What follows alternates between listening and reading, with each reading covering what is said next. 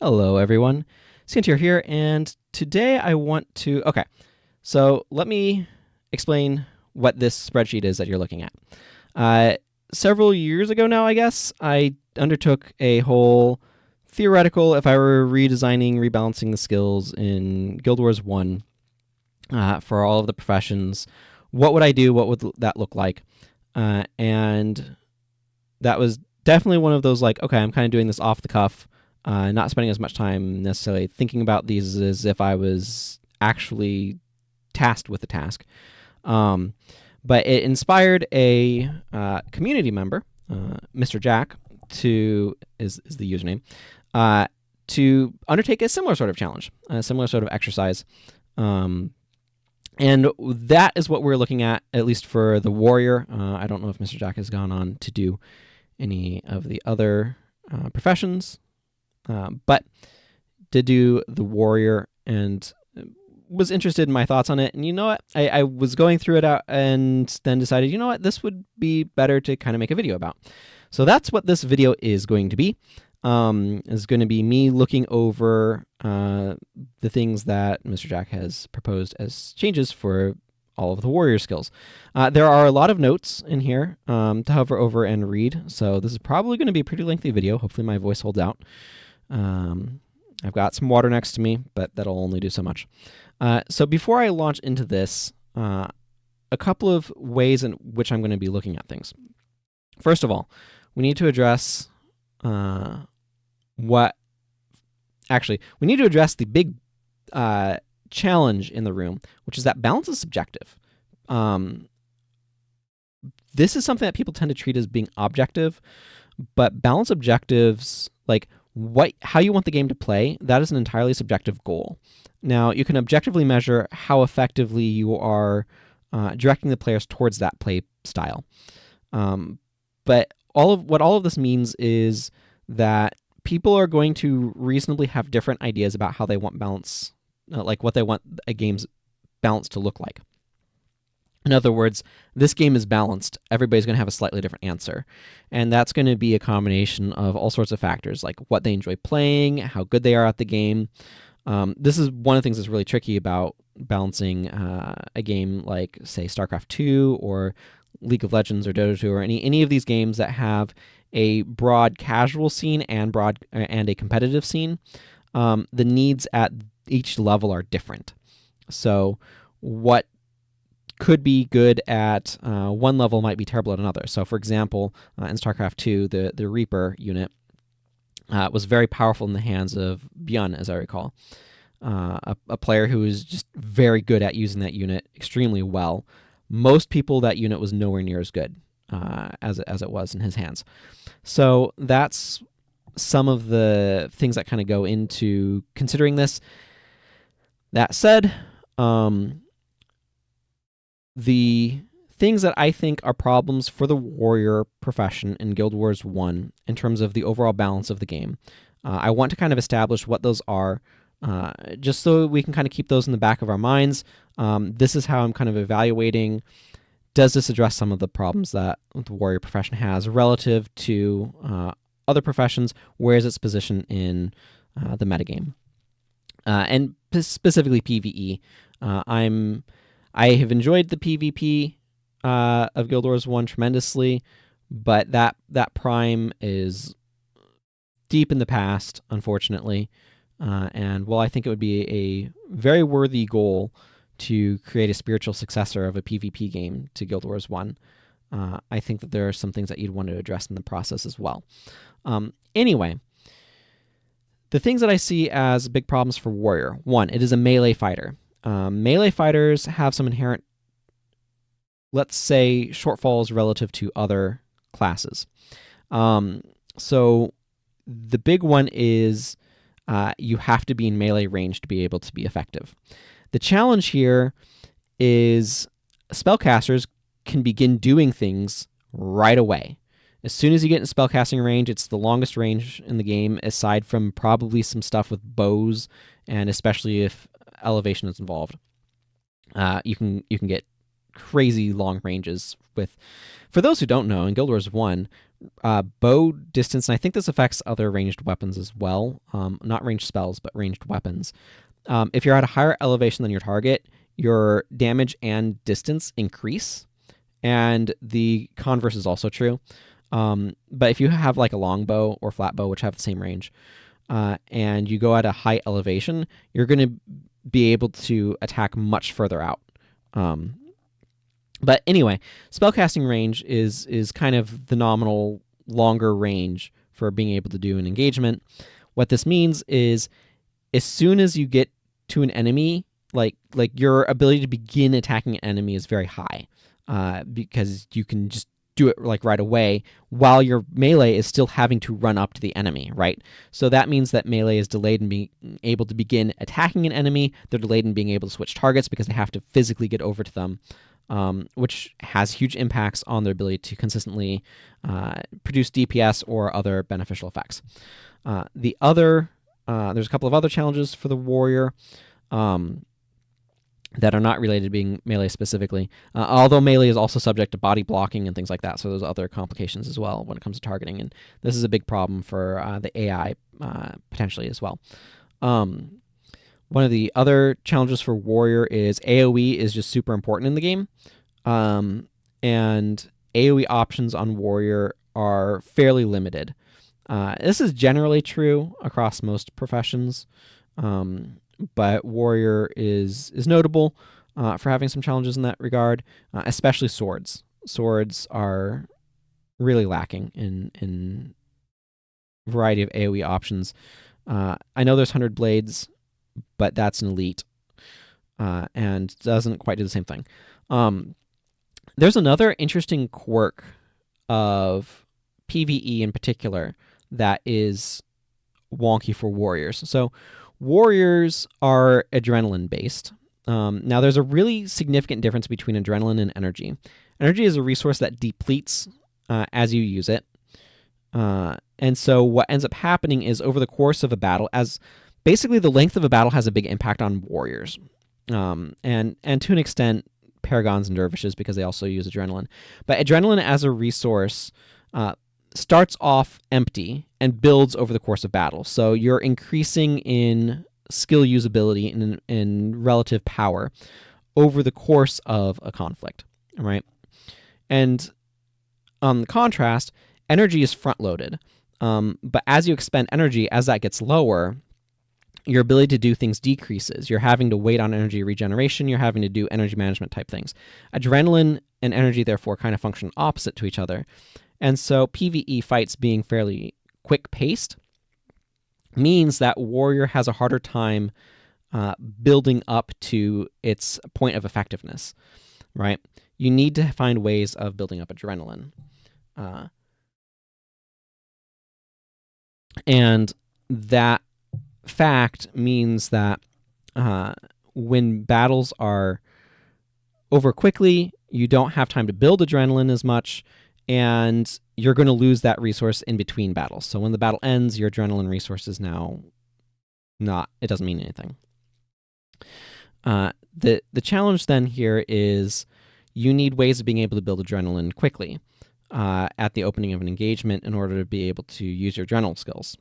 So that's something that we're looking at. This is where something like Cyclone Axe and Crude Swing and To the Limit are extremely useful, because they allow you to be able to build adrenaline right away at the beginning of the engagement and to be able to begin having that effectiveness right away. And finally, the other major issue that Warrior has, just in a conceptual space, is increased attack speed skills. Warrior, being the original melee fighter, had a lot of different increased attack speed skills that all have different drawbacks. Excuse me. There's probably going to be some coughing here and there. Just my throat can only take so much, and I just did a big conversation thing. Anyway, but I set up. I've rearranged stuff in my room, and that's why part of why I've not been doing like streams and stuff as much lately, just because the way that I have to manage the microphone is significantly worse at this present time. So anyway, the Warrior has a lot of different increased attack speed skills, but all of them have weird clunky drawbacks or other things. So you've got like Frenzy, which works fairly well, but makes you take double damage. You've got Flurry, which chews through your energy and decreases your damage that you deal. So that one's kind of questionable. You've got Tiger Stance that has like 50% uptime. Burst of Aggression that makes you lose all of your adrenaline when it ends. So that's really risky. Works really well with daggers, though. But that's in strength. You've got Flail that is pretty nice, except for the part where it snares you. So when you compare that to, like, Assassin doesn't really have increased attack speed skills other than Way of the Master, and like Critical Agility is really, really good increased attack speed skill. But Dervish has the really simple, clean ones. Heart of Fury, Heart of Fire, something like that. But it has the one that's just like for adrenaline, increased attack speed by 25%. And then it has the Pious Fury that does a similar thing where it's like, oh, you need to do a teardown in order to have this last long enough, but otherwise it's pretty straightforward. And Warrior doesn't have anything quite like that, so that's something that's really awkward because you really want those increased attack speeds. Like, ideally, you'd want increased attack speed and increased move speed simultaneously, and that's where something like you want an Onslaught equivalent, right? So this is an area where the Warrior is notably lacking. And then just in general, other things that I'll be looking at, making sure that there is clear mechanical distinction between axe, sword, and hammer. And then sword in particular needs a lot of help.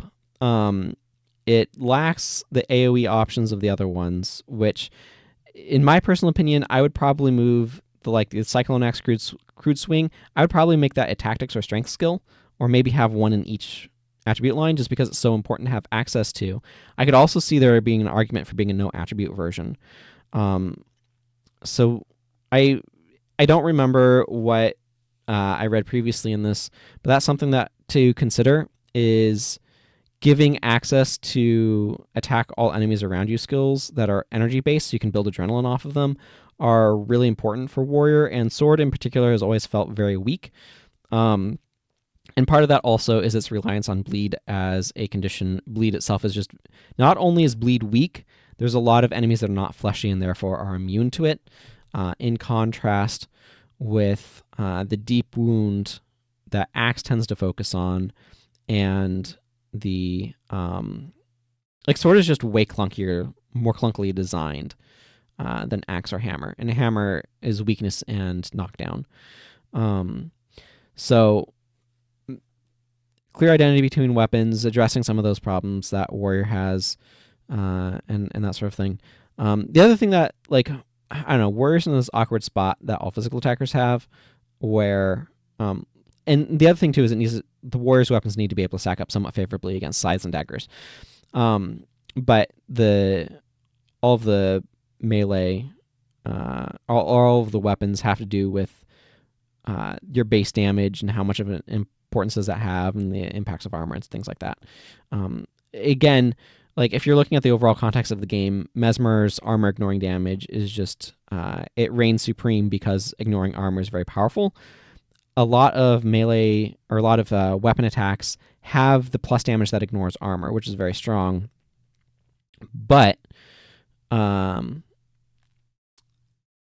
it also has sorry, I was starting to look at skills already and thinking. So like there's that, but it's like how much of your weapon damage is relying on the armor ignoring part versus not. And the daggers tend to have very low weapon damage and high plus damage, which helps them get through armor as well. So that's something to also take into consideration. Drink some water break. Okay, so we're just going to go ahead and start here up at the top, which is a reworking of strength for PvE. So the rework. So right now it's 1% armor penetration per rank in strength on attack skills. So this is saying, and I'm not necessarily going to say what it is right now every single time. That's going to take forever, but this is a standard thing. So for each point of strength, your attacks gain plus 1.5% armor penetration, and you gain 3% more adrenaline when your attacks hit. And you gain 10% more adrenaline when taking damage. For every 2 points of strength, you take 1 less damage. Okay, so this is immediately like, this is a lot of additional stuff. This is very strong, which is good. Warrior needs it. So a couple of things that I'm seeing here that I like. The armor penetration is important, and we'll look at this in a second.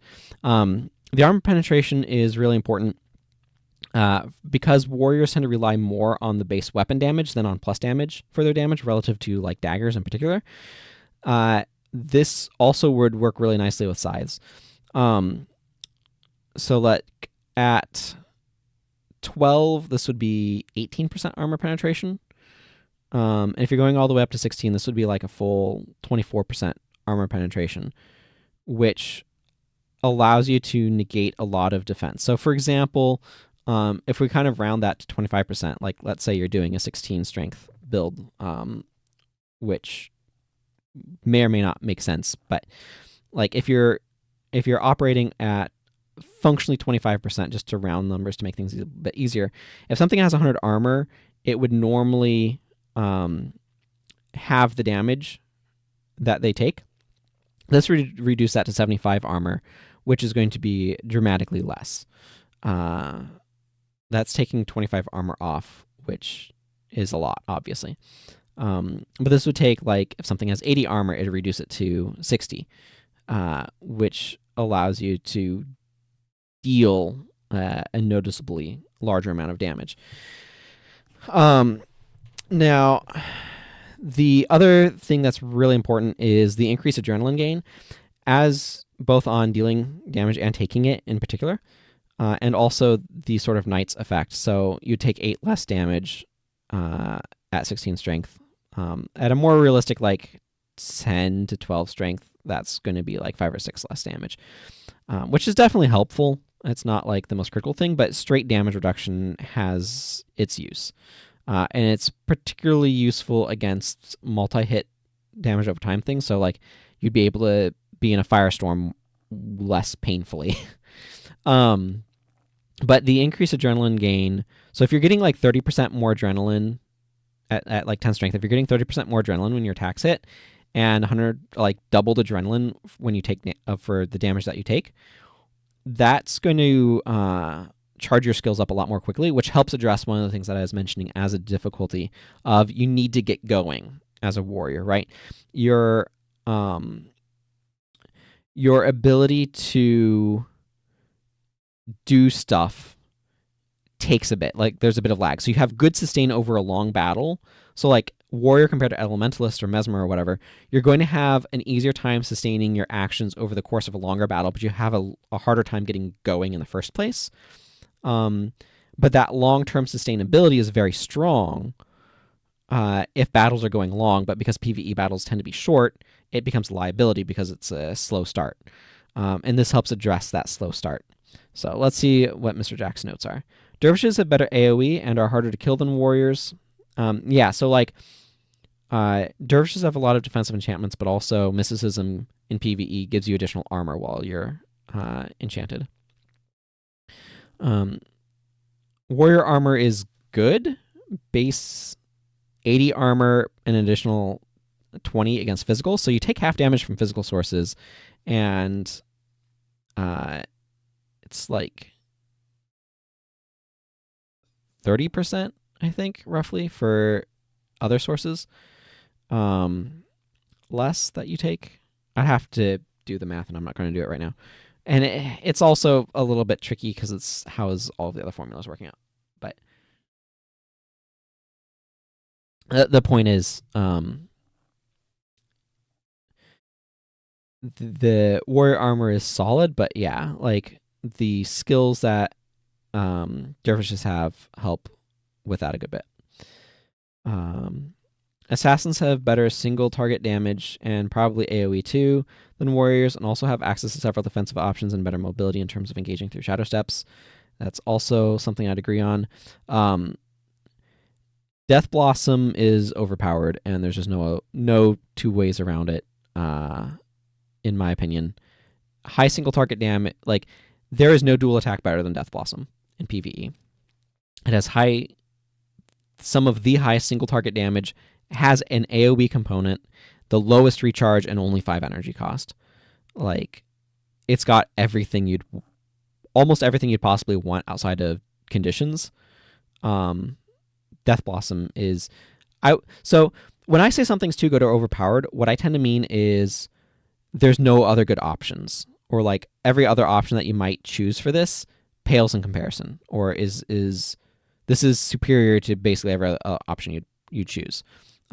So in my opinion, you want a system where there's meaningful choices to make about what you want to use and reasons why you'd want to do various like different options. And Death Blossom is so strong that the only reason to run any other dual attack is if you're getting some very specific niche thing out of it, because Death Blossom is good at all of the standard things. So, for example, maybe you want to go straight off of a lead attack with the interrupting one, Exhausting Assault, I think is the name. That, like, or you want the interrupting from it. Like, that's a potential niche use. But a lot of times there's just no reason to use any other dual attack, because the recharge is much lower. So there's a lot of stuff where the assassin balance is not what we're talking about here, but I don't think assassins are well balanced within themselves. So anyway, both assassin and dervish are more flexible than warriors because of their better energy pools and regen, and more energy attack skills. While warrior has mostly adrenaline attacks, which take time to charge up. We already discussed that issue. The strength buffs are designed to bring warrior up to compete better with assassins and dervishes by increasing damage output by armor penetration. The added adrenaline gain allows them to charge up faster and do something before the non-adrenaline melee or casters kill everything first. The cherry on top is the damage reduction, allowing warriors to be more aggressive without having to worry about bringing self-heal or making the healer's job very difficult. A theme throughout is cracked armor. I wanted some ability for warrior to inflict cracked armor. This should help warriors in late game areas where foes have high armor ratings. As a general note, on the design of Guild Wars 1, I think it was poor design to generally deviate as much from standard player profession armor values as ArenaNet did, particularly with late game enemies, because of how it skews the balance among professions. It overemphasizes armor ignoring damage. And I think that was a poor design choice. I think it's a good idea to have some enemies, such as worms, that have extremely high armor but low health, that give areas where armor ignoring damage is preferable. But I think in general, and I think the inverse is true, there should be some areas where there's enemies with massive health pools and extremely low armor, so that armor respecting damage is preferable there. So like an area where you use Rodgor's Invocation and it does 3 times as much damage, and just chews through enemies, and your Mesmer is sitting there looking at energy surgeons like, I can barely touch this thing because the health pool is so big. I think that sort of variance is maybe a little bit brute force, but it's a way of creating variances in gameplay. I think the majority of enemies should kind of follow loosely profession armor ratings. So if that level, like if an enemy is an elementalist, it should probably have elementalist armor. So kind of a default plus. Basically, I think enemies should use player armor in like insignias and values and stuff, rather than being like hard set. That's my personal opinion on it. And definitely the late game enemies, late game areas where armor ratings are high is something that I think is, I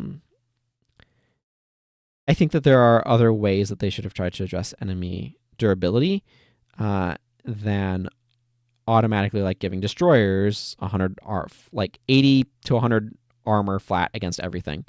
I just don't think that's compelling in terms of the way that it makes the player play. I think it just incentivizes armor ignoring stuff.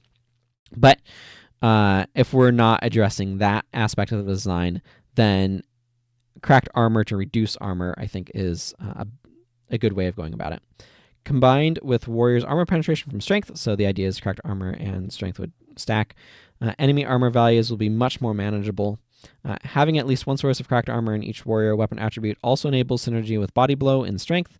As a side note, I would also rework cracked armor to reduce armor by a simple 25% instead of its current -20 to a minimum of 60. So I think there's a slight typo here. Cracked armor right now reduces armor by a flat 20, but can't reduce it below 60. And this would mean cracked armor always reduces armor by 25%. So if you're at 60 and you get cracked armor, it would still affect you. It would reduce you to 45 armor. I think is what MrJack is saying here. Oh, right. So Axe Mastery has a note. So let's just start by reading the note. I think that there's a lot of sense there. And before I kind of go on, I think there's a lot of agreement between myself and MrJack about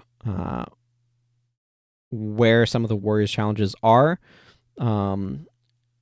and what sort of problems need to be addressed. We may have different ways of wanting to go about addressing it, but it is a commentary on the greater state of the game that there is agreement about those issues. And the more consensus there is about those issues, the more it makes sense to want to try to address those issues, I guess, if that makes sense. Like if people are all over the place about where they think things are at balance-wise, and how they want balance to look, then it's a different experience of what you're approaching than if everybody's kind of in agreement. So anyway, Axe Mastery. So what's the note here? And also, we need to keep in mind cracked armor being a -25% to armor, rather than its current functionality when we're evaluating things. Throughout Axe Mastery, the critical hits and deep wound theme are now much stronger. So those were definitely things that were there. One of the things that I think has always been awkward about Axe is that deep wound is kind of a finishing condition, rather than an ongoing condition, if that makes sense. So like bleed and weakness are things that are ongoing conditions. They have an ongoing effect. Deep wound helps you kill the enemy now. So it's always been a little clunky to have things that want you to deep wound an enemy first, since you're usually applying a deep wound in order to try to kill the enemy more quickly. It's not 100% accurate in terms of like how things actually play out, but that's kind of the mindset with it. So it'll be interesting to see how that interacts with things. But yeah, it has a deep wound and critical hits theme. The critical hits theme was kind of built up later, but yeah. So those themes are now much stronger. Many skills which had deep wound requirements can now also be triggered from criticals, among other conditions. I think that's good. Axes are very swingy, with a broad damage range, 6 to 28, if I'm remembering correctly. And they definitely like critical hits. They work well on assassins that way. Also, now Axe has many ways to apply cracked armor, and when combined with deep wound and the reduced healing that causes, and Axe's ability to critical hit often, and Warrior's armor penetration, Axe is looking a lot more deadly. To counter this high crit damage weapon, Axe has very few counters when it comes to enemies that block. Okay, so in other words, the counterplay to Axe is very bad at dealing with people who are blocking it. Which is not necessarily the case right now, because there's some skills that are like, oh, and you get adrenaline if they block or whatever. So we'll see how this direction goes. Many new fun and interesting Axe builds are now viable, linking skills together like mini assassin skill chains. Okay, so let's see. So a lot of these are describing... Oh my goodness, I'm getting notes everywhere. I don't want notes right now. Okay. Okay, so Agonizing Chop. Axe attack deals... these are on the 0, 12, 15, just like the wiki uses. 5, 17, 20 plus damage, interrupts an action if target foe has a deep wound or you land a critical hit. So this is 5 adrenaline, 1 activation time. Lowered cost of 5 adrenaline now also looks for critical hit. Good for spiking, as a foe is likely to try to heal themselves or remove the deep wound you just put on from Eviscerate. Yeah, so this is a really good follow-up. The interrupt, so the reason why this is a good follow-up, is 5 adrenaline, has good plus damage, and a quick activation is really good. Flexibility in terms of the interrupt is also really nice. I don't remember, because there were 2 of these. I think Critical Chop and Agonizing Chop were very similar. I don't necessarily want to bring up the wiki and have that up in parallel, though. That sounds really tedious. But I think that this is a... So I'm just kind of do this in a vacuum, not where it was, but where are things right now. This definitely has a lot of good promise. It is a really good follow-up when trying to spike down a foe, and I think that that's something that Axe wants to be doing. In general, you're probably not trying to rely on the critical hit for interrupt, so it's much more interrupting a foe that has a deep wound, just because critical hits tends to be unreliable. But I don't know, maybe there's skills that improve. That's something to keep an eye out for in like strength and or tactics. Did Mr. Jack change one of the skills to increase crit chance? Because that would be particularly good with Axe. But it also means that Axe has good synergy with Assassin. So Axe Rake, this skill was absolute garbage before. What does it do now? Plus 1, so it's 7 adrenaline, plus 1, 8, 10 damage, inflicts crippled condition, causes knockdown if target foe has a deep wound, is moving, or you land a critical hit. This is a nice variant on Bull Strike from that standpoint, the moving one. This is significantly better. Guaranteed inflict cripple and damage, as opposed to conditionally doing so. But still keeping the idea of if the foe's deep wounded, we do more. This is now a skill that I would consider usable. Cripple now unconditional. Payoff is now knockdown, which looks for not only deep wound but also movement or crit. Again, this becomes good with Assassin, or if there's other ways to increase crit rate for Warrior. Increased cost to 7 adrenaline to match the skill's new power. I think that makes a lot of sense. Knockdown is powerful. Can use crippled cover, deep wound you inflicted. This is Axe's only knockdown, so not stealing Hammer's Thunder, keeping damage the same low because knockdown is powerful, and some other Axe attack skills look for KD. Yeah, I agree. Knockdown is very powerful, damage should be low, and this knockdown is relatively reliable to be able to cause because it has a lot of potential conditions for it. You're mainly looking for the first 2, but Axe Twist deals plus 1, 16, 20 damage, so that's decent plus damage. Inflicts weakness and cracked armor if foe has deep wound, is attacking, or you land a critical hit. So that's a lot of different ways of being able to inflict weakness and cracked armor. That's very strong, especially at only 4 adrenaline. This is a skill that when I read it, I'm like, oh, this is absolutely able to be a staple. So far, these all feel like I can see there's a build that wants this. Obviously, we'll have to get the full context for everything that's proposed, but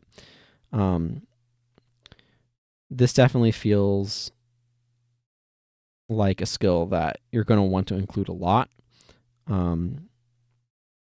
Even just for that's reasonable plus damage at 4 adrenaline is a good rate. Now also looks for attacking or critical hit. Can be used as cover condition, reduced cost. Yeah.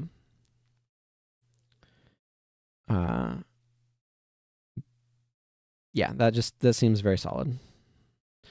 Cleave. Elite Axe attack deals good plus damage. That's kind of Cleave. That's good territory for Cleave. That's same as Executioner Strike is being proposed. And a critical hits if foe has a deep wound. This makes it a really good follow-up to deep wound attack because it's really good plus damage, and guaranteed crit is actually very strong, especially at 4 adrenaline. This is definitely an elite that I would strongly consider using, depending upon what my other options for inflicting deep wound are. Because Axe traditionally is like Dismember, which is very medium because all it does is inflict deep wound. And then elites. So if there's good non-elite options for inflicting deep wound, then that in particular makes Cleave look really good, but this is just going to be good source of damage. As basically, it didn't get much use. Yeah, to me, when I was doing my elite or my skill review, Cleave was very much like, this is the most mid skill, like imaginable. It's out. It's not bad. It's just outclassed at every point. Increased damage and added critical if Deep Wound Claws makes it more appealing, using a requirement that isn't hard to get from other axe skills. Yeah, it's a good finisher or a good like follow up. Critical Chop. So this is 5 energy, 1 second activation time, 15-second recharge. Deals good, like reasonable plus damage, interrupts an action, automatic critical hit. So this is a very strong follow-up as well. The interrupt is reliable, which is good. Reliable interrupts are really useful. I don't know how much I'd use this for damage versus just interrupt, but having an interrupt option is always nice. That's something that gives you, like, that's a good utility option to have available. Interrupt, now unconditional and auto crits to match its name. As an energy interrupt, which is easier to use, the lengthy 15-second recharge is still appropriate. Yeah, keep in mind that damage off of interrupt skills tends to be very strong just because they're really good for spiking because of quicker activations. And keep in mind also the 1 second activation time is a little bit misleading because the attack happens halfway through. So that's the time for the animation. It's a 1 second animation. That includes lead up, hit, and follow through. So the hit actually happens at half a second. So that's why quarter second ranger, or like ranger interrupts are like half a second or something, because they come out at the quarter second mark or whatever. But yeah, this is a solid interrupt option. Definitely one that I'd consider using if I wanted to be a bit more controlling. I think if I'm just going for trying to do a spike. Okay, so this is a weird counterpoint. This is a reliable interrupt if your foe has a deep wound. The critical chop is just an automatic critical hit. This gives it good spike follow-up potential just from the standpoint of being an automatic critical hit, so it's going to be a bit of a harder hit. So there's a reason why you might want one or the other with these. And I think that's good. Again, I want my balance to be like, these skills you want sometimes, sort of thing. I'm really looking forward to getting to Sword. I feel like Axe and Hammer need less help than Sword. Cyclone Axe deals damage to your target and all other foes adjacent to you. Something that's really important to keep in mind with these wordings is who are the foes adjacent to? When they're adjacent to you, it's going to make a hand gesture that you can't see. But this is going to be hitting the foes that are around you as a player. Some AoE stuff says adjacent to your target. That's different. But this is basically the standard functionality. It's still 5 energy for second recharge. This hasn't really been changed much. No change is a good skill. Change wording to make its effect clear. Yeah, I agree. Cyclone Axe is a staple because you need those energy AoE skills that help you build adrenaline. That's exactly what Cyclone Axe is. Okay, Decapitate. Deals enormous pile of plus damage, which is appropriate. Deals double if foe is below 50% health. Inflicts deep wound condition for a while if foe is knocked down. Interesting. Automatic critical hit. If this attack fails to kill your foe, you are knocked down.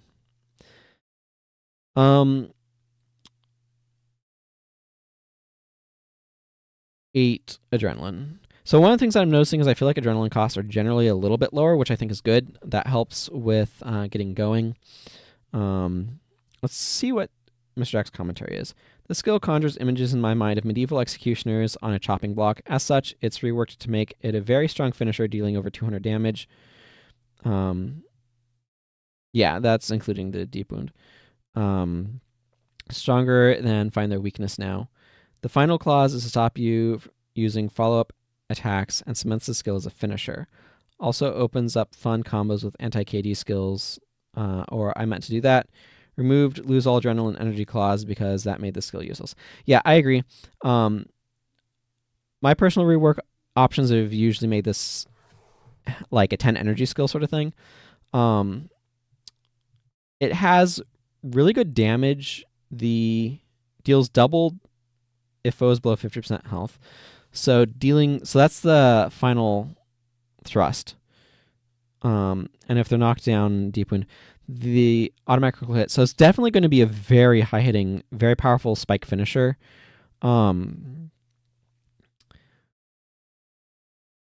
If this attack fails to kill your foe, you are knocked down clause is a bit clunky.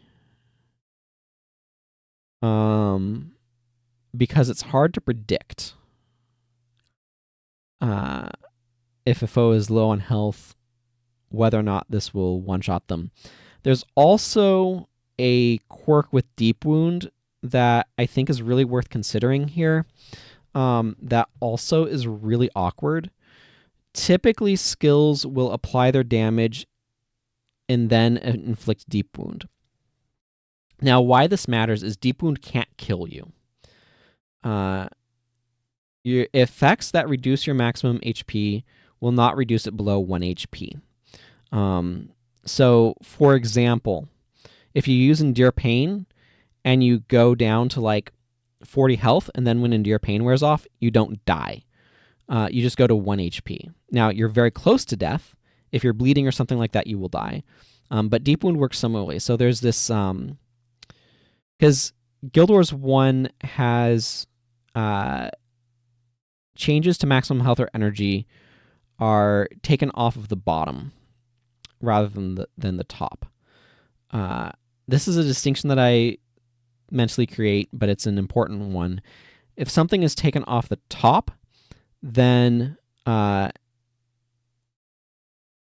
example, this is going to be easier to explain through example. If you have a meter that is full and you take it off the top, then you've decreased that by a real amount. And then when the decrease ends, you don't get anything restored. But if you increase it, you also don't get anything. It's just increasing the length of the meter, right? It's changing the maximum. If you take it, or if you adjust the bottom, then you're adjusting the real value as well as the maximum. So you're kind of shifting where on the meter you are, as it were. But it's kind of like changing the bottom side of the meter rather than the top side of the meter. So because Guild Wars 1 adjusts energy and health from the bottom, skills that give you more maximum health increase your health, and same with energy. So that's where you have energy swapping. Now with energy, you can go negative. This is pretty easy to do. Just use a high energy weapon set, stuff that's plus 15 maximum energy, minus 1 regen, and then run your energy down to 0 and then switch to a normal set or like a low energy set. So you can go from a high energy focus and wand, so you have plus 30 maximum energy, and then swap to a shield and a bronze over brain melee weapon. And suddenly you'll go from plus 30 energy to minus 5 energy. And if your energy is low enough, you'll go to negatives, and then you have to wait for it to regenerate back up to have energy, right? So you can go negative on your energy. The way health works then, they don't want you to be able to go negative on health, because then you just die. So they have a bit of code, I don't know what you want to call it exactly, but they have a minimum where effects that adjust your maximum health cannot decrease your health below 1. So there's going to be a lot of really clunky times with this Decapitate skill where it gets somebody below 100 HP or 20% of their maximum, which is Deep Wound is decreases maximum health by 20% or 100, whichever is less. But where you'd get them in the range where Deep Wound would kill them. But because Deep Wound can't kill them, because that's how it works, it decreases maximum health, so it can't kill them, they're going to be set at 1 HP, and then you'll get knocked down. And I think that's going to be something that feels really bad and really clunky, and is going to feel somewhat unpredictable. I like what this is going for thematically. I think this is a very powerful skill, but I think it's going to result in a lot of really awkward and clunky play patterns that don't quite feel good. So I'm not going to try to propose how I would change things or anything like that. That's not what this is about. This is reviewing. And if I were like, here's how I would do things if I don't like the skill, is just going to take us way too long. This is going to be, we're 45 minutes into this recording already, and we're at decapitate. So this is going to be such a long video. This may be a mistake, but that's okay. But this skill in particular, I feel like is going to be really, it's going to have a lot of moments where it's going to feel kind of clunky, even though I think it's actually probably a very strong, like this is a very strong skill. I think this is a very good skill.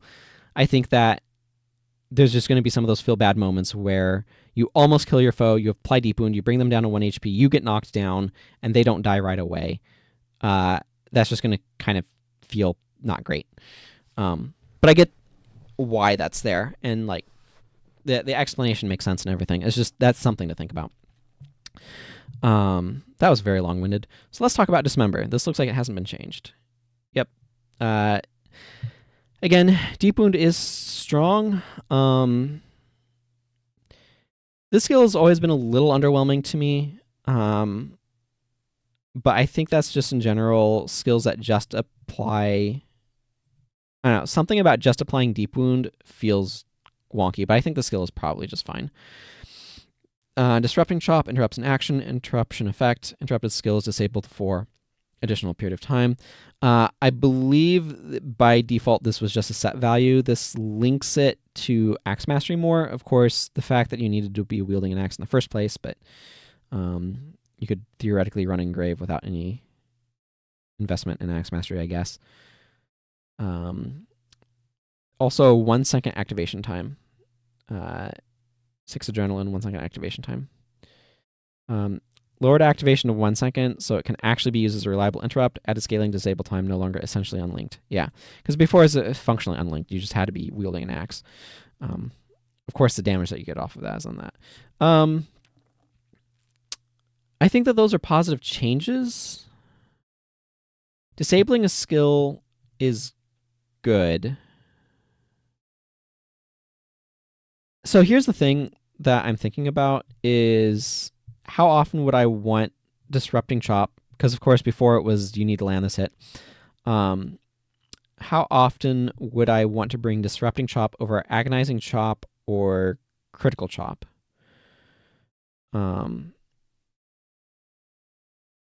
I think it does have a place as an adrenaline interrupt.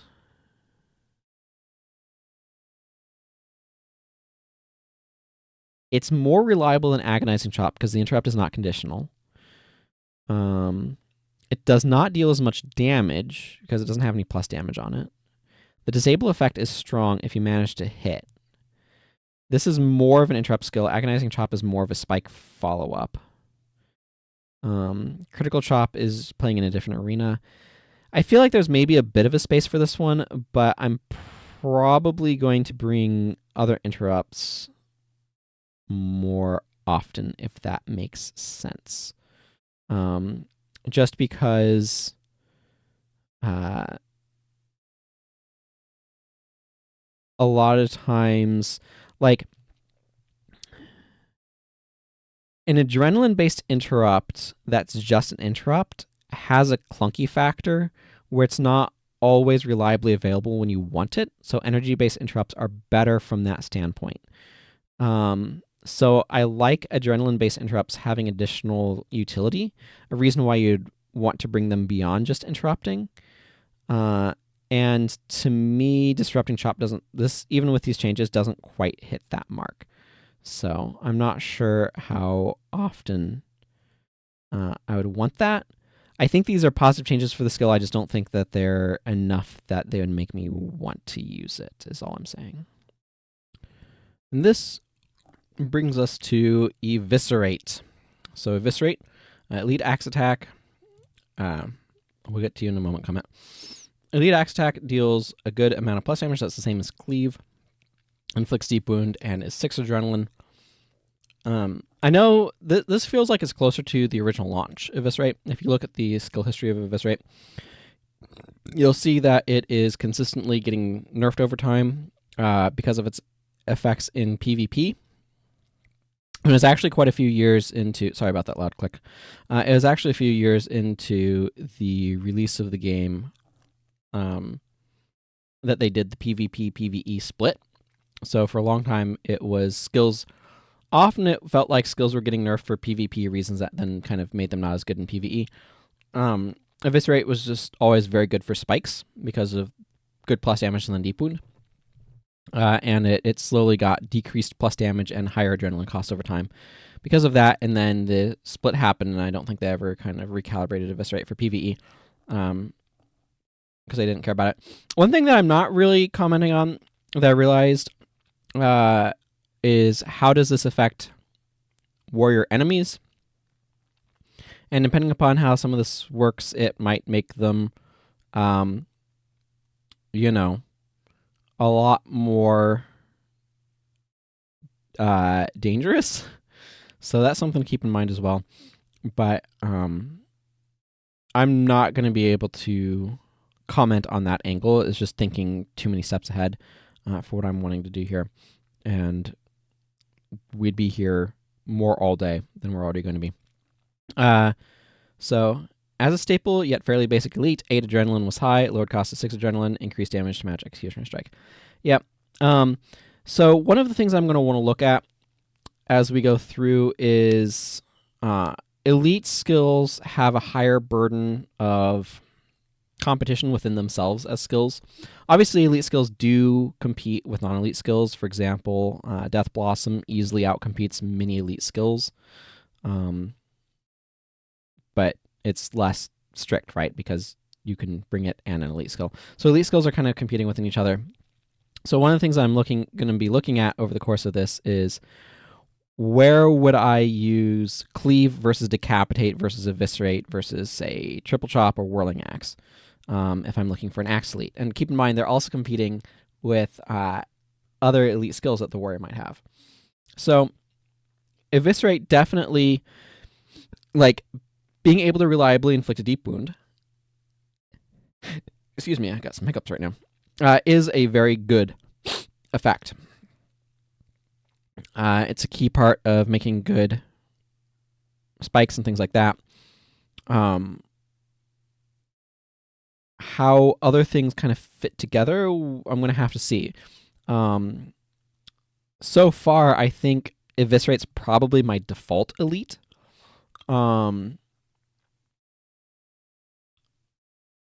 Decapitate is sitting in a different sort of space. And Cleave, I think, is really good if you're having other means of deep wound happening. Whether that's something that you're inflicting. I think Cleave is better if you have other sources of deep wound than Eviscerate because it happens more reliably and crits more reliably. But there's not a... there's Dismember, and we'll see... Executioner Strike here has conditional deep wound.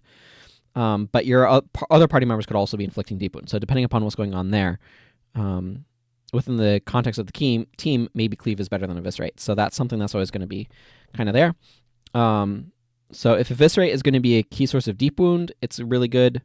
But because of the way that these are being designed, Cleave is actually a better choice if you're not looking for the deep wound off of Eviscerate, which is obviously a huge plus side. So that's something to kind of keep in mind. So Executioner Strike, Axe Attack deals good plus damage, inflicts deep wound if you land a critical hit or the foe is knocked down. Like Decapitate, you wanted this classic to feel more thematic, add a deep wound from critical or KD to make it more conditional and more expensive. A conditional and more expensive Eviscerate. Yeah, 8 adrenaline is a lot to build up to in battle. So the good plus damage and somewhat reliable, or at least the possibility of deep wound is definitely welcome. I'm still not sure how often it's going to get in. Like, keep in mind, I'm looking at, okay, Axe Twist. Axe Twist is going to be a staple that's going to be hard to displace because it's got decent plus damage, and this upside right here is fairly easy to inflict weakness and cracked armor, and that's really, really good. So this is definitely something that can make it into builds, but I think I'd like it better at a lower adrenaline cost. I'm not sure. There's something where I'd have to play with it, but it's definitely not an auto include by any means. So, I think it gains a lot of value if you are in a build where you're knocking things down, and so you can reliably get the deep wound that way.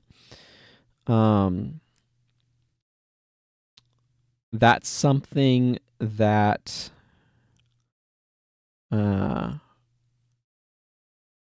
I would then start to consider that with like Executioner Strike Cleave or something like that, potentially. Yeah, I don't know. It's 8 adrenaline is a lot, so it's a little bit of a clunky spot. Furious Axe. So this was an axe attack. This is now skill. Your next 1/3/3 hits using axe attacks. Skills are automatic critical hits. 5 energy, 12-second recharge. No activation time, so this should be instant activation. So you should be able to use this in like the middle of actions, theoretically, if it's implemented properly. This feels like it could be a very critical role player depending upon the sort of build that you're making. It's definitely the sort of skill that I want to see. I think I would theoretically want to see something that's more like Way of the Master for axes, i.e. increased attack speed while wielding an axe and increased crit rate while wielding an axe. I think would be a really good skill. This is something that I think is good to have. I also know that as axe attack skills, so your auto attacks won't use this up.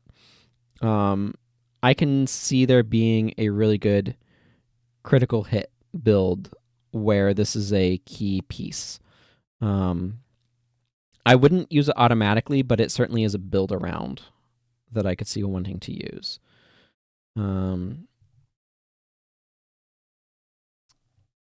Like, it makes Agonizing Chop kind of more reliable, but the Deep Wound is what I'd go for there.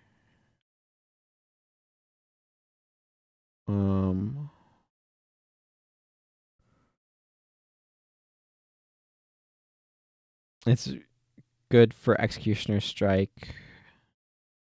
Potentially some of these other ones. Yeah. Let's read the note, actually. Completely reworked to allow more play into Axe's critical hit theme. So you use this and you get its icon on your effects monitor, opening up several options with follow-up attacks that look for crits. This is for warriors because Axe Assassins can crit without it. The word hits is purposely there so you can't get a ton of crit hits from any of the AoE Axe attack skills, and also means charges of this skill aren't wasted if you miss.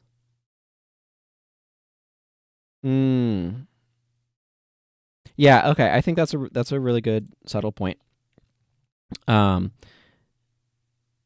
If you miss or are blocked, then the charge isn't used. But if you Cyclone Axe and hit like 3 foes, it's completely used up. Yeah, I think this skill is all right. It is so the thing is, a lot of these skills have other conditions that make them work that are probably better to work with, but I feel like this is fine.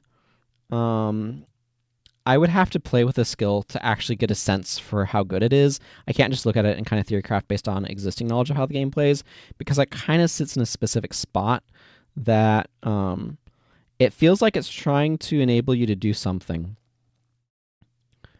I'm just not sure if that thing it's trying to do is good enough, specifically because a lot of these skills have alternate clauses for functioning, like deep wound, crit, or moving, or attacking.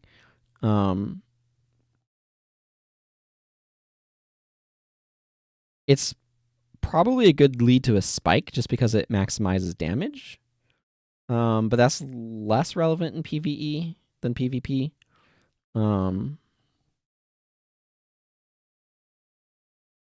So I actually feel like this skill doesn't quite sound like it has as much of a role to play as you would think.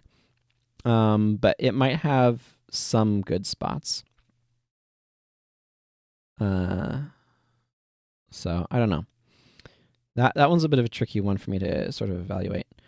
And because it's kind of sitting in that spot, it's something that I'd need to actually play with to be able to evaluate. Keen Chop. Axe attack deals really good plus damage. Gives 3 strikes of adrenaline if blocked or if you land a critical hit. 5 energy, 6-second recharge. So it still feels like there's some good stuff that can happen if you're getting blocked. So I'm not sure how much that's a specific weakness, but now has Old Furious Axe functionality, added critical hit clause because it felt weak despite the good bonus damage if enemies weren't using any blocks. Yeah. This feels as a skill like one that I would very strongly consider using. It's a really good opener. It's quite high plus damage. It's a good follow-up. 3 strikes of adrenaline on critical hit is not reliable by any means, but it is a really nice option. Also, foes that are fleeing you automatically critical hit. So this skill becomes particularly good when you're chasing down foes. As long as I'm remembering my mechanics correctly, I'm pretty sure if somebody is running away from you, like if their back is to you and they're moving, then attacks against them automatically critical hits with melee weapons. I'm not sure about bows or like ranged weapons. Which means that this skill is really good when you're chasing somebody down as well. So it's a good opener. It's a good chase down skill. A lot of good plus damage. I feel like this is something that's a really strong role player. It is competing a bit with Cyclone Axe just because of energy and needing energy space. So I'm not sure.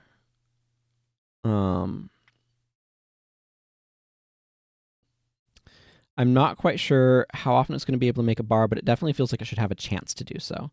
A lot of these energy axe attacks, though, are notably better, I think, than they previously were. So this definitely feels quite usable. And that critical clause is doing a lot of work. But it's also having to compete with Swift Chop, and we'll get to that. Lacerating Chop. Axe attack, plus 5, 17, 20 damage. Pretty standard damage range for axe bonus damage. Inflicts bleeding condition if foe is knocked down or you land a critical hit for 5 adrenaline. Should be at least usable now that Axe Mastery has some ability to knock down, or you can just land a crit.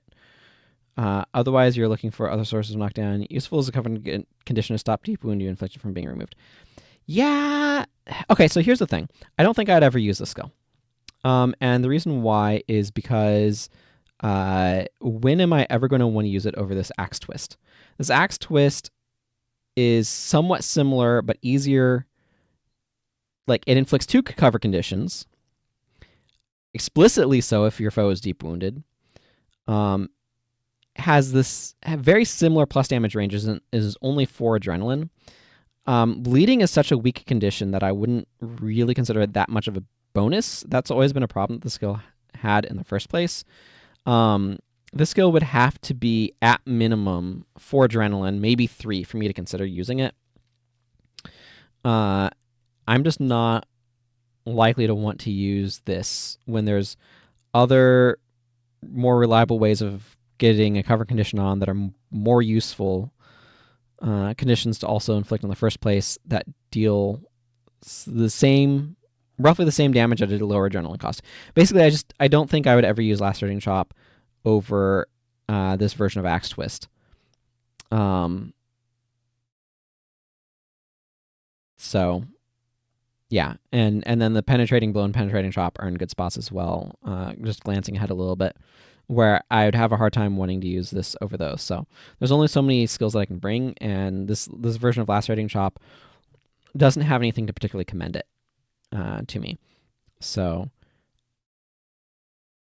yeah, what it's doing, it needs something more.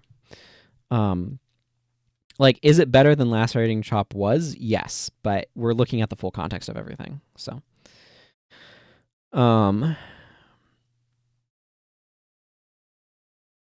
yeah, there's more that I could say about how you could potentially tweak it, but that's not the point of this. So let's just keep moving on. Penetrating Blow. Now, Penetrating Blow and Penetrating Chop, just something to step back for a moment.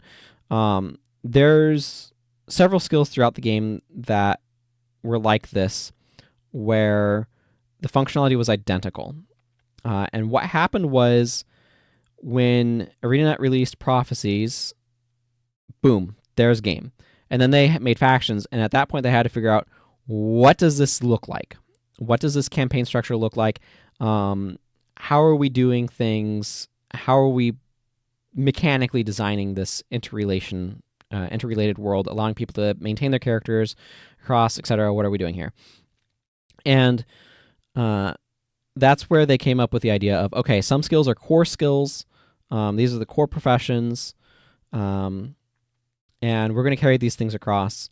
And so one of the things that they did is we're like, we want to, because they're styled after Magic the Gathering, we want to do functional reprints, as it were, where you have your Grizzly Bears and your Runeclaw Bears that are the same mechanical function with a different name. So you can run both of them, right? And things like that. So every profession with factions, and they did not repeat this because I think they found the experiment was terrible.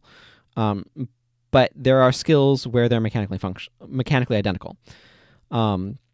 So you have like Jamie's Gaze and Heal Other do the exact same thing, for example, in Monk. Unfortunately, they had a really weird tendency, like they picked really odd skills for this, whereas like, why not make this skill a core skill and do something where the same functionality is actually useful? But anyway, some of them I think were kind of okay, like Penetrating Blow, Penetrating Chop. Having both of those on your bar at the same time is with the state of the game where it is currently at, is like not the worst decision you can make, because the armor penetration is nice. They're reasonable, adrenaline, decent plus damage, whatever. They're decent sources of damage as a warrior. Now, that said, they did go through and change some of them with like the Tenai skills on Elementalist. I think that was a good move. And Mr. Jack is proposing doing a similar sort of, maybe these don't need to be identical, thing here, and I think that's a really good general direction to go. So that brings us to Penetrating Blow. So all of these skills, one of the things that's happening is they're all competing against each other by being at 5 adrenaline with the same plus damage. That means that they are competing against each other solely on their bonus effects. And this is where like Lacerating Chop is really weak.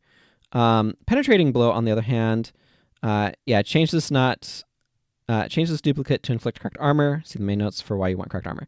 I think this skill is like, there's a very serious discussion to be had between bringing it and bringing Axe Twist. Axe Twist is fairly reliable weakness and cracked armor at a lower adrenaline cost for similar damage, but this is guaranteed cracked armor. This is entirely reliable, and allows you to be able to focus on more of a cracked armor build. I think that there are going to be times when I want Penetrating Blow, and times when I want Axe Twist, excuse me. And I think that's really good. I think the skill is a solid one, and one that I could absolutely see wanting to run, especially if I'm doing an axe build that's not as focused on Deep Wound. Then it could have a very good role as well. And if Body Blow is also cracked armor and inflicts Deep Wound, which it seems like it was indicated it was by the descriptions above, then it would also play really well in there. Where you're doing cracked armor into it. So I think that this one has a spot. Penetrating Chop also has a spot. So plus 20% armor penetration stacking. As it exists in the game right now, Penetrating Blow, Penetrating Chop, that armor penetration does not stack. It's just a flat 20% armor penetration overriding other armor penetrations, so far as I understand how it works. This now stacks with other sources of armor penetration, notably strength. So this is, as it says, one of the best axe fillers. So now stacks with armor penetration from strength or other sources. One of the best axe fillers. This is a really good filler attack at 5 adrenaline. It's a little clunky because it's kind of competing with some other skills, but the amount of damage that you can potentially get off of that. Keep in mind, we're talking about strength being like, if you have 10 points in strength, that's 15% armor penetration. This is another 20% on top of that. So like 35% armor penetration is getting through a lot of armor. That's almost like potentially double damage on a 100 armor unit, for example. Things like that. So this, now, that's only going to be off of the weapon damage, not off of the plus damage. But I think that this is a very solid skill that I would strongly consider bringing if I'm just like looking for an axe attack. Like this is your standard axe attack, it feels like, for plus damage. It's one of those things where I'd have to play around with this particular conceit of the warrior enough to kind of feel like, do I want your like good standard attack, or is the synergy of other skills going to mean that this never quite has a place? That's something to be on the lookout for. It also might be something where because of the armor penetration, primary warrior really likes this. Like, keep in mind, if you've cranked your strength up to 16, then that's like almost 50% armor penetration. That is doing a lot of damage. So like, there's definitely builds where this is really going to rock, and others where it's maybe less exciting. So I think that's a good spot for it to be, but I'd need to kind of play with it to kind of feel where things kind of sit otherwise. One thing that I am noticing is, I don't know, Axe initially had an identity as being kind of more of an AoE weapon. Hammer, this is a weird brain thing of updating things. Hammer is now, as the game currently sits, in a similar place, if not better, at AoE than Axe, because of buffs to various skills and things like that. Yeti Smash, Crude Swing. So Axe has always kind of had an identity in the back of my mind as the AoE weapon of Warrior. I'm curious to see where AoE stuff sits otherwise. So I'll probably have to have a wrap up at the end to kind of like review overall things. Swift Chop. Axe attack plus really good plus damage, similar to Keen Chop. Much better than what it is in the game right now. Also deals slashing damage and inflicts deep wound for 20 seconds if it's blocked. 5 energy, 1 second activation time, 4 second recharge. Notes, this skill felt a bit weak if enemies weren't blocking, so you increase damage and add 1 second activation to make it more swift, and hopefully onto more skill bars. Add slashing damage type to match Axe. I think this skill is, the Swift Chop here, is absolutely bonkers good. This is probably this is an extremely strong spike follow-up for a couple of reasons. One, really good plus damage. 2, quick activation time. 3, energy means it's reliable if something wonky happened.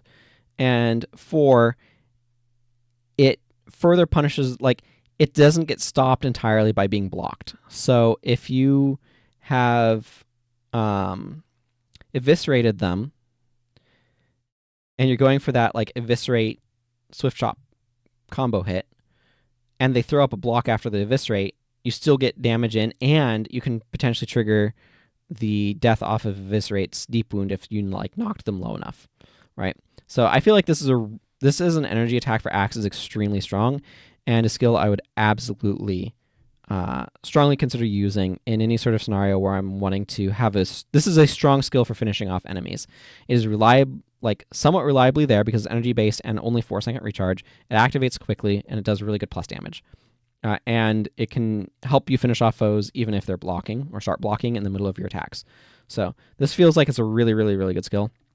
I need to play with it, of course. All of this theory crafting. It's fun. It's fun to theory craft. I'm enjoying this. I'm enjoying thinking about how these things fit together. You do not fully understand them unless you're able to play with them, and we're not. So this is all very theoretical. But I like the idea here of what this is doing. This is a really good energy attack for Axe, on paper anyway. Triple chop. Elite axe attack. Strike your target and 2 other foes adjacent to your target 3 times. So this is kind of doing a scythe thing. Note that's adjacent to your target, not adjacent to you. So this is no longer doing the cyclone axe thing. It's trying to fill a different role. This could potentially get 9 hits. I would have to see the note, but this might be very good at building adrenaline as well. So that's something to keep in mind. The first hit inflicts cracked armor. You want that to be first. That way you get the cracked armor bonus for the next hits. Then inflicts bleeding, and the third hit inflicts weakness. This is definitely reads very strong to me, especially as an opener. The skill felt weak as an elite when you can instead take Cyclone Axe or Whirlwind Attack, the PV skill. Yeah, so one of the things is the elite version, it was a lot of additional damage, but it is plus 34 plus damage at 15 or whatever, Axe Mastery. But it had it was a 10-second recharge, so Cyclone Axe's faster recharge always felt a little bit better to me. So this is a bit of a different take. Added ability to inflict a bunch of conditions, none that Axe couldn't already do, aside from cracked armor, but you previously talked about why you want that. I think that's fine. As the 3 hits and conditions are separate hits, has some randomness if foes are blocking, as exactly which conditions get through will be different each time. Combines well with conjures and skills that increase hit damage. Yes, that is actually also very accurate.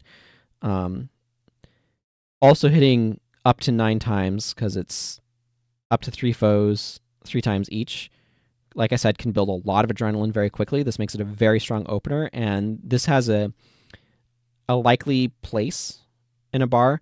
It is better at building adrenaline than Cyclone Axe because it doesn't need as many enemies to build the same amount of adrenaline, if that makes sense. Because it can get, even opening up, it'll get you 3 hits on your initial target for adrenaline, most likely.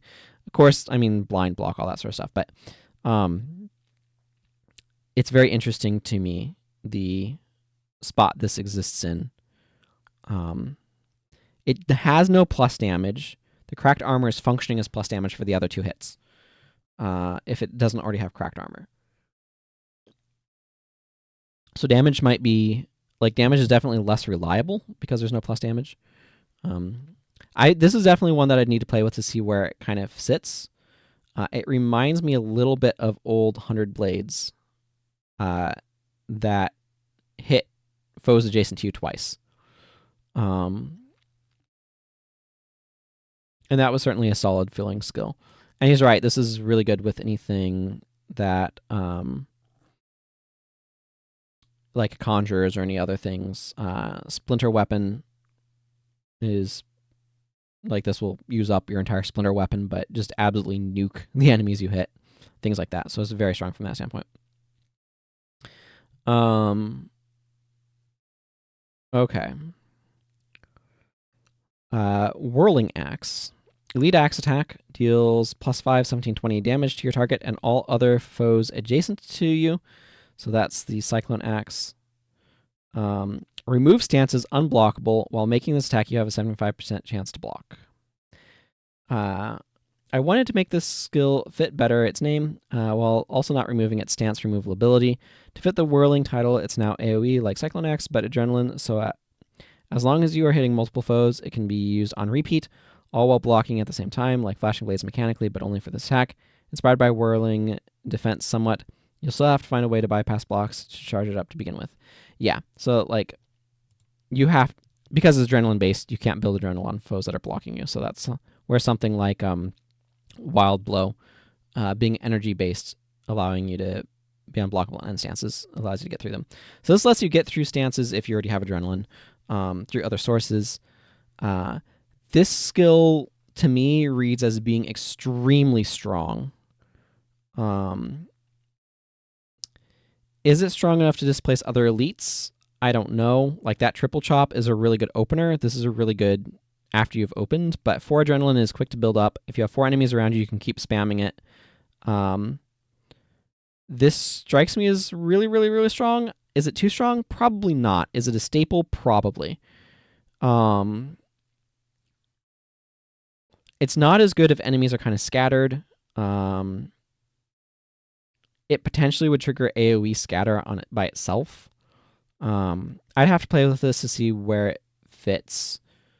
It definitely feels really powerful if you're able to spam it. The spot where I could see this being particularly good is in farming, because if you're doing some sort of farming build, just sitting there and spamming this, you have the block and you're able to hit all of the foes around you. It gets worse once you get to cleanup phase, though. Once there's fewer than 4 foes around you. But this definitely seems like a really strong skill and one that would be a staple elite. It does. The fact that it doesn't interact with the crit or deep wound themes, I might want to see it play in that space, just because I feel like it's going to often push out elites that do play in that space, because the needs of PvE often are focused on AoE, and this is a very powerful AoE elite, where I could see going up and Cyclone Axing to get it going and then just start spamming Whirling Axe. Seems like a really potentially strong strategy in certain scenarios, but I'd have to see how it actually plays out to see. Definitely reads as being very, very strong, though. Okay. Hammer Mastery. So what are the notes on Hammer Mastery? Hammer Mastery skills now focus around knockdown and weakness much more than before. Hammer has the slowest attack speed, very accurate, so adrenaline costs have been generally reduced. Hammer also has a downside of being two-handed, not allowing for shield or focus offhand to be used. This lack of defensive ability... So, like, you could run a warrior, by the way, if you wanted to, with, like, a fire focus and fire magic, right? And have more maximum energy and things like that. Not something that people would generally do, but... This lack of defensive ability has been compensated for by increasing Hammer's offensive capabilities, with many skills now dealing more damage or being unblockable. I wanted Hammer to have options for running unblockable skill chains like an assassin, because of all the warrior weapons, Hammer relies most on being able to chain attack skills together to get strong effects. Yeah, that's true. There's a lot of warrior skills that are like knock down the foe, and then once they're knocked down, or like inflict weakness, then you can inflict knockdown, then you can inflict a conditioner, things like that. To get strong effects, these unblockable options are nice to have instead of being forced to bring Wild Blow or Warrior's Cunning in block heavy areas, such as Korna.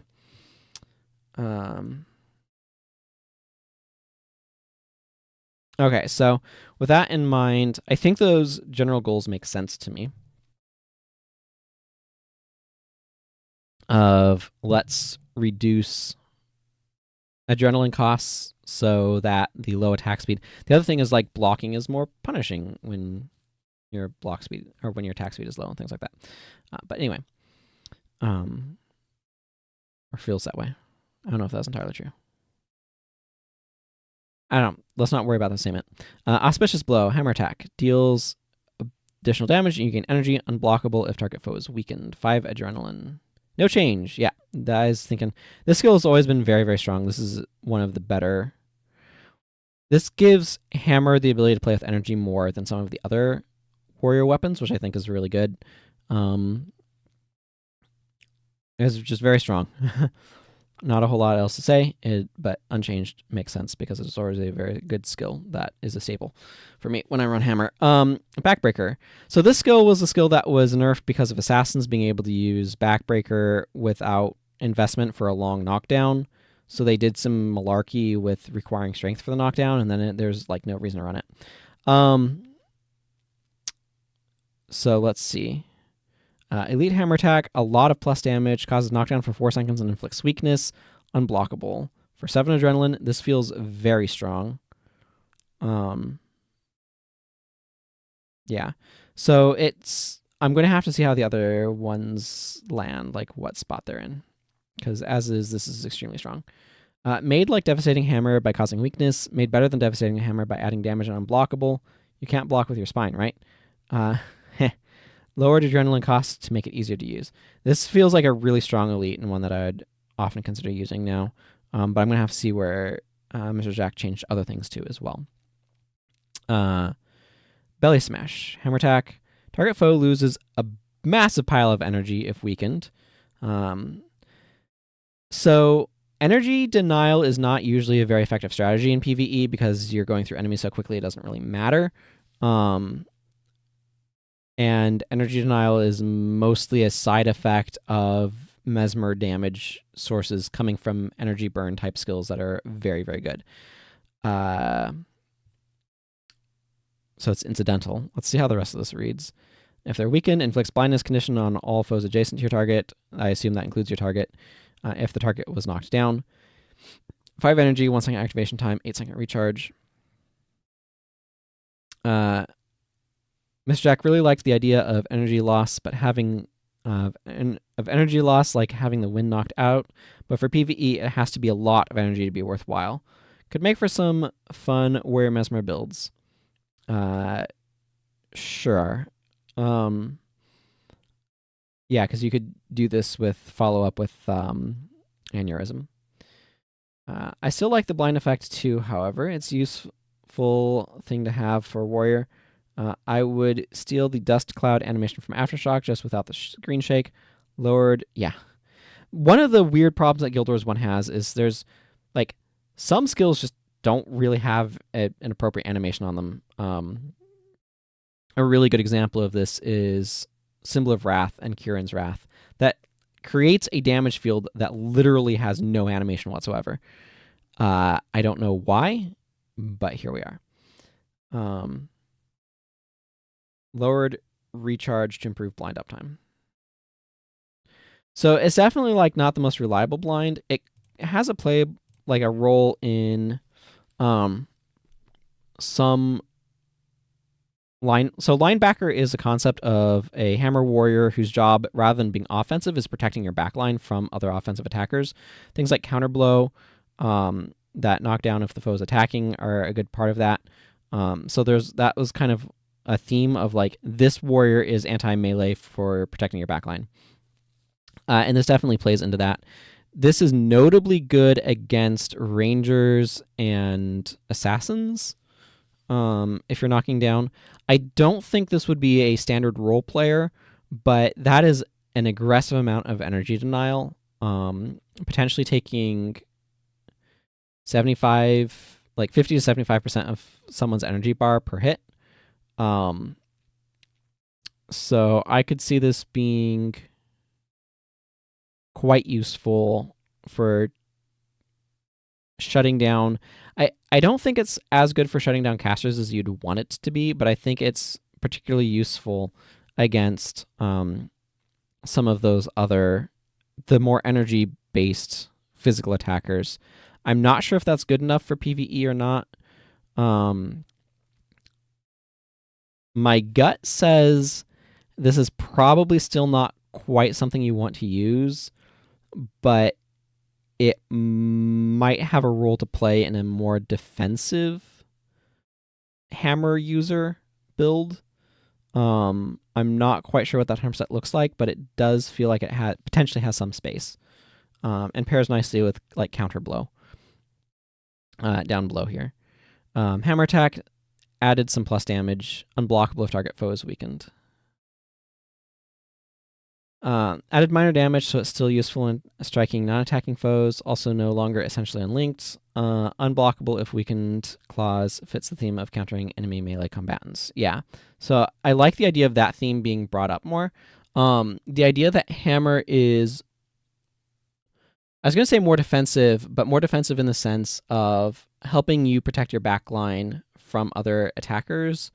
I like that as a place for hammer to exist. That's always a role that's kind of had, and is different from axe being more out in the thick of things, out in the front line. And I like the idea that the different weapons have different parts of the battlefield they want to be in. I think that's really interesting. And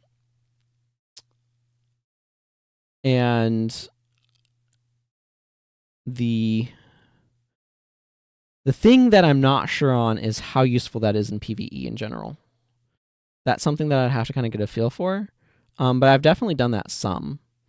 And I think that it can be good in some ways of playing. I don't think it's likely to upset without excuse me, without changes to mesmer damage. I don't think it would upset meta, but it does feel like it would be a fun thing to play around with, and potentially a fun way if you're playing with other players and stuff like that, which can happen to some extent. It's just that sort of role is one that tends to exist in PvP more because there's line penetration is something that's more obvious. But it still happens a lot in PvE. I think of it in particular happening when fighting the Stone Summit. They have a lot of warriors. So this feels like something that would be really good for, like, they're chasing down your casters and you're trying to counter them and you counterblow them and belly smash them, and suddenly their aggression on your backline is greatly diminished, things like that. Or this is also particularly useful against Ampha assassins because you can make it unblockable. You can knock them down and then belly smash them. I think I would like to see belly smash end stances as well, like inflicts blindness condition on all foes adjacent if your target was knocked down and ends the stance on that knocked down foe. Something like that feels like it would be really nice for that scenario in particular, but I don't know if that makes tons of sense. But this seems like a good spot for counterblow to be buffed too. I've still used counterblow even as it is, and having it buffed is certainly not unwelcome. I believe crude swing is unchanged. Hammer attack, strike your target and all other foes adjacent to you for some decent plus damage. Change wording to make its effect clear. Yeah. 5 energy, 5-second recharge. 1 second longer recharge than Cyclone Axe, which is not like huge, but it is something that's there. These skills are really important, as I said, for building adrenaline, things like that. This is probably one that you're going to bring a lot of the time just because you need that sort of effect. It's good. Moving on to something that's a bit more different, I assume. Crushing Blow. Hammer attack deals plus damage, inflicts deep wound if target foe is knocked down. 5 energy, 4-second recharge. A staple skill. Lowered recharge to make it more usable when enemies are killed fast. Yeah, I think this had a 10-second recharge. Lowered recharge to make it more usable when enemies are killed fast. Increased damage to outclass Fierce Blow because KD is harder to achieve condition than weakness, and energy is more intensive for a warrior than adrenaline. That makes sense to me as well. Also, the skill might get less use now, whereas before it was the only option following Bash or Heavy Blow, because they previously made you lose all adrenaline. They don't anymore, so Fierce can be used instead if you want and have weakness from somewhere. Yeah, I think that makes a lot of sense. Also, I would have to double check, but I don't remember if the plus damage was conditional on them being knocked down or not. But this is definitely a very solid midpoint in a chain where you open with like a knockdown, then Crushing Blow, deal a bunch of plus damage, inflict deep wound, and then maybe have some sort of follow-up hit. Something that would be an interesting spot for skills like this, just talking more generally, is deep wound plus bleed at the same time is a really strong combination, because if you get that drop to 1 HP from deep wounds I was talking about an hour ago or whatever it was now, but it's talking about much earlier, the bleed can tick them down to being dead. And that's something that combination is really useful.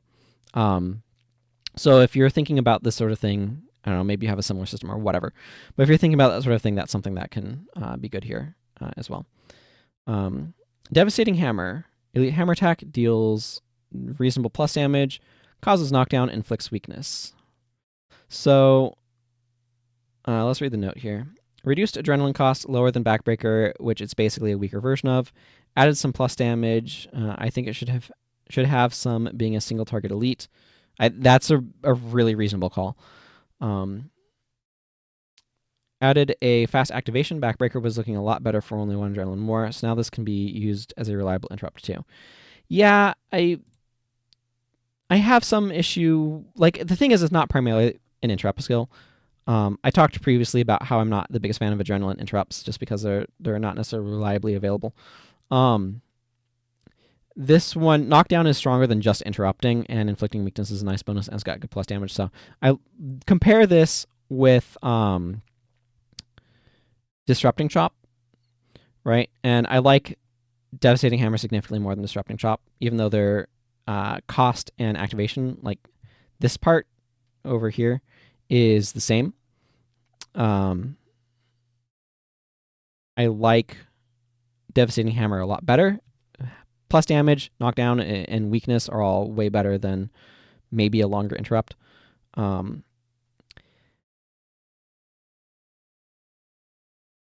So backbreaker being unblockable and having more plus damage and a longer knockdown is really good. I think I would want to try to do more to separate these because they look very, very similar.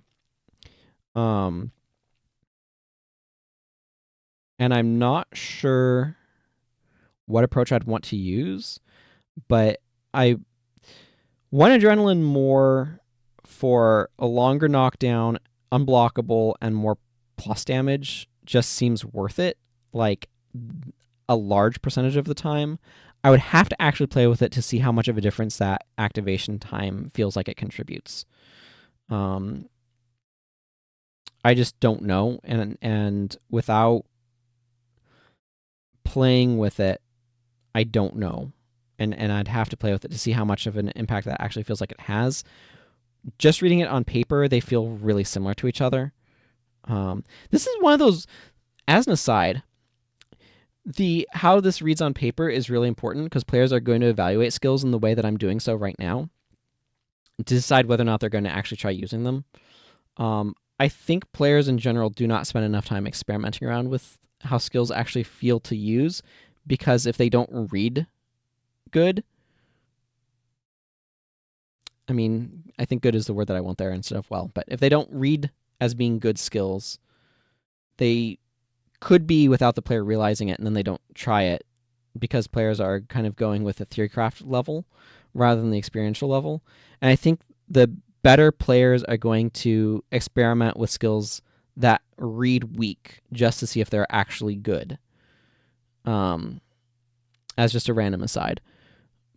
But how skill reads is kind of important. And like, it's hard to understand the roles that things play within a broader ecosystem without having hands-on experience with all of those different pieces. And that's part of what makes game design so difficult, as you're working with creating that environment. So you're kind of trying to see how something feels in the middle of creating it, and that's very clunky. Dwarven Battle Stance, Elite Stance. So 20-second recharge, up to 20-second duration. So it is maintainable. You cannot be knocked down. That's a very strong line. Attack 33% faster, gain plus 40 armor, and while wielding hammer, your attack skills interrupt actions. Okay, so there's a bunch of bonuses that you get here regardless of whether or not you're using a hammer. The hammer attack skills interrupting actions obviously is quite useful. Plus 40 armor is halved damage. So that's extremely strong for making you tanky, as well as not being able to be knocked down. This is just a very, very, very strong skill. The fact that it requires hammer mastery makes it really hard to use with other things. This is a skill that I would happily use with other weapons if it were in like strength or tactics, particularly strength. I would not go into this. Now, this is something else that is worth considering. So if you look at Scythe Mastery, some of those attacks are melee attacks rather than being scythe attacks, which means that you can use them with other weapons, like Twin Moon Sweep, randomly as a melee attack. So you can use it with a sword if you want to. Now, to get good damage out of it, you do have to invest in Scythe Mastery. But there's some of those that are like that. What would be a really interesting place to put things is if some of these hammer attacks were melee attacks and could be used with any weapon, where you could go into hammer and into another weapon in order to get dwarven battle stance for your other weapon, as well as a couple of as well as like a melee attack that you might want to use. That would be interesting. I'm not sure that's a good idea, but it would be interesting. Okay,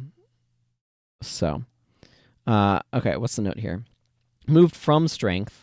Adjusted durations, scaling for 100% uptime. Probably most useful against foes immune to knockdowns, so you can just spam damage attacks and interrupt at the same time. Being in Hammer Mastery allows more flexibility when using this skill, as you no longer have to dip into strength, allowing you to heavily invest into tactics or a secondary profession attribute. Even all this, I still wouldn't want to use it much. So added immunity to knockdown, which seems to fit the theme. So something that's really important to note is I am going to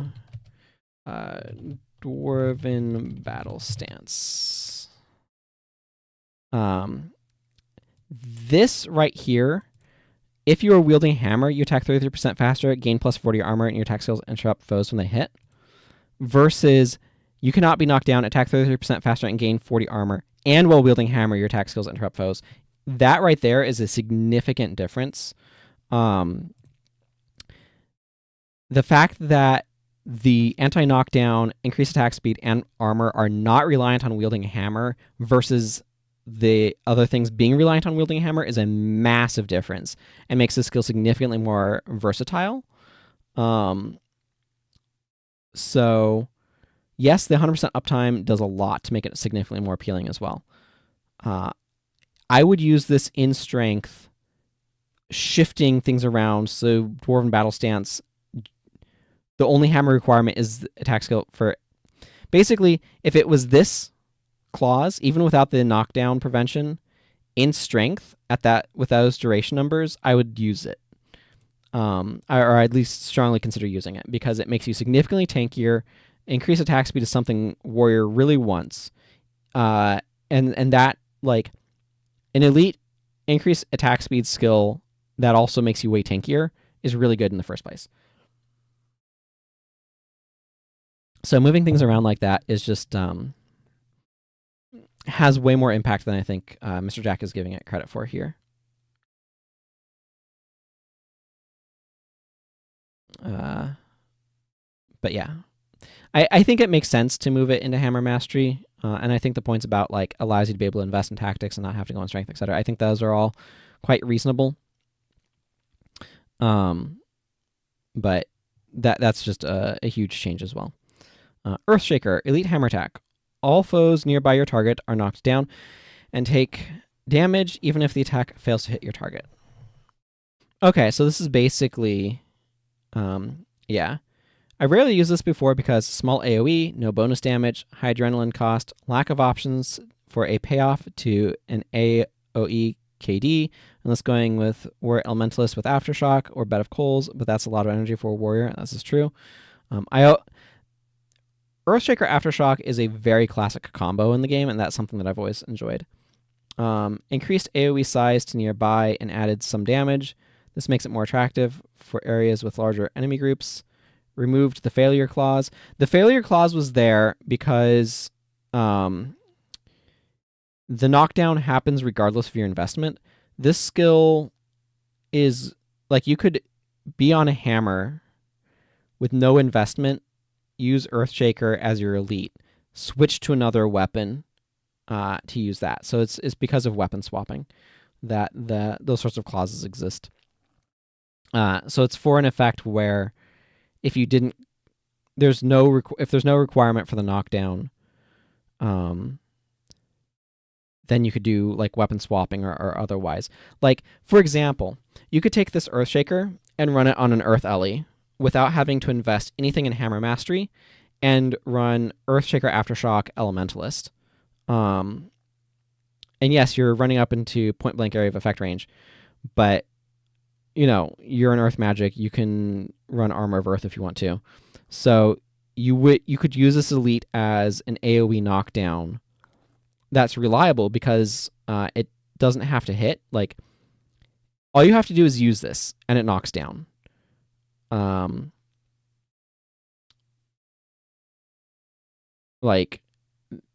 This is the Assuring scan clause, right? Your attacks can't fail to hit. You could be blinded, and your target could be blocking, and this will still do a good-sized AoE knockdown. The damage is largely irrelevant compared to the knockdown. This skill is extremely powerful, and so yeah, you could do now. Getting the adrenaline necessary for it as an elementalist is obviously its own problem, but you can wand things, build up the adrenaline, switch to hammer, run into melee range, Earthshaker Aftershock on an Earth Ellie without having to invest in hammer mastery at all because there's no requirement to do so. And the damage is going to be relatively insignificant compared to what you're getting off of Aftershock. So that's why those minimum conditions are there. I don't think that that's a huge problem. I don't know that sort of gimmick build would be good, and I'm fine with enabling it, but remove the failure clause, lowered cost, still knocks down nearby even if the actual attack doesn't hit, blocked or blind, and so on, because even though you missed your target, your hammer continues to swing down into the earth. I think that makes a lot of sense. I'm certainly not against it. 7 adrenaline is reasonable. Probably. This is another skill that I'd have to play with just to see how strong it actually is. This feels like a skill that's probably stronger than you think. I will note it is nearby your target, not nearby you. So you're not the locus of the center point for where this is calculating that. Boy, this is going to be a 5-hour video. But it is going to be around where your target is. So this definitely is a skill I'd have to try to see how good it actually is. But yeah, I agree. It wasn't really that useful outside of gimmicks with like Aftershock or whatever. Part of that too is there's not a whole lot of support for mass AoE knockdown, probably because that's just a very powerful effect. This has potential to be extremely controlling, and if you have the ability to like Earthshaker, Crude Swing things to try to keep them locked down, it could be very strong. Okay, Enraged Smash. Elite Hammer Attack gives strikes of adrenaline and deals damage, causes knockdown. Higher energy cost at 10, 5-second recharge. The plus damage is no longer conditional. Knockdown also no longer conditional. I wanted a reliable energy knockdown, but for an effect that strong, it had to be on an elite and bumped to 10 energy. Now an excellent opener. You should probably always bring Auspicious Blow. Yeah, probably. Yeah, this is definitely a strong skill. Very strong opener. I would have to look over these other ones. Like, you can immediately Auspicious Blow afterwards if you are at the 15 because you're getting 5 strikes of adrenaline. Because remember, this is additional strikes. So you could do this in Auspicious. I'd have to see what some of the other options are, because a lot of them, like Pulverizing Smash before is like requires knockdown. So you could do, I don't know, I'm going to have to see where the rest of these line up. But this could be a very good opener, and look for skills that are 5 adrenaline. I'm seeing quite a few of them following here, because you can Enrage Smash followed by 5 adrenaline skill. And that's something to keep in mind with where these numbers are at. Fierce Blow. Hammer attack deals some plus damage if foe is weakened, inflicts deep wound, and is unblockable. 5 adrenaline. Yeah, that certainly seems solid to me. Not the most exciting, but certainly solid. Lowered cost and increased duration to standard for deep wound, I assume, is duration. Lowered damage a little because you feel the bonus damage should be less than crushing blows for the easy requirement of weakness and costing adrenaline. Added unblockable clause because I want it to be possible to have an entirely unblockable hammer chain, whether foe is knocked down or not. That makes sense. I like the idea that hammers are hard to block, and that if you're weakened, you really can't block them so well. Forceful Blow. Okay, this was a 5 adrenaline attack, so this is now 5 energy, 5-second recharge. Elite Hammer Attack deals solid plus damage, remove target foe stance, inflicts weakness condition, unblockable. Okay. Change cost to energy, otherwise hard to charge up 3 blocks. Yeah, I liked it more as a forceful blow to fierce blow combo.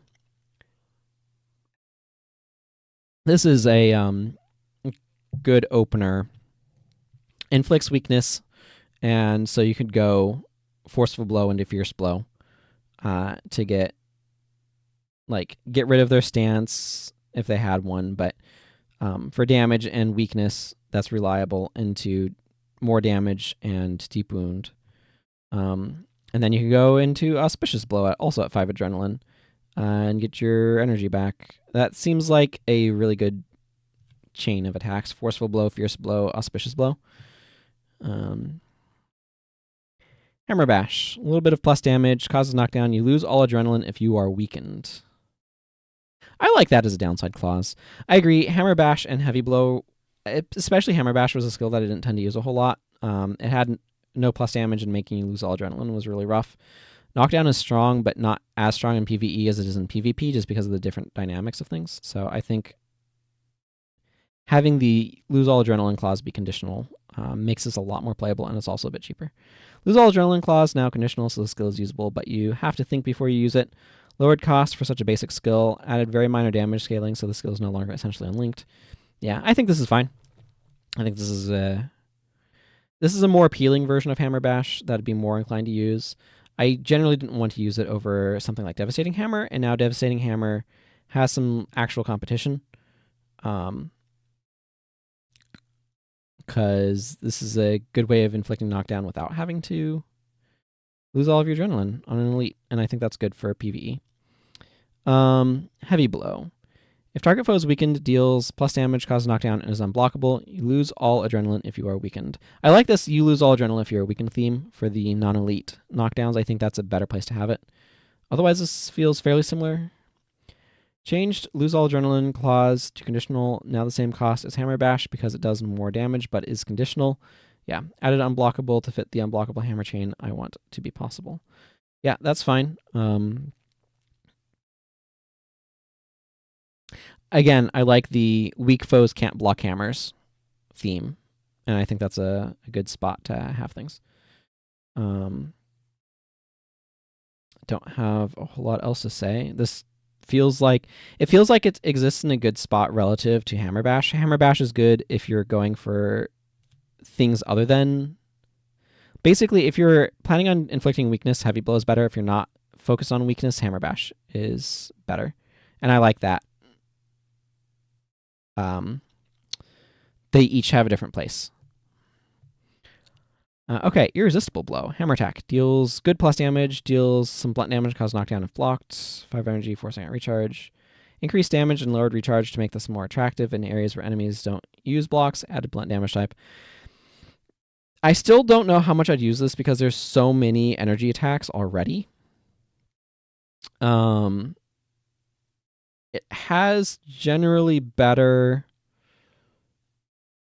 plus damage, but there's when am I ever going to bring this over Crude Swing? The energy burden is high. I think one criticism I might have of the current shape of warrior that MrJack is proposing is Auspicious Blow basically has to be stapled to your bar because there's so many energy skills that you're probably going to want to use that's hard not to basically have to bring Auspicious Blow to manage your energy. I don't know if that's a bad thing necessarily, but it is something to be aware of, and I would like to maybe see an elite version of Auspicious Blow just to kind of play around in that spot, but I'm not entirely sure which skill I'd necessarily make that way, but that's something that I would consider, especially since a few skills have been adjusted to be energy and stuff. So yeah, this one has a hard time competing for me just because I'm going to be bringing Crude Swing way more often than this. And I think some of the other options are a lot more appealing for other benefits that they provide. Although the 4-second recharge being short is good, and this might be useful on a Warrior's Endurance bar that's maybe emphasizing energy skills a bit more. I don't know. Mage Hunter Smash deals some plus damage and causes knockdown. Inflicts dazed if target foe is casting a spell. Unblockable if they're enchanted. This feels like it fits Mage Hunter a lot more, and yeah. Let's read the change log. Again, these are all theoretical, but added unconditional damage to make this decent against non-casters too. Daze is the main draw, playing into the Mage Hunter theme. Hitting a foe while they're casting to inflict the daze is made easier by adding 1 second activation. Although doing so, they will be knocked down for the first couple of seconds of dazed anyway. Yeah, so you need the daze duration long enough. The daze being conditional on casting means it can affect foes immune to knockdown too, also no longer essentially unlinked. Yeah, okay, so that's a good point. The dazed is useful against Yetis. Those Yetis. Yeti Mesmers and Necromancers. So that's definitely good.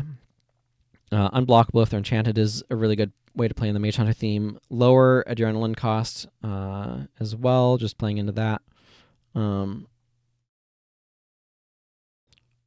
How often would I use it over Devastating Hammer? Because they have the same 6 adrenaline, 1 second activation time.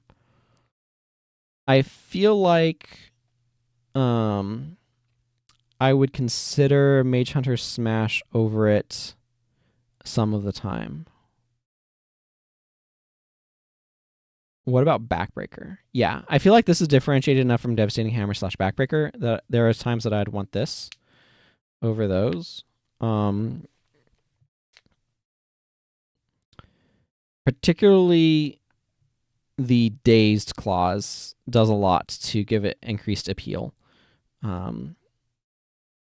Dazed is a really good way of shutting down casters for a longer period of time, and that would make me want to use it. Yeah. Yep. I think that's... I like where Mage Hunter Smash is relative to Backbreaker or Devastating Hammer. I still think these two should be more differentiated from each other, though. Mighty Blow deals really good plus damage, doubled if it foe's weakened. It does. MrJack is proposing a 3 second activation time, 6 adrenaline. The skill was a filler. It very much so was. Reduced cost and added double damage clause to make it stronger. 3 second activation to balance it out, like Mighty Throw, and better fit the theme. Remember, the actual hit comes out halfway through the activation time. Probably still a filler, but a hard-hitting one. Yeah, I feel like this is...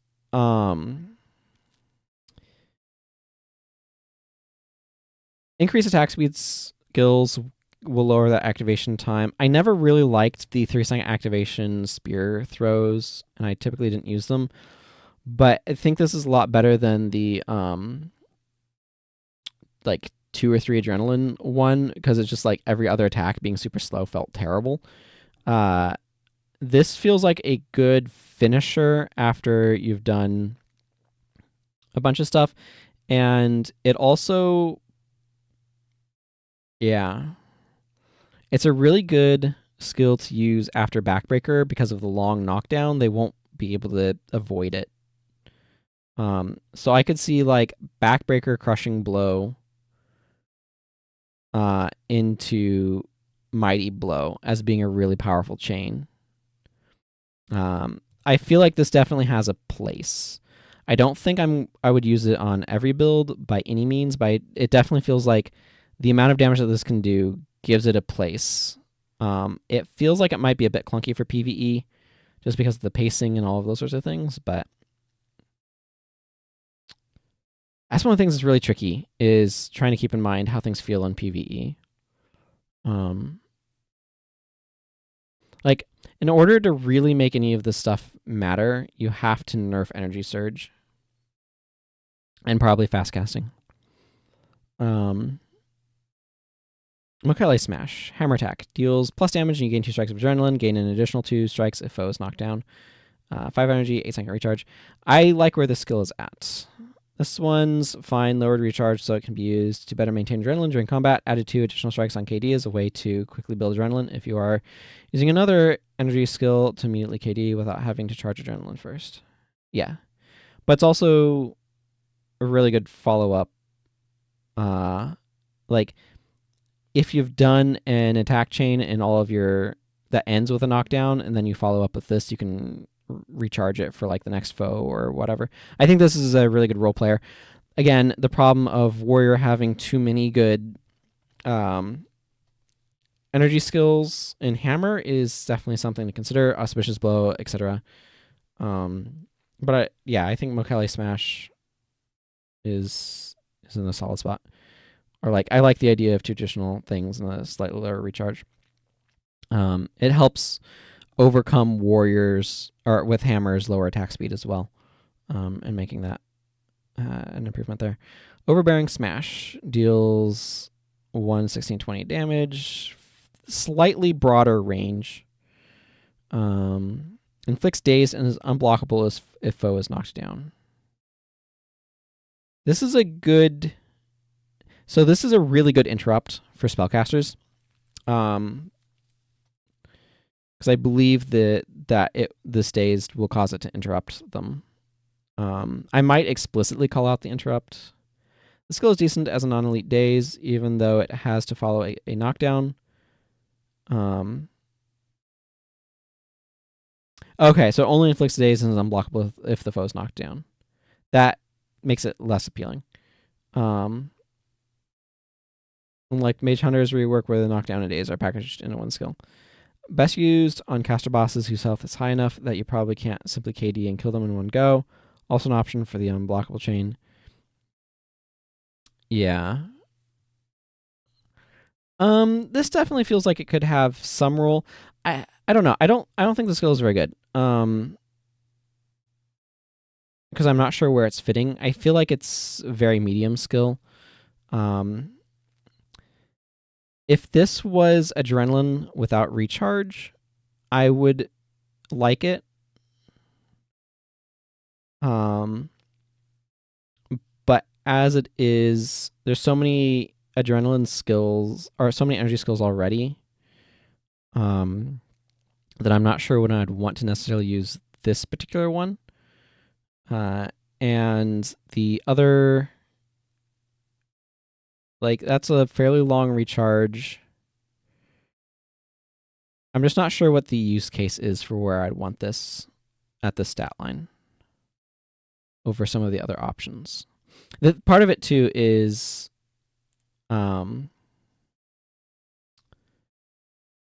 it's easier to set up knockdown chains. So like, which would I rather do? Use this or Mokele Smash with Mage Hunter? Right?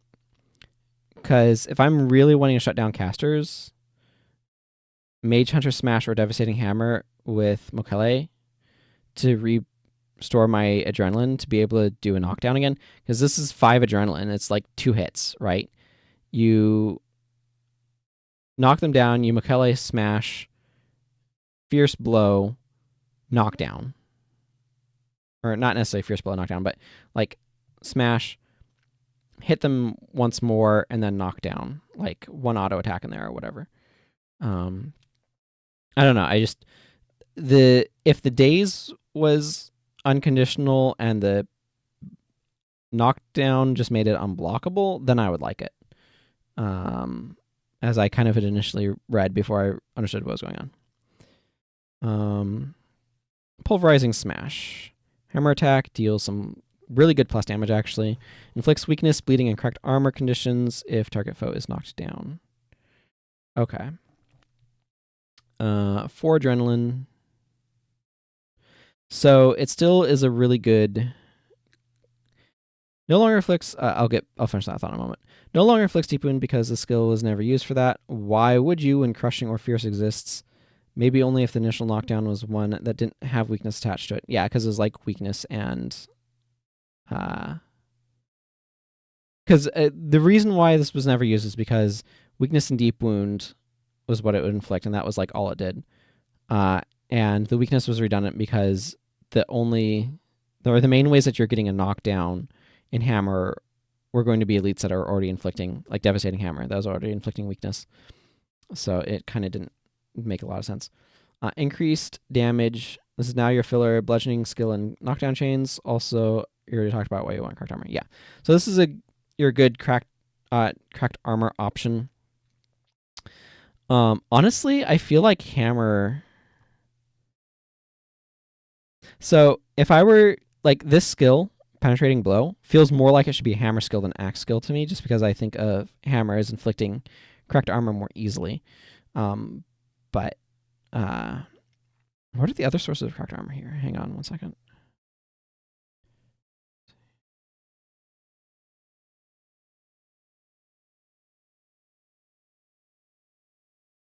Giving my voice some time to rest too.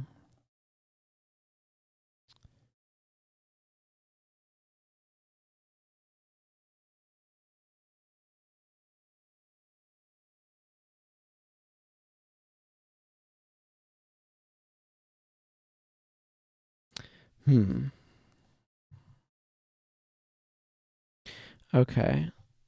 Let's compare to axe. Yeah, there's axe twist, which is really good.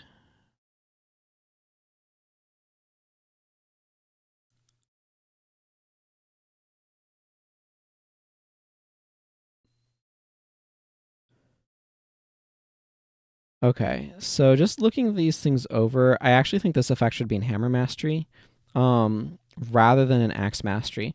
My reasons for this are, like, I understand it. You're trying to work with the name. My reasons for this is it helps position hammer more as an anti-melee, or like an anti-other physical attacker, to be able to like lower, like, hammer warriors hunt other warriors. So like if I think of axe and sword potentially warriors as venturing out into the enemy's back line, then hammer is how you protect your back line from that. Having more sources of cracked armor makes sense, therefore, for hammer to be able to beat up on other warriors. And that's something that makes a lot of sense to me. So having the easy cracked armor infliction in axe kind of feels contrary to what I would want from a roll. It also provides them an option for inflicting cracked armor in situations where foes can't be knocked down, which is also really important to consider. I think Pulverizing Smash is an extremely strong skill here. Really good plus damage at only 4 adrenaline, and inflicts a massive pile of conditions if the foe is knocked down. I think that's good. What I would probably do, I don't want to get into this too much, but what I'd probably do is I'd probably move bleeding to Crushing Blow, inflict deep wound and bleeding if the foe is knocked down, and then have this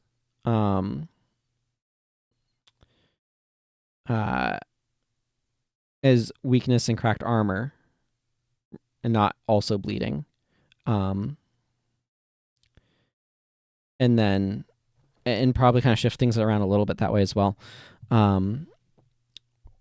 But I think one of these skills should just inflict cracked armor. I'm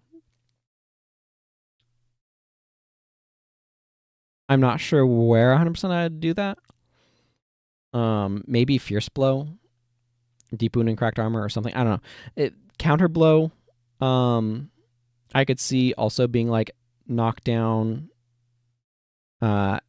If the foe's knocking and then inflict cracked armor. I don't know. Somewhere there needs to be more cracked armor in hammer specifically, because I feel like the role that I want to position this in is this hunts down other warriors, like hammer warriors specifically hunt down other physical attackers. And that kind of feels like it would play into that a bit more. Maybe that's something where Overbearing Smash, instead of being this, would just be plus damage, inflicts cracked armor, is unblockable if they're weakened, or something like that. For like 5 adrenaline. Something like that feels like it would fit into where I would think of hammer as being positioned more. Now, MrJack might have a very different set of ideas about where to position hammer, based on but a lot of what I remember the commentary up here being is just focusing on knockdown and weakness. And then wanting unblockability. But unblockability is good for hunting other defensive physical attackers and stuff. So I feel like this is a really good skill. Don't get me wrong. I think the skill is great, and I would use it a ton. I think that there should be other sources of cracked armor in hammer because it thematically makes sense to me with hammer as like cracking their armor literally, and also feels like it makes sense with the role that I tend to think of hammer as playing. So that's a more meta thought that I had as I was kind of going through here. Renewing Smash deals a bunch of plus damage. You gain 3 energy, and the stack recharges instantly if foe is knocked down. 5 energy, 1 second activation time, 20-second recharge. This one is strong with Stone Fist, gloves for a 3-second KD, and a plus 33% attack speed. You can land this 4 times. Lower the recharge so it's less punishing if something goes wrong or you mess up because the foe doesn't have knocked down animation. Yeah, so this is otherwise the same, I believe. Just a lower recharge. I don't know. I never really use this one much. It definitely could be really powerful. It's obviously super strong with Backbreaker. It has good spike finisher potential as well. So if you end with like crushing blow into that, or if you go fierce blow into heavy blow into staggering blow, or renewing smash rather, excuse me, I was reading the line too low. Like that's a really good finisher because it comes out quickly and deals a bunch of damage. This is one that people like to build around, and I have nothing else to say about it. Go have fun trying to renew smash a bunch and get frustrated when you hit it one too many times and then it's on a long recharge. Staggering blow. Hammer attack inflicts weakness condition. Quick activation, 3 adrenaline. The basic weakness inflicting attack for setting up several other hammer attacks. Lower the cost and weakness duration to make it easier to spread weakness around. Good for use with Dwarven Battle Stance. I agree. I still don't think I'd want to use this skill. The reason is simple. There's a lot of other ways of getting weakness from like your elites in particular. I feel like staggering blow needs a little bit more going on. I feel that way about the skill now at 4 adrenaline. 3 adrenaline helps it a little bit. I guess this does secretly have the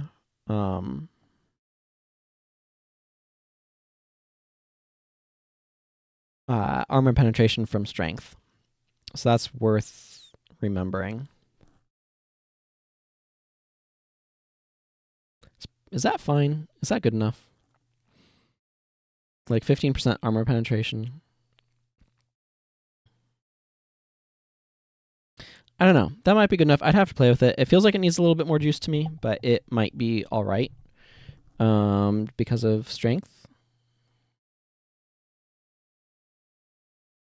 I'm just not sure how often I'd favor it over other skill choices.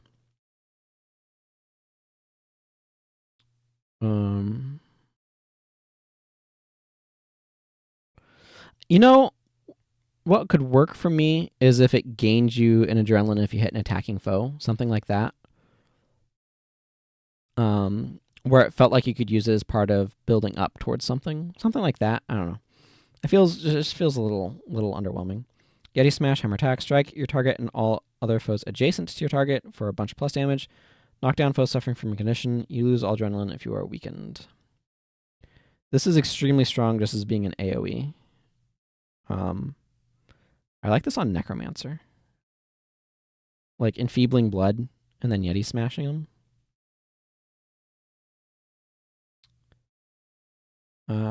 I rarely use this before for the same reasons I talked about before with Earthshaker. To make it more attractive, I added some damage and changed the lose all adrenaline clause to the... I like that you lose all adrenaline if you're weakened line. I think that's a really good creative decision. To make it more attractive, I added some damage and changed the lose all adrenaline clause. Removed failure clause. Again, that's there, so that way you can't just easily use it as like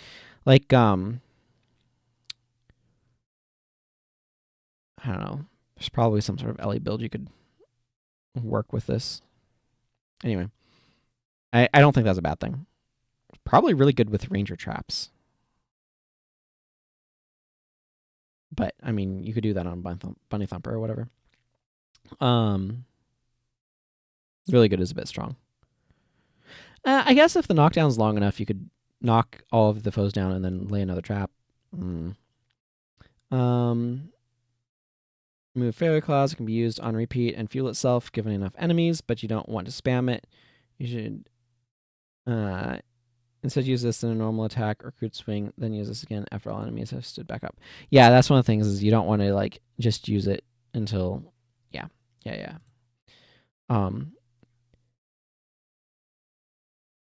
Yeti Smash, like have some sort of AoE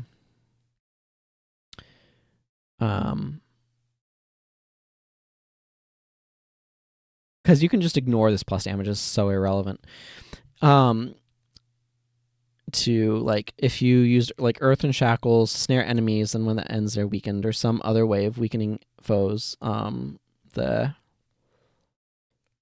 the Earth PB AoE Elite enchantment, whose name I'm forgetting off the top of my head, that you could use. Weaken foes around you. Use this, knock a bunch down, Earthshaker. Like this could definitely be a player in an Earthshaker bar or an Aftershock bar. Excuse me, not Earthshaker.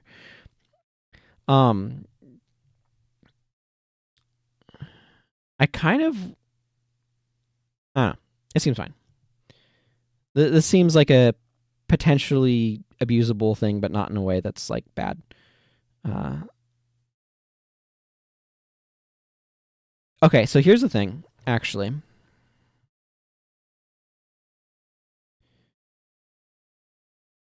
Yeah, I hadn't thought about this. You can use Earthshaker. Yeah, Smash. You could weapon swap to use this with as a warrior. So you could be like an axe or a sword warrior, and then weapon swap to use Yeti Smash without any investment in Hammer Mastery. It's probably too clunky to be good, but that's something you could do. I think it's fine to not have the conditional clause on these. Like they were there to mean that you had to actually kind of be investing in Hammer Mastery to get the knockdown effect because the knockdowns are really strong. But the fact that you have to be wielding a hammer to be able to use the hammer attack. If you really wanted to enable shenanigans, these being melee attacks would be some serious shenanigans. But anyway. Yeah, I don't have a lot more to say about this. I think my brains are kind of starting to melt a little bit. But let's go ahead and continue with swordsmanship. I like this as a non-elite version of Earthshaker, basically, and that rule is being maintained, and I think that's good. Okay, swordsmanship. Swordsmanship has been changed to play more into the duelist theme and less around weird stance clauses. Boy, howdy did it have a lot of those. Because many foes are non-fleshy, immune to bleeding, Sword now also plays more around with cracked armor and crippled, giving Sword warriors many more options. So is this going to have a lot more cracked armor stuff then? We'll see. That might be really awkward. Again, I like cracked armor and hammer a bit more. What would I do with... If I had to pick another condition, because Sword has cripple and bleed, what would I lean into?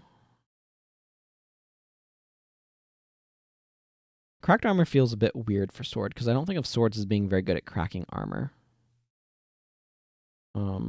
Like it might mechanically work decently well, but it could be kind of a flavor.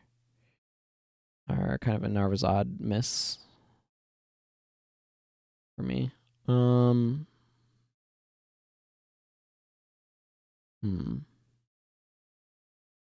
Not sure what else I'd necessarily choose. I'd have to kind of look at the list of conditions. Might just lean more heavily on crippled. Cracked armor and crippled, giving sword warriors many more options, although you can apply bleeding. That's still a little stronger generally. Although if you can apply bleeding. No, bleeding's definitely not stronger than crippled or cracked armor. It's weaker than those. It's just 6 damage per second. Sword also has a few unblockable options as an alternative to having to bring Wild Blow or Warrior's Cunning. Sword has been regarded as the weakest warrior weapon, and so many skills have had damage increased and adrenaline costs reduced. Yeah, it's definitely been a problem. Like, sword in general has been not very good because of skills that it wants, like the riposter and tactics for some random reason. And there's like disarm or something, it might be in strength. So it's skills that want swords are kind of spread around several different attributes, and it doesn't have a good AoE option, and bleeding is weak. Like, just in general, never minding the fact that lots of things are fleshy, bleeding is just kind of weak condition as well. So swords had a lot of problems, as well as like just a lot of really clunky skills and high costs and things like that. But let's see what Mr. Jack is proposing. Auspicious Parry being moved here from Tactics. Elite skill, 8 seconds. So it's a skill, not a stance. I don't remember if it was a stance or not. Block 1 attack, block effect, gain adrenaline and energy, and the skill ends. 2-second recharge, so it can't refuel itself. And 1 adrenaline cost. Move from Tactics to Swordsmanship. I feel this skill fits much better into the duelist theme I like with Sword. Also, Swordsmanship is low on skills to begin with. That's true. Added some energy gain to make this skill more attractive for warriors with their low energy pool and regen. Change the skill so it can be used with other stances. Yeah, it definitely is more attractive. I'm not sure how often I'd want to use it or not, and I kind of have to see how it fits into other things, but it definitely fits into the duelist theme.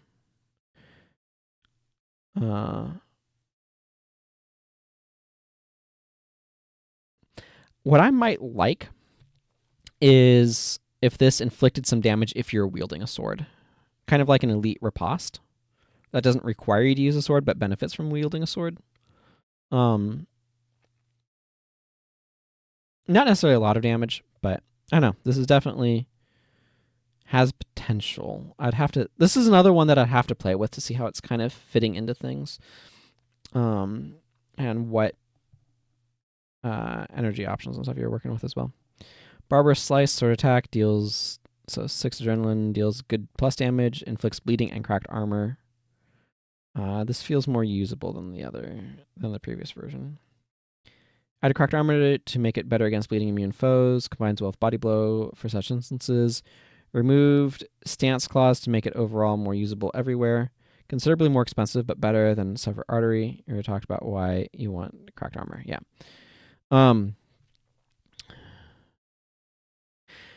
That's one of the other things that really hampers Sword is Sword has a bunch of these, if you're not in a stance, bonus effect skills, which are just bad because you want to be in a stance for increased attack speed or increased move speed, if not both. And so that was something that was always really, really clunky about Sword. Moving on. Crippling Slash. Deals some good plus damage, inflicts crippled and bleeding, causes knockdown if your target is moving, unblockable.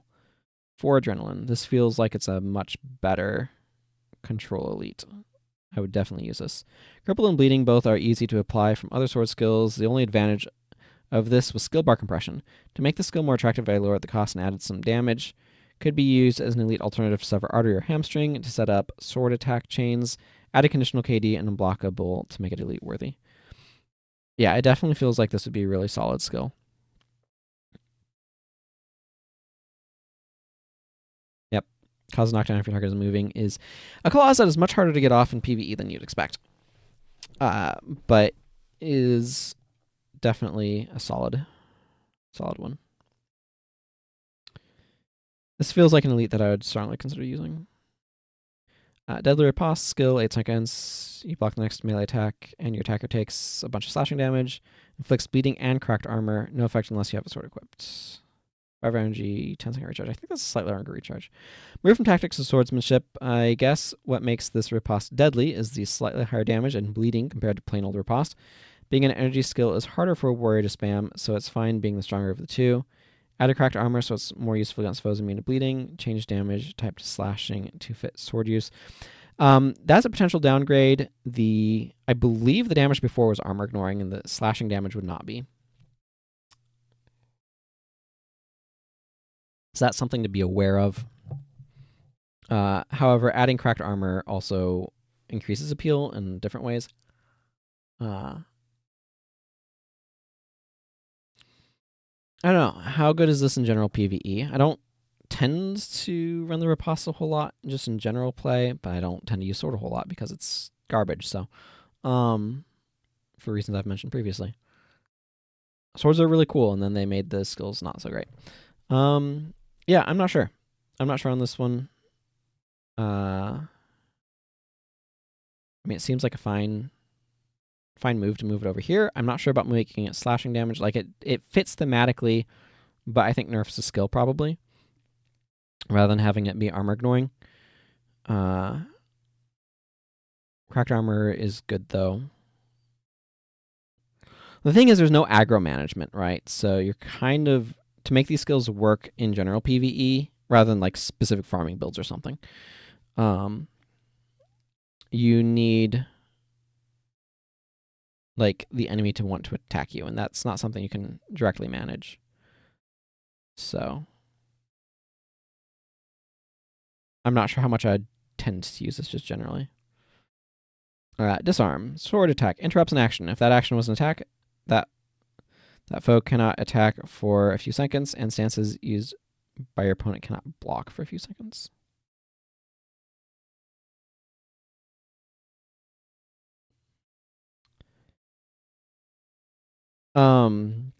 This makes perfect sense thematically. Move to swordsmanship from strength for secondary warriors. That's exactly why it was in strength, so secondary warriors couldn't use it, but I think that's fine in PvE. And it fits the duelist theme I like. Changed functionality from disabling attack skills to cannot attack period, like pacifism, and cannot block with stances, because have fun blocking a sword with your bare hands. Yeah, no, it's very thematic. The foe will get its icon on their status effects monitor for the duration, which you also extended. The old effect didn't make sense because they can still auto-attack with their weapon despite being supposedly disarmed. I believe it disables their attack skills for a few seconds. The advantage of disabling attack skills is it drains them of adrenaline. So the old disabling, yeah, as I just said, despite being supposedly disarmed, the old disabling of attack skills also had the side effect of draining all adrenaline from the skills, which was an effect MrJack didn't like. Keep the long recharge to avoid spam of this skill to shut down bosses. This is swordsmanship's only source of denying blocks, except attack skills with unblockable built in, which isn't minion sword. Use this and spike that foe down. Yeah, use this and then they can't block and then you can spike them down. I think this is a fine direction to go with it. Do you want this to be unblockable or not? Because obviously, if they're already blocking with a stance, this could very well be blocked. So it's not as good against, say, your Cornin archers spamming whirling defense as you would like. I think it's overall the ideas make a lot of sense. I think you're wanting to do different things mechanically with this than ArenaNet was doing, where ArenaNet wanted it to be kind of a line backing skill where you used it to help stop enemy warrior attacks against your backline, particularly disrupting their spike potential by draining their adrenaline. And I think it was more of a PvP skill than a PvE skill. This is trying to make it more appealing for PvE. And I think that's a fine direction to go with it. I think stances used by your opponent cannot block makes a lot of thematic sense. It might be implementationally challenging to do.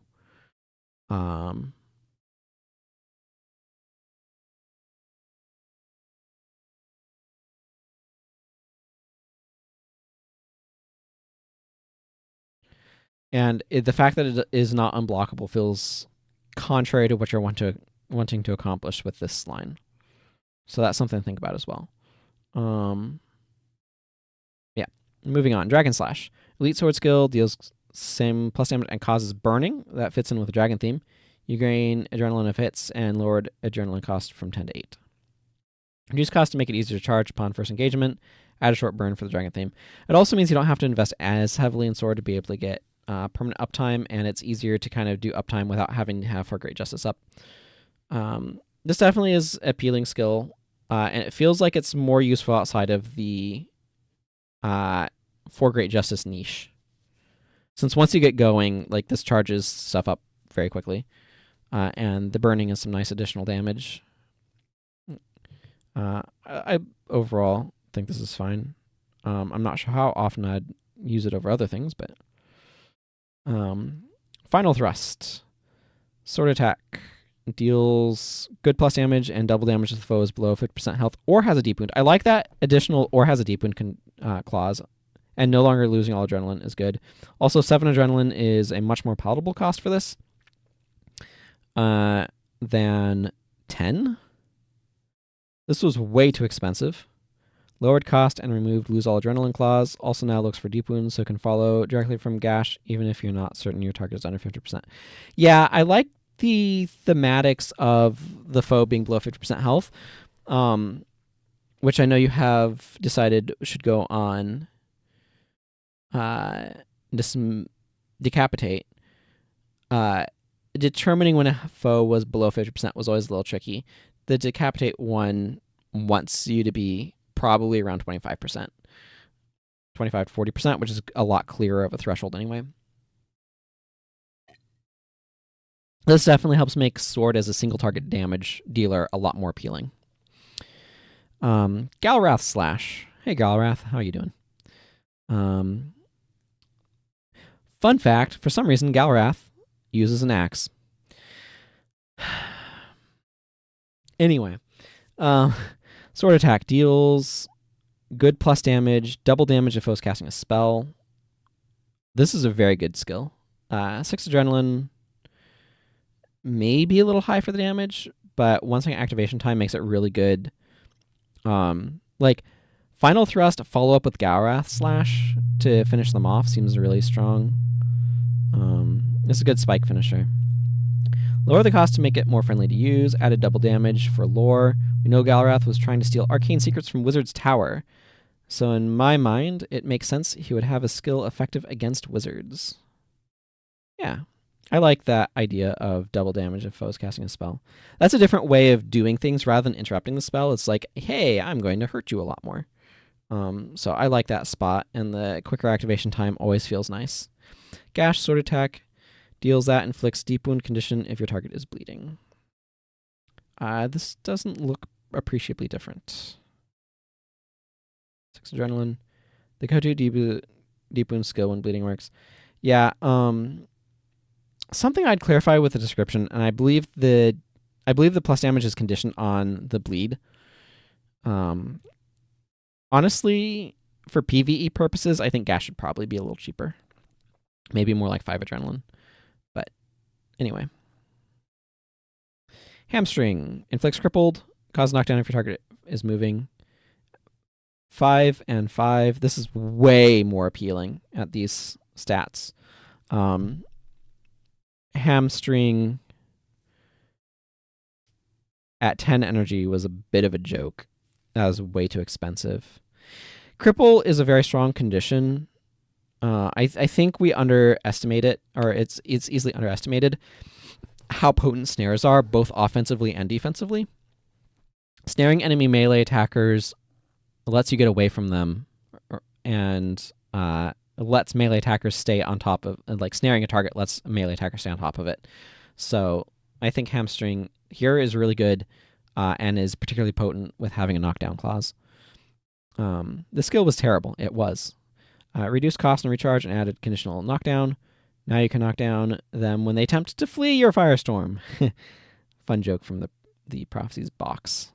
No bonus damage here because that would make it too close to crippling slashing in MrJack's opinion. This skill will be a staple against foes immune to bleeding, along with the new standing slash for deep wound. The other option being barbarous and body blow for your deep wound. Yeah, this is definitely a very viable version of this skill as opposed to what it currently is.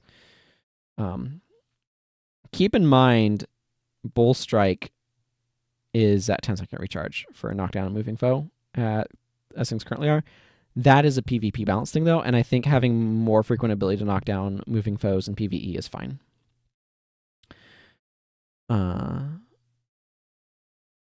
This is also a really good skill to be able to open with, since it allows you to be able to stay on a target, so it being energy is really nice from that standpoint. 100 Blades. All of your sword attacks also strike all other foes adjacent to your target. That's a very different functionality. Now it makes all your sword attacks and sword attack skills and their effects have AoE, added duration scaling, so it's got better uptime at high swordsmanship. Yes. So that's an extremely strong elite, and I think I would be hard pressed to want to run other elites over this. Keep in mind, you do this, hamstring is AoE, final thrust is AoE, like all of your skills are AoE. Like disarm, oh yeah, I'm disarming you and all of your friends. Mass area interrupt, that can potentially shut down a group of foes for a few seconds. Yeah, this version of 100 Blades is probably grossly overpowered, and probably single-handedly makes sword the best weapon, just by virtue of making all of your attack skills hit AoE. We haven't seen a ton of them yet because we're still kind of like in the first 40%. But the other thing is the adrenaline gain that you get from this is going to be bonkers, right? If you're hitting all of those foes, you're gaining a bunch of adrenaline. You're going to be able to, like, could you imagine doing this Galras Slash, walking up to a group of 6 foes balled together or more, and just spamming Galras Slash with 1 second activation time? You're just going to mow them down. Now, obviously, you can't maintain that, but it's just absolutely very powerful. So this skill, I'd have to play with it again, caveat always, but this reads as being absurdly powerful.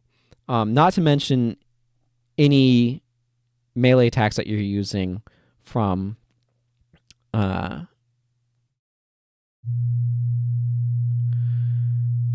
tactics or strength, which we have not gotten to yet. It'd also be extremely strong under this effect. Like, it is hard to overstate how powerful this is and how much adrenaline you're building. There's no reason to use any other sword elite over this. It's almost like single-handedly, yeah, if you're a warrior, you need to be 100 Blades. Because hitting adjacent foes like that with sword just... Again, I have to play with it to make sure it's not as strong as it sounds, but it sounds absurdly strong. Jaizanju Strike. Sword attack deals a bit of plus damage for each other ally adjacent to your target. Unblockable if target foe is attacking. Oh, that's cool. 5 energy, 4-second recharge. Change it slightly for lore reasons. Jaizenju was a Canthan hero famous for defending Canthan villages from monsters all over the countryside. Unblockable if foes attacking, and the stacking damage per adjacent ally fits this well. It makes this a skill for use in the line backing role, defending your backline from enemy melee. Lord recharge for ease of use in PvE. Yeah, that makes sense. Yeah, this seems really good. Use this with 100 Blades. Like, have a group of, like, 6 warriors with orders on them, ball up around a group of enemies, and then 100 Blades and use Jaizenju Strike and watch the damage fly. Yeah, this definitely seems really solid. Like, so it doesn't count you, obviously, but if you have like 2 or 3 allies, this is very interesting. This is kind of a flanking bonus. But I could see a group of warriors surrounding a boss and just absolutely destroying it with Jaizenju strikes, which is an interesting idea. It certainly makes it more interesting. What's really interesting about this one too is this is not, the power of the skill is not based on builds, it's based on positioning, which is an area that the game hasn't explored it explicitly as much. And I think that's really interesting. This is kind of like a flanking bonus from like Dungeons and Dragons or something. as well. And I think that's really an interesting space to play around in. This feels like a skill that sounds like it would be fun to try to make work as a group. And it would be terrible to use on heroes because they wouldn't use it intelligently. Because you need the plus damage. Like, you get no plus damage from this unless there are allies adjacent to that target, which is very interesting. It feels like the delta on the power of the skill is wacky. It also is weird in that it's better. Oh, wow.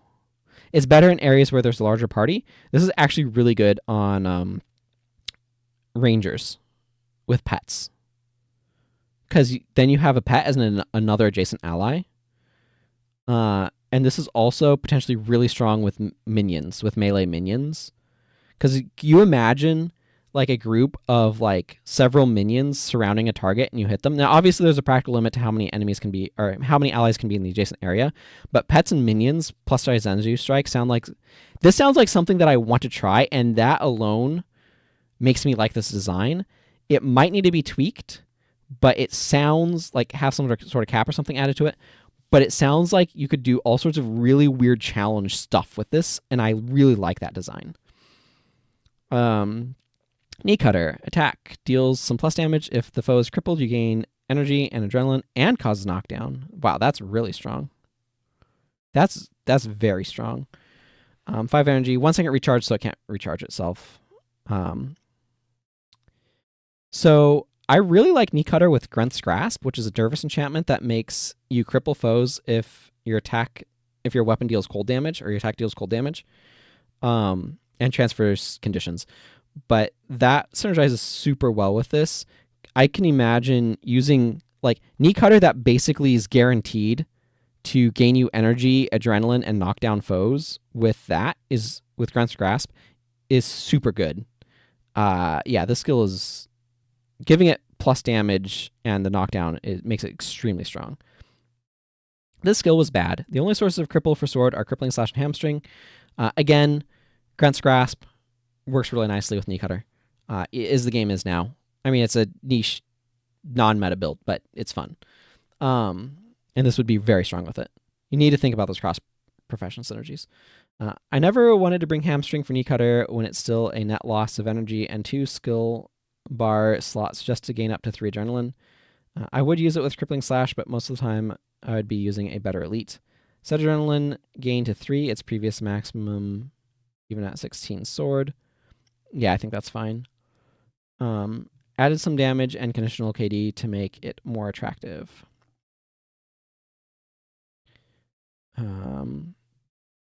Now Knee Cutter might actually be worth using with my reworked hamstring or crippling slash. This is also swords. Least conditional KD. Hammer is still better if you want knockdowns. Yes, I think that's probably true. Although, again, this is probably more, or this is a very good knockdown with Grunt's Grasp. Yeah. And there's other ways that you could inflict cripple from Dervish, but Grunt's Grasp with Knee Cutter. Do it. Pierce Strike. Deals plus damage, is unblockable. 5 energy, 4 second recharge. I think it was like 8 seconds. Pure Strike and Jai Zenju were clones before. Remove Stance Clause. Yeah, because it also had a weird Stance Clause. And lowered recharge. Those 2 factors made me never want to use it before. A solid filler, comparable to power attack, but less damage and longer recharge. Compensated by being unblockable. Yeah, I don't necessarily like to just bring energy attacks on Warrior, but unblockable, just straight up unblockable thing like this is probably fine. I don't know. This is one of those skills where I look at it and I'm like, I mean, that's decent, but is it good enough to actually want to bring? It doesn't inspire me like Jai Zenju. Let's put it that way. And if I have energy to spare, it's a reasonable attack to bring, but I'd prefer, I don't know.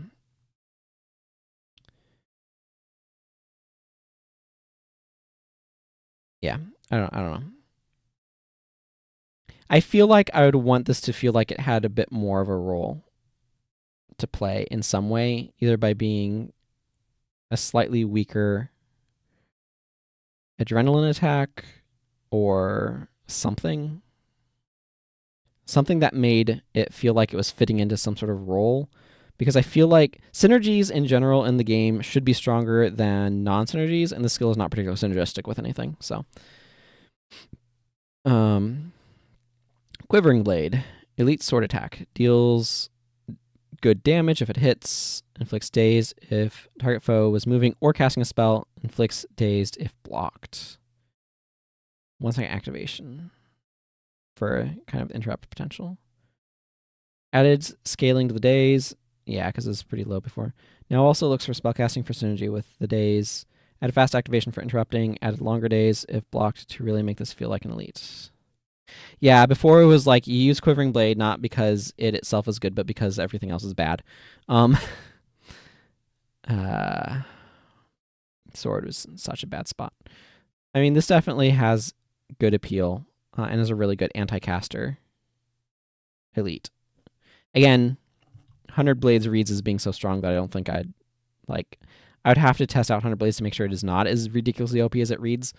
But this has, I mean, this is a solid spot if you're running an anti-caster sword build. Riposte skill, 8 seconds. You block the next melee attack, and your attacker takes slashing damage, no effect unless you have sword equipped. 4 adrenaline. Move from tactics to swordsmanship. 4 adrenaline is more easily spammable than Deadly Riposte, so also slightly weaker damage. Change damage type to slashing to fit sword, which nerfs it because it suddenly cares about armor. Yeah, I generally don't like the... I understand why you're changing it to slashing damage, but making it care about armor, not really a winning move. At least in my opinion. Otherwise, I mean, Riposte is fine. Like, it has the problems I talked about with Deadly Riposte, and of, like, you need the enemy to actually attack you in that time and stuff like that, which just makes it awkward and clunky to use. I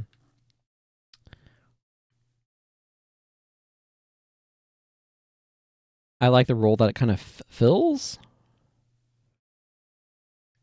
I kind of... something that I'd like for the Duelist theme is because you have a couple of skills like Galras, Slash, and Quivering Blade that are specifically beating up on casters.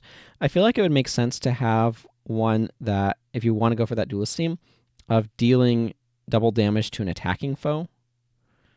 And it might have been reasonable to make Riposte into that skill. I feel like the tenor of this has kind of changed over the course of it, but whatever. That's just how things go as you kind of get into a groove.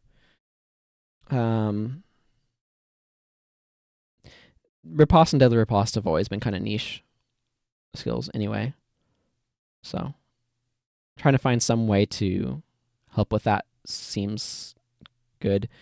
One thing about Deadly Riposte is that this is more usable. Like in tactics, you could be running tactics on a caster for some other skills in tactics, and then have a like enchanting plus energy sword as your weapon, and have Deadly Riposte as a defensive tool. That is not really a thing as much with the move to swordsmanship. Not saying the move to swordsmanship is bad. I'm saying that's one of the consequences, and that's worth thinking about. But Riposte and Deadly Riposte have, to me, never been great in the sense that they've always been very niche skills. There's not a whole lot of circumstances where I really wanted to use them in the first place, and it's usually weird farming things or like stuff along those lines, built specifically for dueling situations like the Magni's tournament in Eye of the North, where like you need the enemy to be attacking you to kind of make it make sense. And things like Auspicious Parry and things like that, being able to work in tactics off of tactics using casters is nice. I don't know. Just some random thoughts around some of these. Let's move on to Savage Slash. Sword attack interrupts an action. Interruption effect deals bonus damage if the action was spell. 5 energy, half-second activation time, 12-second recharge. More reliable than some of the other ones because of its quicker activation time. Lowered recharge because you only get bonus damage from interrupting a spell. I think that's fine. So here's the thing, though, that I'm going to point out. You say up here that you want to play into the duelist theme.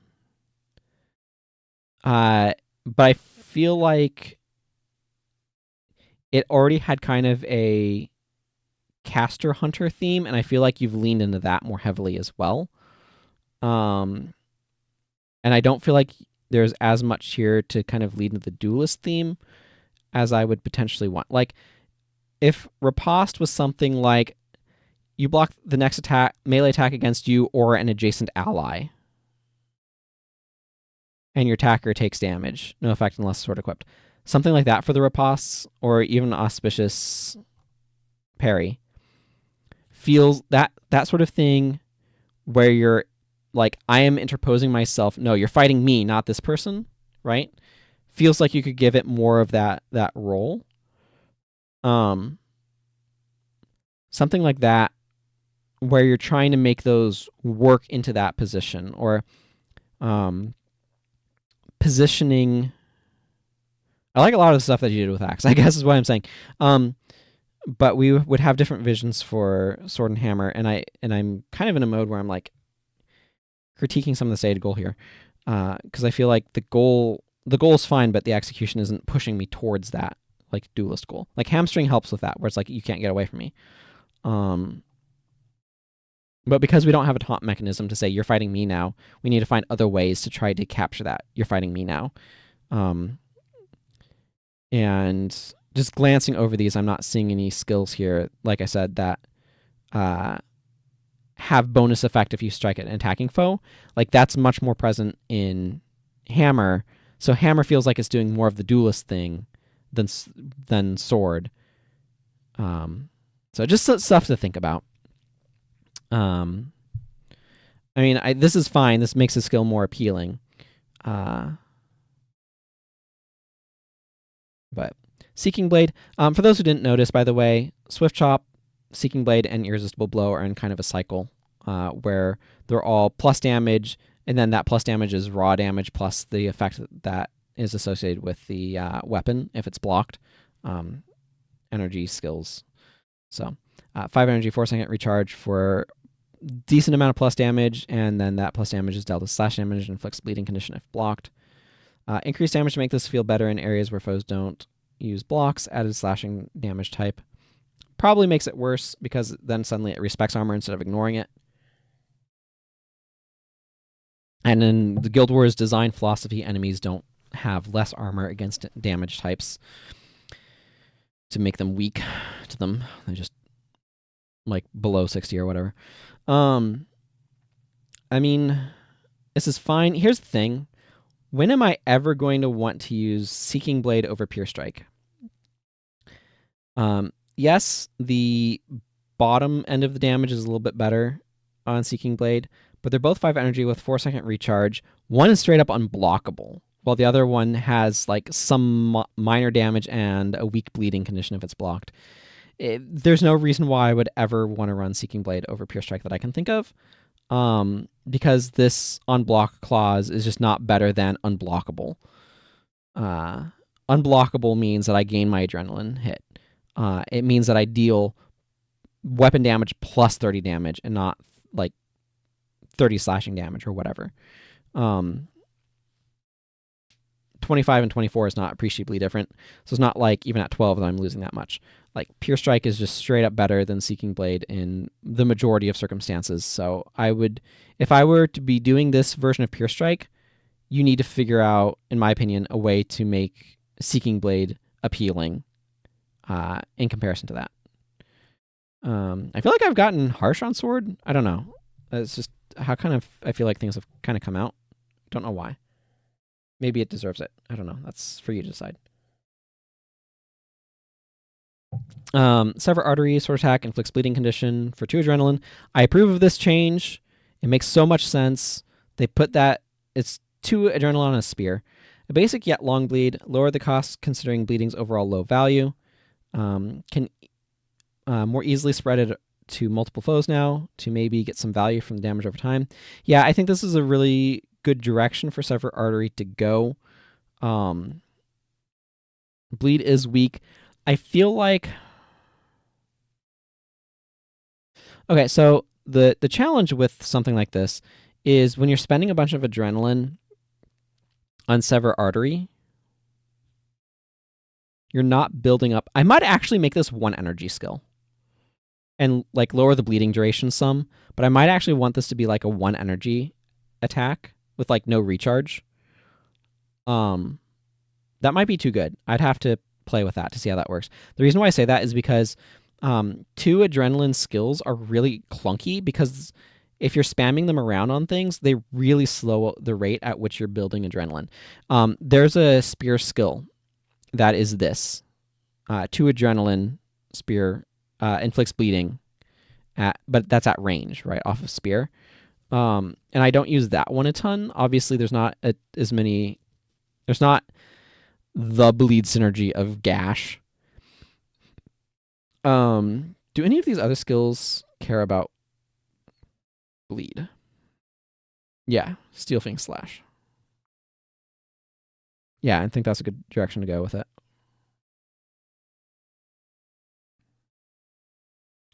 We'll talk about that in a moment. I feel like the fact that Gash, like your brain automatically goes to, oh yeah, Sever Artery Gash, that's the combo. Sword doesn't really reward bleeding all that much outside of that. And I think if you want bleeding to be a relevant condition for Sword to be dealing, and therefore Sever Artery to feel like it's worth using, it would be good to make more skills care about bleeding. And so it's good that you did with Steel Fang. But it might be good for something else as well. I don't know. Bleeding is low value, and two adrenaline skills. Well, I think this technically makes Sever Artery significantly better. Using adrenaline skill removes a strike of adrenaline from all of your adrenaline skills. So this slows the rate at which you're building adrenaline if you're spamming this a bunch. So I think that's a little bit of a trap that newer players could get themselves in, where they would spam Sever Artery too much and hamper their ability to use their other skills. And it's just... That's why I would say, like, make this a 1 energy skill with a lower duration. Because otherwise you're spending an outsized amount of time spreading bleeding around things for very minimal value. A lot of these...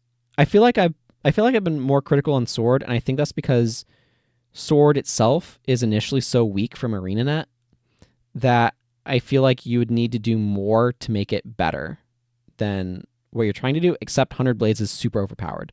So, I don't know. That's just where things are so far. But we've still got 4 more attack skills, and these might be highly relevant. So let's just keep going. Silver Wing Slash, Sword Attack, deals some good plus damage. Deals more damage. Okay, so this is the sort of thing that I was talking about, where you need more stuff to pay off bleeding. This is a really good payoff, dealing substantially more damage if the foe is bleeding.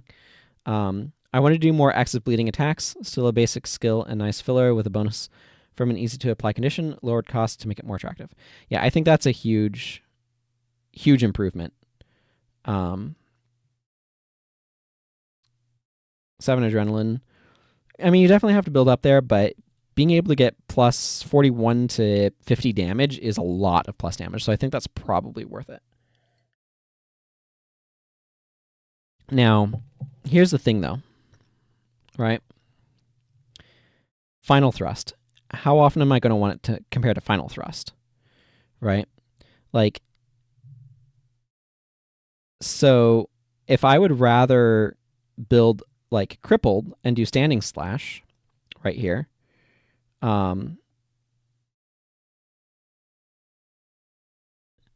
like, the Silver Wing Slash at 7 adrenaline is doing 50 plus damage. Final Thrust's reward for a deep wounded foe is plus 40 damage and then doubled if they're below 50% or deep wound. I think this is a good direction to go with Silverwing Slash. I probably would just lower all of the numbers a little bit. I would probably keep that number, and I'd probably lower this down to be plus 20, and I'd probably reduce this to like 5 or 6 adrenaline. And the reason why I'm saying that is because at 7 adrenaline, if I'm bringing a 7 adrenaline skill, I'm bringing final thrust, because this is so much more damage potential.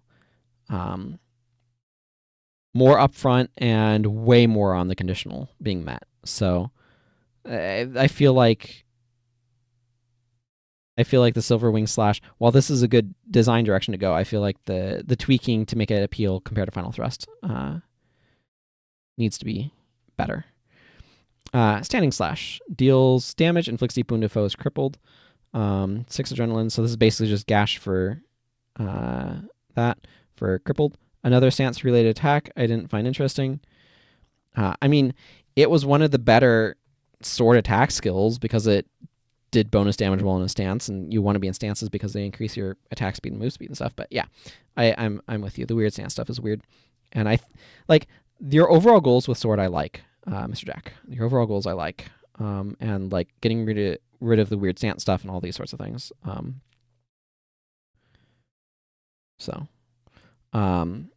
Now swordsmanship's second source of deep wound after gash, but once cripple instead of bleeding. I think that makes sense as a direction to go.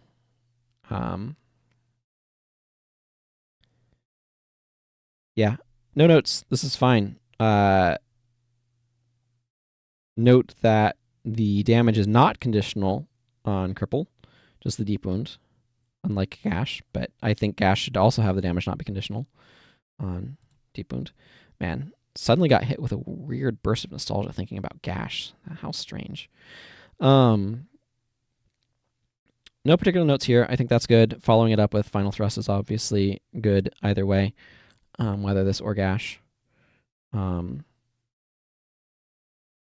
Steel Fang Slash. Sword attack deals good plus damage. You gain a bunch of adrenaline if the foe is bleeding.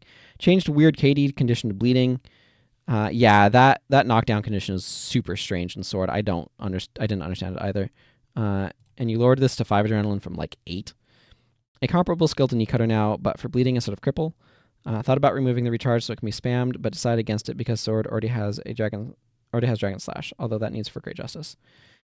Yeah, honestly, I would probably get rid of I would try it without the recharge to see if being able to spam this against bleeding foes is, because that's a really strong payoff for bleeding, and I think bleeding needs a really strong payoff, and your Silverwing Slash unfortunately is not it, because it's 7 adrenaline, and Final Thrust just feels like a better skill for that slot. Now you could bring both of those, but I feel like your bar is getting kind of full at that point. I tend to like to bring around 3 to 4 attack skills and then utility skills.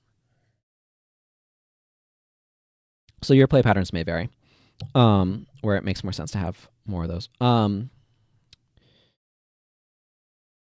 But yeah, this is a really good payoff for bleeding, and that's exactly what you need. So I think that's good. Now, it's possible you have some good payoffs for bleeding in tactics or strength as well. So that's something to be keeping aware of, is how do you have tactics and strength skills that synergize with the various weapons. So that's something I'm going to want to pay attention to as well. I feel like my mindset on this has shifted a bit. I've said that several times. I'm going to stop now. Sun and Moon Slash. Sword attack. You attack target foe twice. Each hit deals plus damage. Unblockable. 7 adrenaline. Added some plus damage. Fun fact. Sun and Moon Slash used to be one hit was unevadable and the other was unblockable, because evading used to be a thing in this game. And then they removed it because it was functionally... It did the same functional thing as block, and so they are simplifying the system. So a bunch of the ranger stuff that reads block was actually evade. But now in Guild Wars 2, blocking and evading are back to being 2 separate things. I think that's really funny. Lowered cost, 8 was too high for a skill with no bonus damage. The skill can feel very weak if your 2 hits are low damage rolls, from its 11 to 22 range, or you're not using a conjure or something. However, it does gain you 2 adrenaline hits. Unblockable is nice. Not too many sword skills have this. You've added more. Also note, sword has no stance ending attacks. Hammer and axe do, albeit both elites. Added minor bonus damage, no longer essentially unlinked. I think these are fine changes to try to make this skill more appealing. I still think it isn't quite there. Compare it to Twin Moon Sweep from Dervish. It is nice with conjures. That said, I would 1000% use Sun and Moon Slash with 100 Blades, because hitting all foes, like your target and all adjacent foes, twice with Sun and Moon Slash, that sounds spicy. That sounds like something you could just spam. And it feels real good to spam Twin Moon Sweep with Pious Renewal against large enough groups of foes with something that gives you a little bit more adrenaline.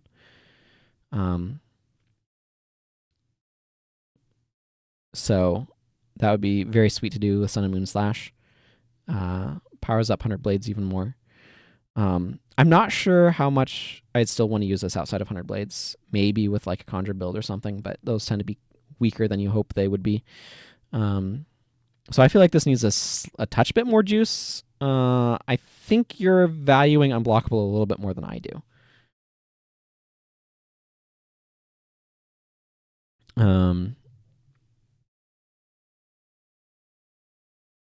So yeah, I'm not sure what I would necessarily add. One thing that I am also noting is none of these skills, aside from 100 Blades, attacks in an AoE. So that's something that you might consider doing with Sun and Moon Slash, is making the sword's AoE if you did not add an AoE skill to Tactics or Strength. So I'm going to be keeping my eye out for something like that. Just Warrior really wants AoE options to help it compete with Scythe, and like to an extent Death Blossom, but also Spellcasters. Because you need to be able to compete with Energy Surge, and obviously you probably need to nerf that, but you want to compete with like Rod Quartz to some extent. Rod Quartz Invocation and things like that. So that's something to look at. Okay, let's go ahead and move on to Tactics. We're 3-hour mark. 1 hour per attribute. Yeah. 5 attribute lines. Oh no. This is why I didn't try to do this yesterday when I didn't have enough time for it. Okay, Tactics. Tactics has received some significant changes to make it more viable. Skills that protect allies are more prevalent and more powerful, to the point now that bringing a Tactics Warrior or Tactics as a secondary attribute on another class is now actually a decent option for party-wide support. Tactics now has a few more attack skill options too. Yeah, it was definitely lacking in those before. The biggest feature of Tactics is perhaps the wide range of blocking stances. They have all been adjusted with much more distinct abilities and more clearly defined uses. So I appreciate the goals that you're stating there. I agree with all of those. Making it better at party-wide support makes it feel like it's Tactics more. Something that I would tend to do with Tactics also is to have more single target ally buffs. So target other ally effects.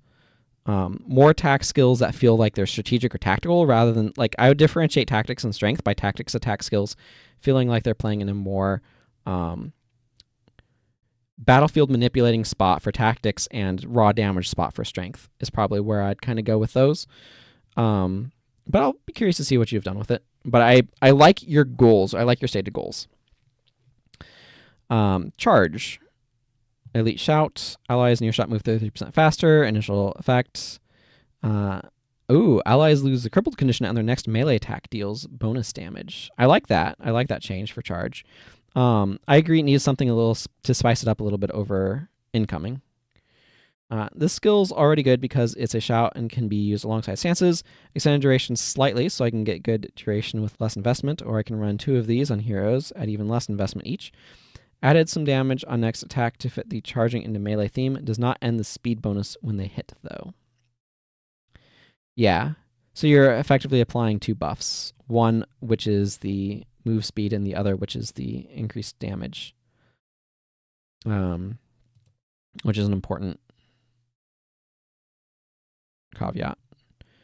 But I like that direction for it. Fear Me, Shout, you have plus 30% chance of a critical hit with melee attacks. Initial effect, foes lose energy. Yeah, you overall have buffed this. This is way better with the previous condition of soldier skills of being under the effects of a shout or chant. And you got rid of the recharge. The recharge was there because of PvE, I believe, or PvP, I believe. I don't like when skills tie so much to the investments. In this case, 3 things: duration, crit chance, and energy loss. Made the crit chance flat, now only duration and energy loss scale. I think that's fine. The crit chance cares a lot about the duration anyway. Removed recharge and increased energy loss. Energy denial has to be strong to be of any benefit in PvE. I agree. Still mostly using the skill for bonus crit and for skills that require shout like the soldier skills. Remove the stationary clause. It wasn't needed. Yeah, a lot of the restrictions on this, I think, were for PvP. Yeah, this skill is good to use on any melee attacker. It's good for assassin, increasing their crit chance. It's good for dervish with scythes, but it's also really good for axe. This is Fear Me is a skill you really want to use on axe, because obviously that makes it like. Here's the thing: I would probably prefer to use Fear Me on an axe warrior than Furious Axe, just because it's a permanent plus 30%. Now, obviously, it's not as reliable for creating crits, but a lot of the crit stuff is like, okay, this is a good bonus or whatever. But yeah, this is a good spot for Fear Me. I meant to do that. Shout. You gain adrenaline and health if you're knocked down. 5 energy, 6 second recharge. Move from strength, because the name of the skill seems like the user has made a tactical decision to hit the ground. Add some health gain and lowered recharge to make it have more use. Still a fun build-around skill, but also now usable for secondary warriors. Yeah, I think that's fine. I think that's a solid change, and I agree. It feels... Tactics makes more logical sense for it in terms of feel. What else do I have to say? I'd be curious to see what other good synergies I could make with this, with intentional knockdowns. This is also a skill that I could see bringing in situations where enemies are going to knock me down.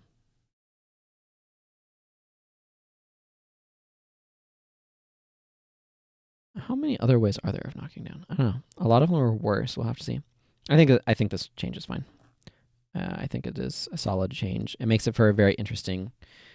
I think this is also really helpful in warrior duels because you overall have a bit more knockdown options for warriors.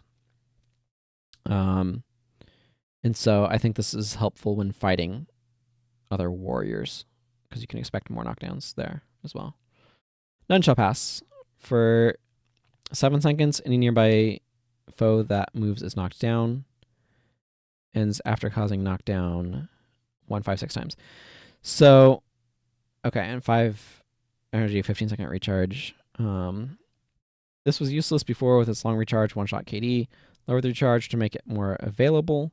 Change to a duration, so it's sort of a defensive ability, able to KD multiple foes over its duration to hinder melee attackers, pushing your backline. Still also useful on a warrior if your target is kiting. Yeah, so the way that I'm envisioning, this does feel stronger to me. The way that it sounds like this works is this puts a buff on you that triggers when a nearby foe moves. That then knocks them down.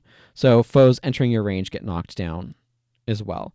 So this is actually a really good defensive option for a spellcaster because you can throw this up and anyone running into melee range with you is going to be knocked down when they get close.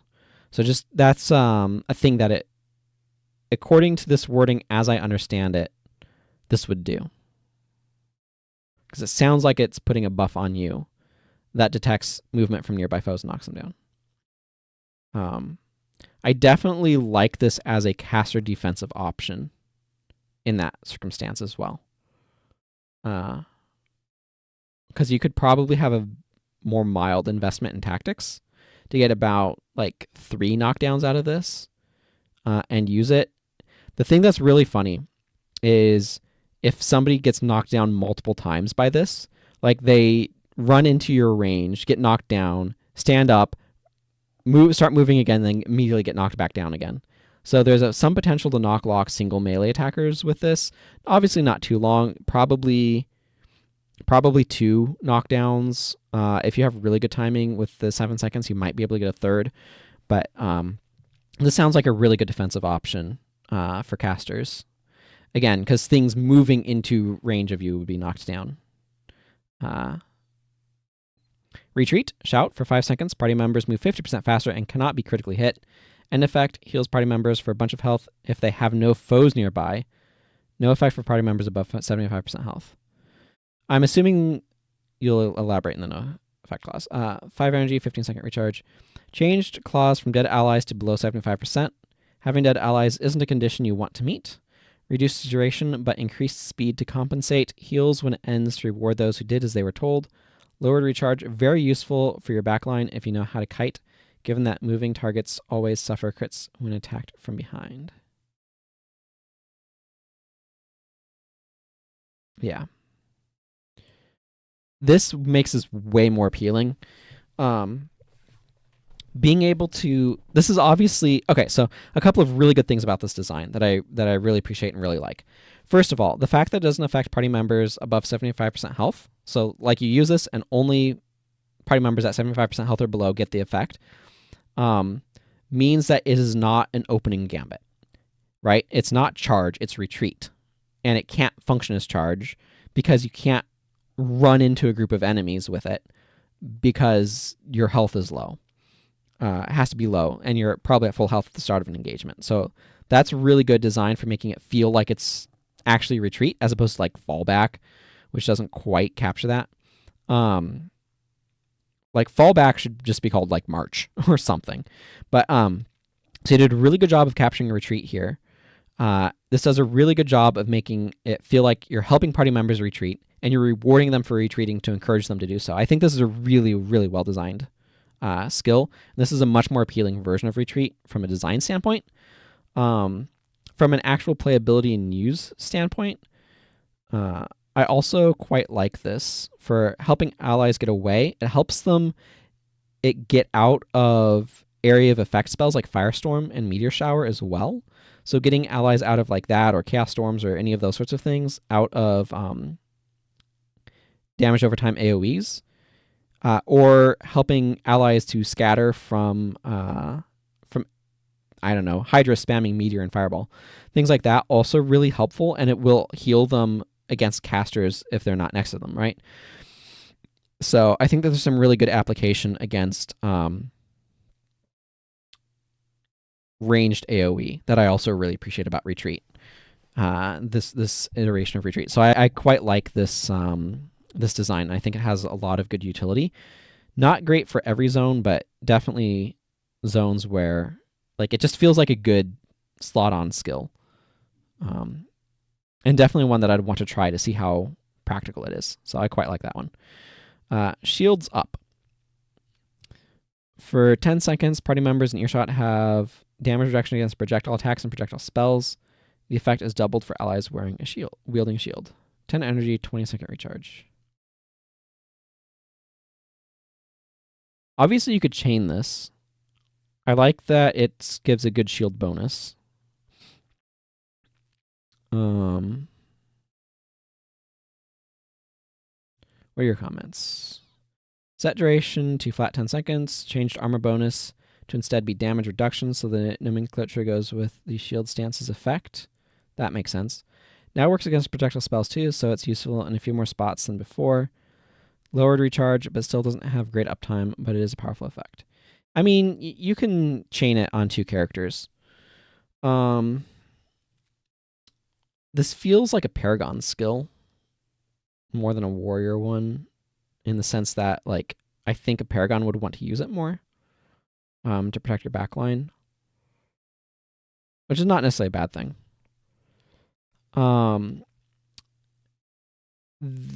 I appreciate... Okay, so I think this is a 5 energy skill, not a 10 energy skill.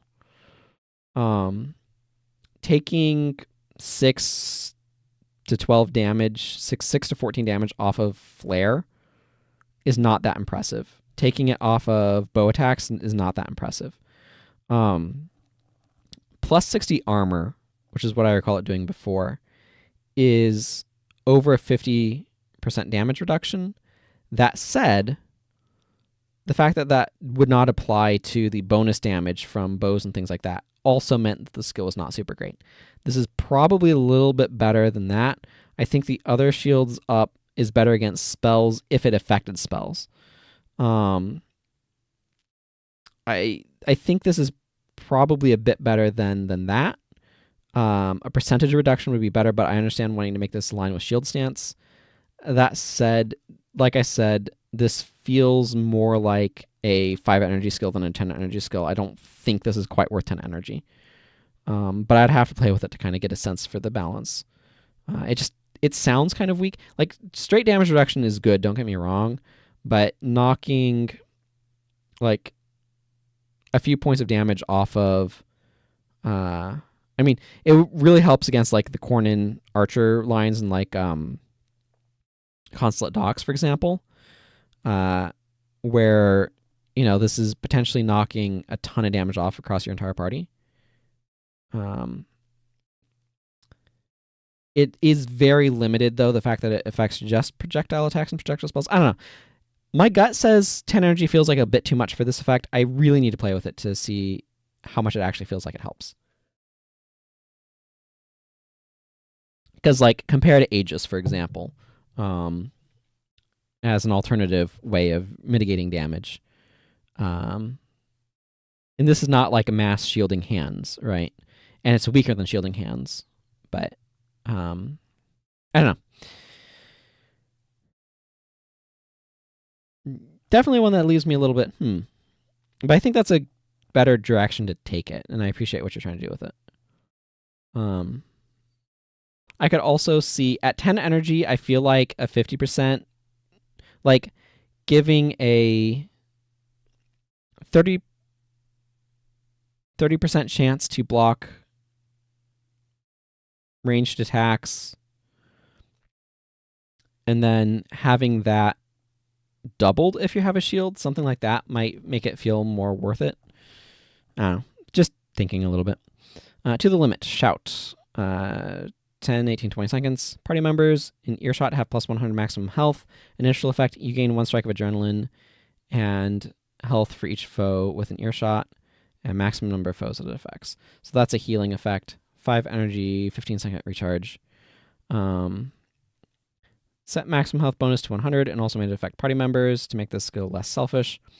Added some self-healing for the user, which warrior gets little options for.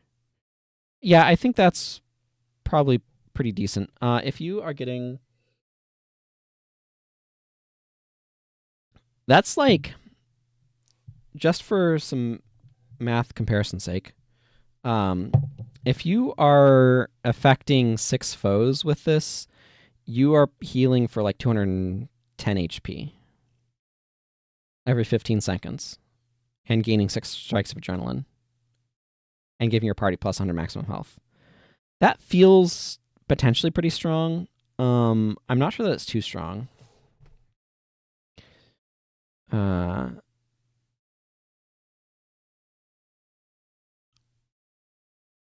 Yeah, I don't know. I definitely have to play with that one a little bit. It definitely helps make your party a little bit more tanky.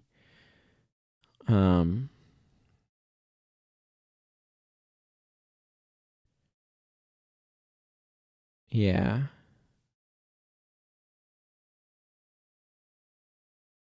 I'm not sure how I feel about all of that. I might, if I'm making it do healing like that, I might just get rid of the maximum health effect entirely. But this feels like it's probably fairly strong and a skill that I want to use a lot as a warrior. But that's already kind of true up to the limit. So, and keep in mind the initial time you get 100 health, that's like an additional 100 health yield that you're kind of functionally getting, but no longer when it's being maintained. Victory is mine. So this was a skill that was absolutely nerfed into the dirt because of trap rangers. But Elite Shout, for 15 seconds, you gain health and energy each time a foe in earshot dies that you have dealt damage to. 5 energy, 15-second recharge. Rework skill to function like soul reaping, but also heals you. Works decently even with 0 investment, but still use your elite slot. Right, because the duration is set. I think it is now an attractive option for any profession for self-sustain during combat. Yeah, but you have to deal damage to them. Keeping track of that is a bit tricky. But this is definitely a lot stronger. Each time a foe in earshot dies that you have dealt damage to. So whenever a foe dies that's in earshot of you, if you've dealt damage to them, you gain health and energy. This feels like it has some really good farming possibilities. Which is not necessarily a bad thing, by the way. It's just a general comment. I'd have to try this one to see how it actually feels in practice. This feels like a skill that's either super strong or super weak, and I'm not sure which it is, and it might just be okay, but I need to play with it to kind of try to find out. Watch yourself, revert, there are changes. Shout for 10 seconds, party members in your shot have plus armor for adrenaline. Removed recharge and ending clause for PvE.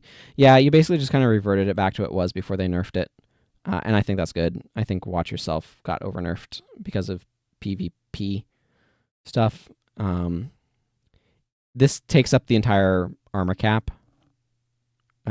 Makes it a lot better for Paragon. So I think that's fine.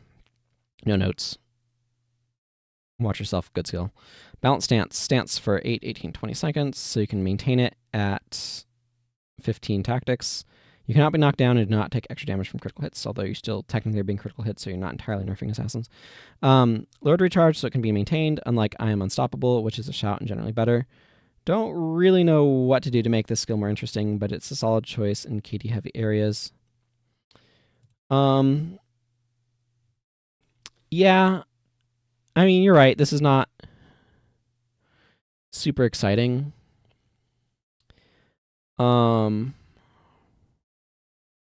If you wanted to make this more appealing, you could add a clause that says you can't be easily interrupted. So that would prevent the effects of anything where you're easily interrupted. So, for example, it would be an option for trappers to use. It would also be something casters could use to get around dazed in that case. So that would be another potential option of something that you could add to it to try to make it a bit more appealing in some circumstances. So that's something you could think about since you kind of posed the question. But yeah. Bonetti's defense for 2, 7, 8 seconds. Okay, so you would move this from 8 adrenaline to 5 energy and with a 30-second recharge. Seconds, you have 75% chance to block. Gain 5 energy for each melee attack blocked. Cannot block attack skills. Removes end if you use a skill, and yeah, that's probably a good call. And change costs to energy, so it can much easier be used by casters. Added cannot block attack skills to make it different to wary stance, a solid defensive and energy management skill best suited to casters. Yeah, I think that's a good direction to go with it to make it appealing. What I would actually... if you really want to make this appealing to casters as well, something that you might consider... Ow, bumped my hand. Is changing it so that what scales is block chance, potentially. I don't know. I'm thinking of like having a set duration and having the other parts scale. So that way you can go a little bit lower on the investment. But now, one thing I will note is that wary stance blocks all attack skills. This is just a 75% chance to block auto attacks. I would probably, the fact that you can't block attack skills is a notable downside that I'd probably want to make that a more reliable block than 75%. So that's something to consider as well. Or if you made that the part that scaled. Something to think about. Counterattack. moved it here from strength, I think. Deals damage and you gain energy if target is attacking. Oh, but an adrenaline skill. I like that as an adrenaline skill. This is good for linebackers, both sword and hammer. And this gives hammer an alternative to auspicious blow. Move from strength because a counterattack sounds like a tactical thing to me. Now usable by secondary warriors too. Now also put the damage behind the condition. This is actually really good on assassins too for energy management. Damage behind the condition. Yeah, that makes sense. That large amount of damage was too much to be unconditional on an energy gain skill. Change costs to adrenaline, so it's better suited as an energy management skill. I like this counterattack as an assassin skill, or on assassins as well. So I think that's a good direction to go. Making the damage conditional on attacking is good, and it's much more appealing as an adrenaline skill. Like I said, this feels like it gives some good energy management options to the other attacks and helps. Like, this is good in your duelist sword concept, for example. Defensive stance. Stance 2 for 5 seconds, 5 adrenaline. You have 75% chance to block. An effect, gain 1 strike of adrenaline for each melee attack skill you have equipped, maximum of 3.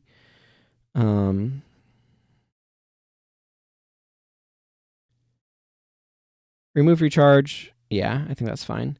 It is a short duration but easy to recharge block, which is probably best used on melee classes. Might still be attractive to casters as a pocket for emergencies skill if they can charge it initially. Yeah, like if you're doing a bunch of wanding, then this could potentially work. Obviously, it becomes less good, but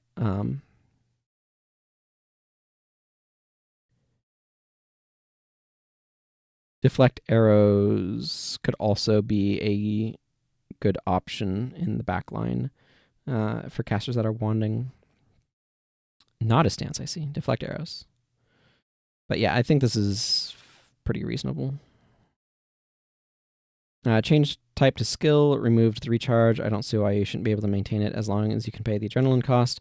When it only affects projectiles, I agree with you. How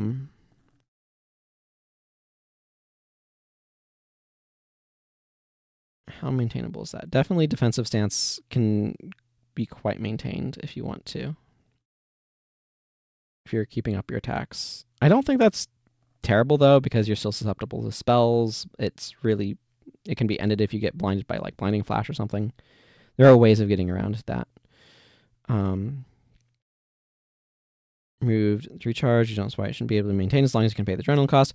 Change to only block projectiles as per the name, but extended duration to compensate. Yeah, I think that's fine. Changed on block effect from useless bleeding to piercing damage, that of bows. Yeah, it makes sense that you're deflecting the arrows, right? So this should be taking some piercing damage. Popular farmers. Yeah, but you need the right area. Also added adjacent blocking similar to protectors. Defense, while it lasts less duration, only blocks projectiles. This has the benefit of having a higher block chance and also causing AoE damage. It also doesn't require you to stand still, though maybe you changed that. That seems reasonable. Any other notes?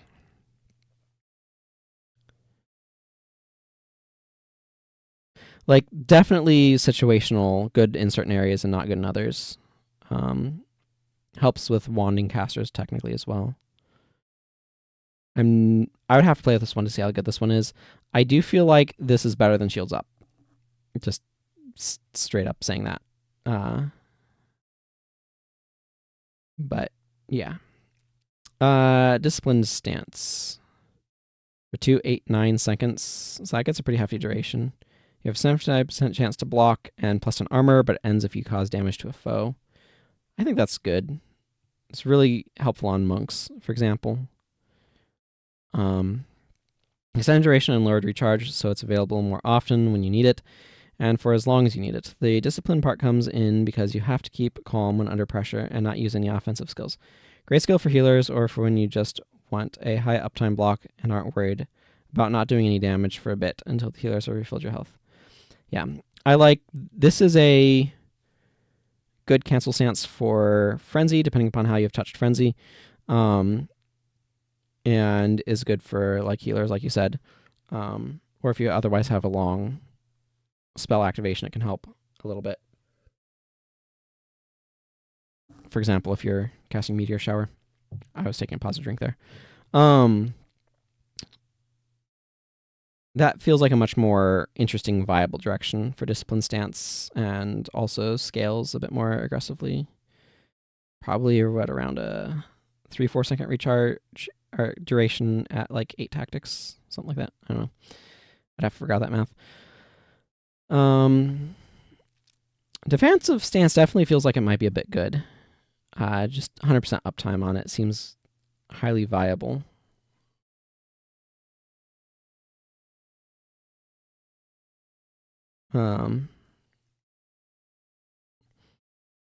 This one I'd have to see if this feels like it ends up being too good. I don't, because it's not how the game works.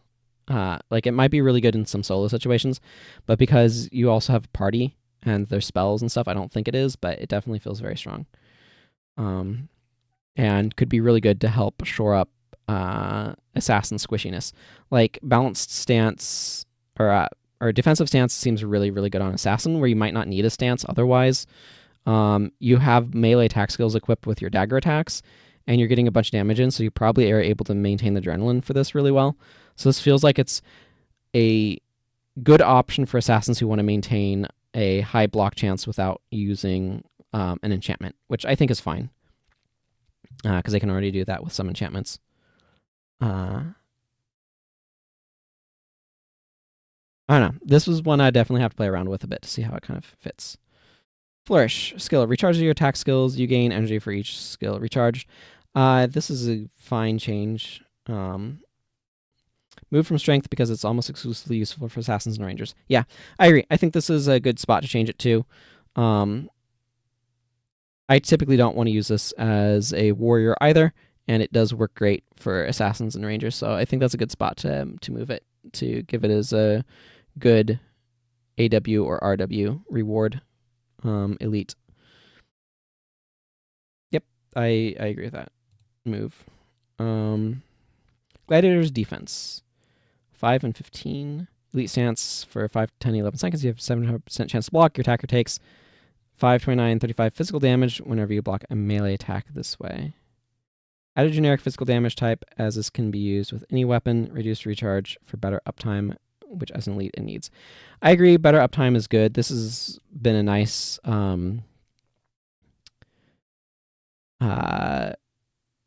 farming skill. However, changing it to physical damage where it suddenly starts respecting armor instead of ignoring it is a huge nerf.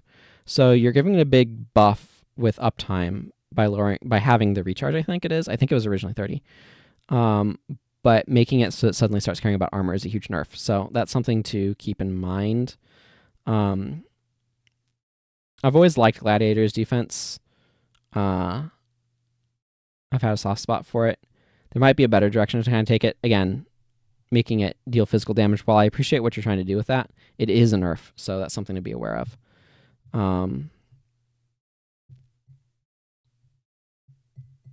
What circumstances would I want to use this? It actually doesn't require a whole lot of tactics to have decent uptime. So that's something to be aware of as well, and is nice.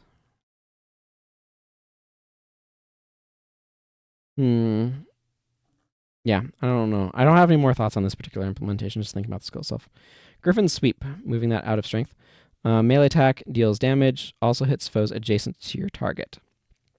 Okay, 5 energy, 8 second recharge. So this is your anyone can use it AoE. This is also good on Assassin and Dervish. Move to Tactics is an AoE attack available for all weapons. More damage but longer recharge to balance it against Cyclone Axe and Crude Swing. Also functions slightly differently to those. They hit adjacent around you. This hits adjacent around target. Yeah, that's something that I've talked about as a distinction before. Obviously, you are aware of it. Also, it foes adjacent to your target. I'm just trying to think of how this interacts with 100 Blades. All of your sword attacks also strike all other foes adjacent to your target. So does this strike all foes adjacent to your target and then have those be targets that all of Griffin's Sweep's attacks are adjacent to? This is something to think about. This might be super busted with 100 Blades, where it just it does the barrage splinter weapon thing, right? It might be Griffin's Sweep with 100 Blades is a one profession barrage splinter weapon. So just something to be aware of. But I mean, this is a good skill. This is a skill that you want to have as warrior. It's something that is good to have there. So I'm glad to see it. Okay, healing Signet. Signet, you are healed for a good chunk of health, and you lose a condition. You have minus 20 armor while using the skill, so no longer doubled the damage. 2-second activation time, 4-second recharge. Such a classic skill. I didn't want to remove the downsides, but would change to only minus 20 armor. Added minor condition removal as warrior really needs some easily self-used option. Changed from wording from health gain to healing to match the skill's name and functionality. Can be affected by healing modifiers. Yeah, so here's the thing. I appreciate why you want to have condition removal. Warrior don't do that. That's one of Warrior's weaknesses. And I'm going to criticize this here because I think this is a Guild Wars 2 move where professions are isolated and they need to have this sort of functionality. In Guild Wars 1, all of the professions need to have things that they cannot do, that they're like, not just that they're bad at, but that they cannot do, so that way they get benefit from going to the other professions to get that functionality. So Warrior, yes, cannot remove conditions. Can go to Ranger to get Antidote Signet, or Paragon to get Remedy Signet. So I appreciate the impulse. I think it is a bad design move, and I don't think Warrior should be able to remove conditions from themselves. I don't think they should be able to do cleansing. Healing, yes, everybody can do some healing, that's fine. But I don't think Warrior should be able to do cleansing. And that's something where I would disagree with that change. Minus 20 armor, sure, whatever. I don't disagree that Healing Signet could use a bit of a buff. It is, I agree, a classic skill. Keep in mind, doubling damage, or minus 40 armor doubles armor respecting damage, but not armor ignoring damage. So it's a little bit different from Frenzy. Excuse me. So if you wanted to buff Healing Signet, instead of adding a condition lose, you could add gain additional health, or like heal for additional amount for each condition on you. Something like that is a direction if you wanted to heal it, buff it, based on conditions. But yeah, it should not do a cleanse. Protector's defense skill for a while. Allies adjacent to you have 50% chance to block. Removed ends if you move, so it's not completely useless. Lowered recharge and extended duration, so it can be maintained. This new 100% uptime and the fact it's a skill, so cannot be removed, makes it very strong. So lowered back to 50% to match other party blocks like Aegis. It's a little bit clunky to use, but not much can be done about that. Best suited for a secondary warrior on a caster in the backline. Yeah, adjacent is a very small range. This is very good on Monk, however. Obviously, you can't keep it up 100% of the time on Monk. You can only hit the 17-second mark, and you're probably not wanting to invest that much in tactics in the first place. But being able to keep yourself protected, because you are an ally adjacent to you. It doesn't say other allies, so you are an ally adjacent to yourself. So you always have that 50% block chance. Obviously, you have to huddle next to people to be able to give it to them.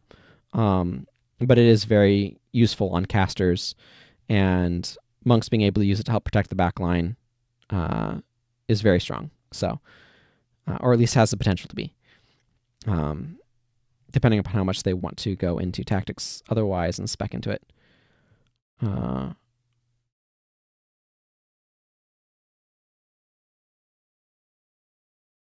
Yeah.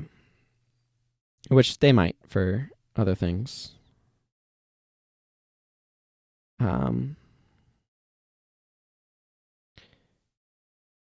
A to the limit monk with Watch Yourself and Protector's defense is something that I would consider trying. Because you're helping to defend your backline while healing yourself. And that seems like something that could be very strong.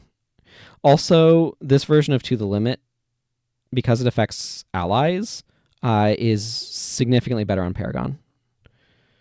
as well. So I note that just because it just entered my head.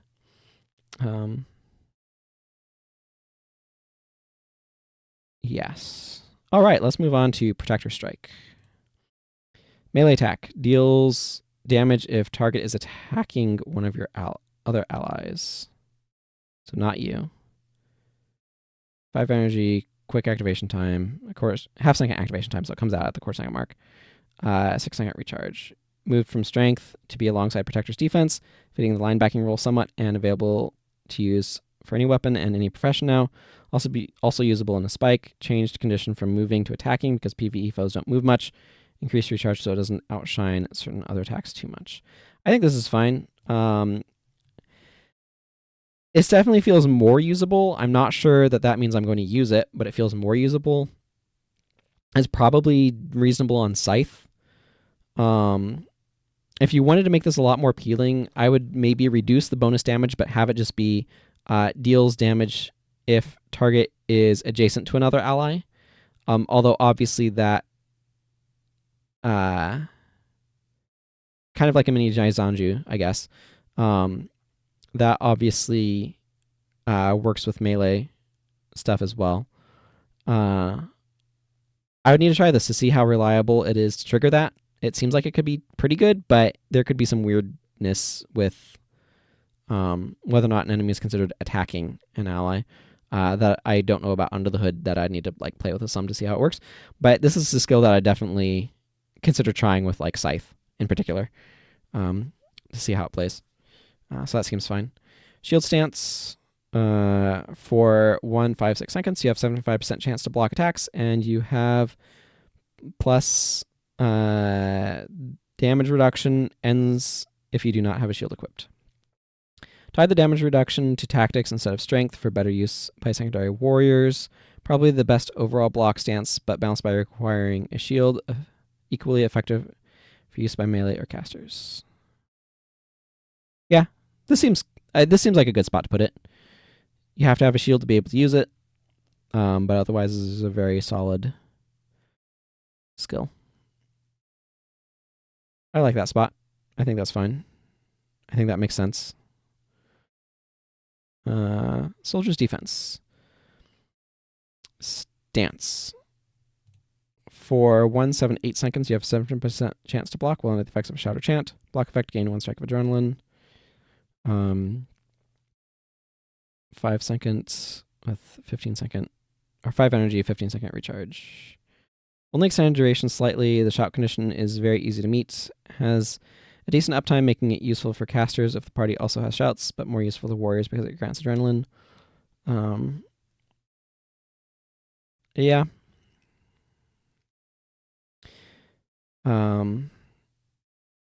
This seems fine.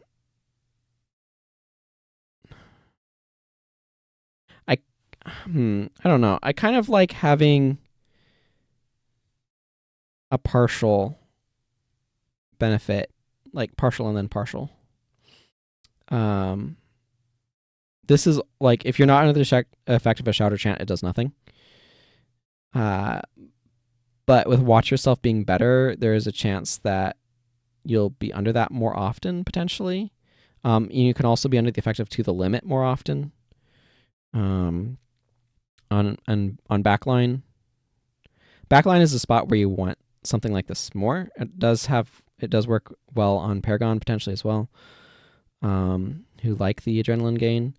This could actually be quite useful on a caster for building adrenaline for other skills that you might want to use from tactics that use adrenaline. So that seems... It seems like it could situationally be quite useful. So I don't have other thoughts at the moment. I'd have to play this one to see how it feels at these numbers. I never have really used the skill much, but that's because a party that tends to rely on a lot of shouts and chants is not, or a lot of shouts that stay up, because most chants don't, is not really something I spend a whole lot of time with, and tends to encourage you to go kind of more Paragon route. So if you have shouts that feel good to use, like this unnerfing Watch Yourself and this To the Limit, make Soldier's defense a lot more attractive in general, as a defensive option. But I would need to kind of play with it to see how often I'd actually want to use it.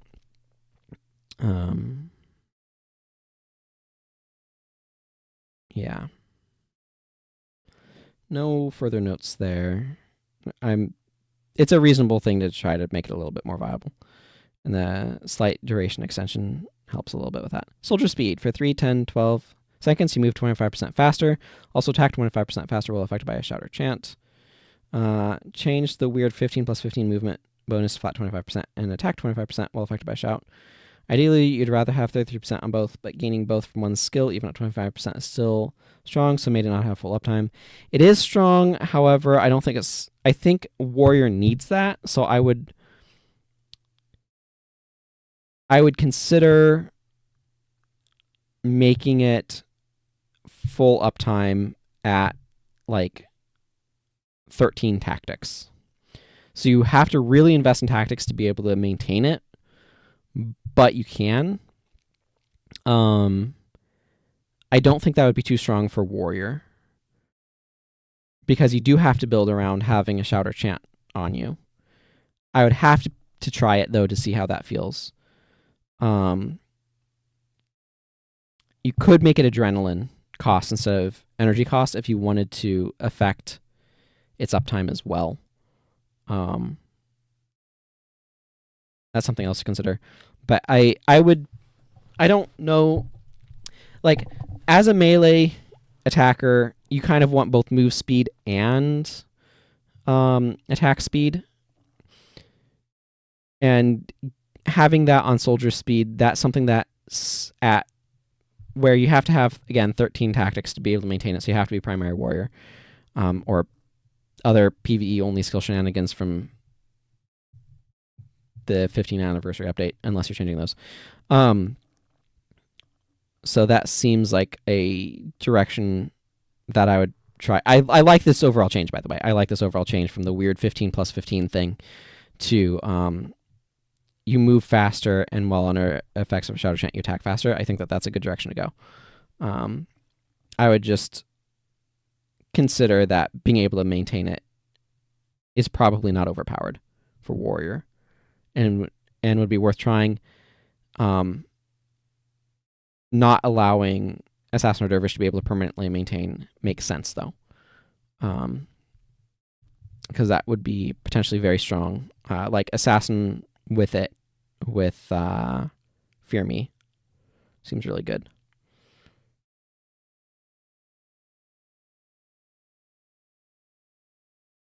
I could see it being something where that effect, I don't know, it belongs in tactics thematically, but in strength it might need to be for balance if you were to make it maintainable. I don't know. Something to think about.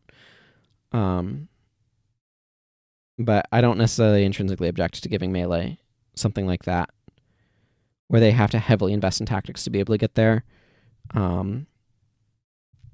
Especially since you're losing the bonuses from strength if you're investing in tactics that heavily, or you're either losing out on weapon power, or if you can maintain 100%, or you're losing out on strength bonuses. So, like, keep that in mind. All right. Soldiers stance. Elite stance. For 5, 13, 15 seconds, you have 75% chance to block. Attack 33% faster while under the effects of a chant or shout. Full up time block and 33% attack speed is strong, suited to being an elite. Debated adding move speed too, but then no one would use soldier speed despite it being non-elite. Other sources of movement speed buff are easy to get anyway. That's true. I would actually... I think this is fine. I like this skill as is, and I think it's fine, and making it more readily full uptime if it wasn't already, is good. Obviously synergizes well with somebody else using charge. I would actually consider swapping to make it like Soldier's Defense with, in terms of like the block being conditional on Shadow Chant and then the attack not, just to see how that plays. But yeah, I mean, it's fine. No further notes. Moving on. Soldier Strike. 5 energy, 4 second recharge. Melee attack deals plus 10, 34, 40 damage. And unblockable if you're under the effects of a chant or shout. Does this change at all? Change so you need the shout to also get the bonus damage now. Ah, okay. As it was unconditional before, I think it was too strong for a non-primary attribute attack, almost directly competing with power attack. I think that's fair.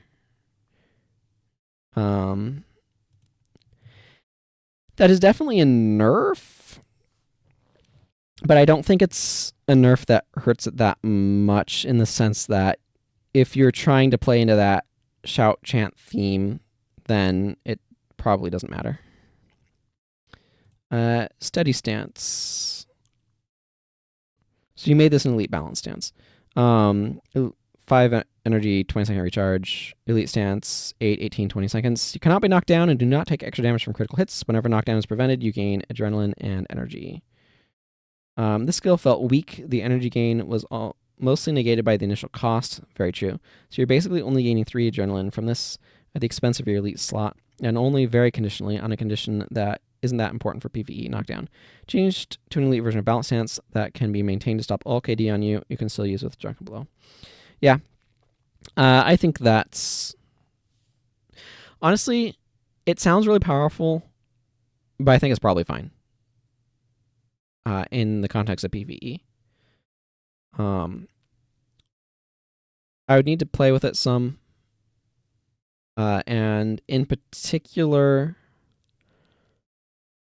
It's a skill that is very good in areas where there's a lot of enemies that can spam knockdowns. I could see casters wanting to use it in some circumstances. So against Jade Brotherhood, that's use Dragon Stomp, knockdown spam. I could see that being really nice against... there's some Ellies in some areas that use shock a bunch. This would be nice. As like a way to kind of pseudo energy manage on a caster. On a melee, I can see this being really useful in areas where... I don't know. The thing is, like, how often... Yeah, it's a really good intro when you're running up to Water Trident spamming ice elementals as well. But I kind of feel like, even so, I'm not sure how often I'd actually use this as an elite balance stance, just because I'm not sure how often I'd want to spend my elite slot on this particular effect over something else, like 100 Blades, or Soldier's Stance, or an attack skill or something. So I'm not 100% sure what the use case is for when I'd want to use this, even as it is.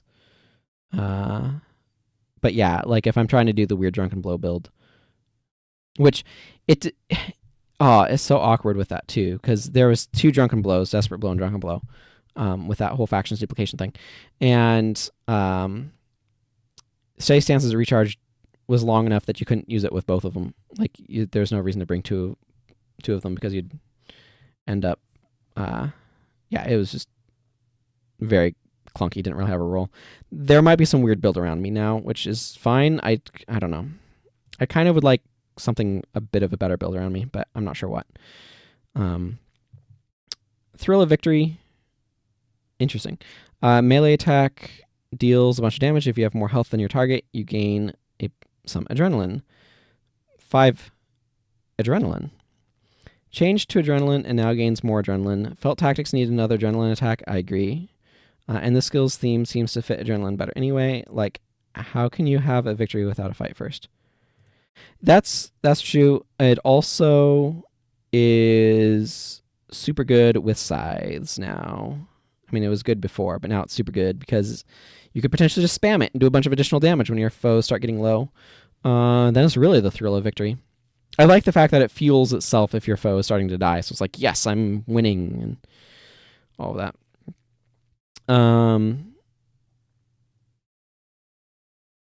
Yeah. The change seems it's fine. That was already one of the more appealing tactics attacks, and I feel like changing it to adrenaline doesn't change that. And makes it a bit more appealing on like assassin and stuff as well with daggers.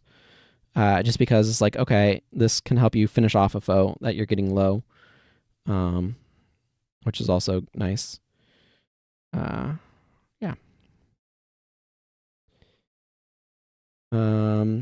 Wary stance. Stance 2 for 5 seconds. You block attack skills, gain 1 strike of adrenaline and 5 energy for each block. 5 energy, 15-second recharge. I like that this only blocks attack skills. Very useful against assassins or any interrupt attacks if used by casters. Increased recharge but lowered duration and costs to make it more active use skill and not something you can keep up or spam. Overall has about the same uptime as Bonetti's, but will cost you more energy and gain you less back because being attacked with attack skills is less common than being auto-attacked. Adrenaline gain makes this attractive for warriors too. Yeah, I think this is a good spot for it. I am happy with this idea, this conceit, what have you.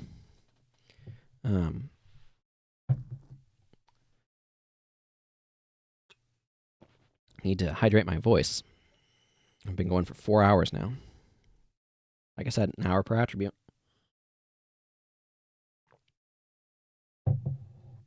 Okay. And yeah, this does make it more appealing for casters. I would generally agree with that, although uptime is maybe a little tricky. It would be interesting to play around with it being a set duration with the energy gain scaling off of tactics. Okay, let's see what your vision for strength is. Strength skills have had considerable reworks, making them much more attractive than before. They could kind of need it. There are some options for self-buffing and offensive abilities that other melee classes wish they could use. One of the key components in strength were the selection of attack speed increasing skills. Before, they all had weird side effects or other clauses attached. Now they are all good options, with the downsides toned down a lot or removed entirely and added benefits included. So now it's more a case of which attack speed skill is best for my build and less of which attack speed skill has the least terrible downside. Yeah, we definitely agree on that particular issue. I will avenge you, good old Iway. 5 energy, 30-second recharge, so I'm pretty sure you cut that. Shout, if you have any dead party members, you have plus 3, 6, 7 health regeneration, attack 30% faster, and deal more damage with your melee attacks for 10 seconds. If you kill a foe before this effect expires, you gain a 2% morale boost. You avenge them. No longer counts dead allies, only party members, and only gives a flat 10 seconds. You now also deal more damage, lowered the recharge. The morale boost will recharge your res signet, allowing you to then res the dead party member.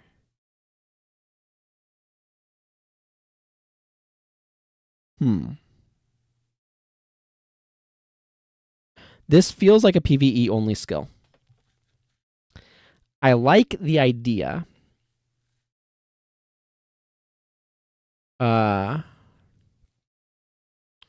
Of when you use this, you get if you have dead party members, you get a big buff for a few seconds. If you kill a foe before this effect expires, you gain a 2% morale boost. If you're intending for that to be a morale boost, as you said, that recharges your skills, that will recharge I will avenge you. So there is a have one person die and stay dead, so your warriors can keep this buff going. If you kill a foe, how are you calculating that? You have to make the landing blow. Keep in mind, you can be kill-stealed by your own conditions, potentially, or by conditions on that foe, or other forms of degen could potentially kill-steal, depending upon how you're calculating that, or interpreting that. But the general idea of if you kill a foe, so if you land the final hit on a foe, you get a morale boost. Could make it very strong because the skill is recharging if you leave a party member dead. And then just every foe you can recharge this. Something to think about. I don't know if that's actually good, like too good or not, but it would chain you a morale boost as well. The idea of this allowing you to refuel or resign, like the flavor of what you're trying to capture here, the Narvazad elements of it are very good. I really like them. I don't like this as a non-PvE only skill because it just feels super weird. But I appreciate the sentiment, and I feel like there's some technical challenges of what qualifies as killing a foe before the effect expires.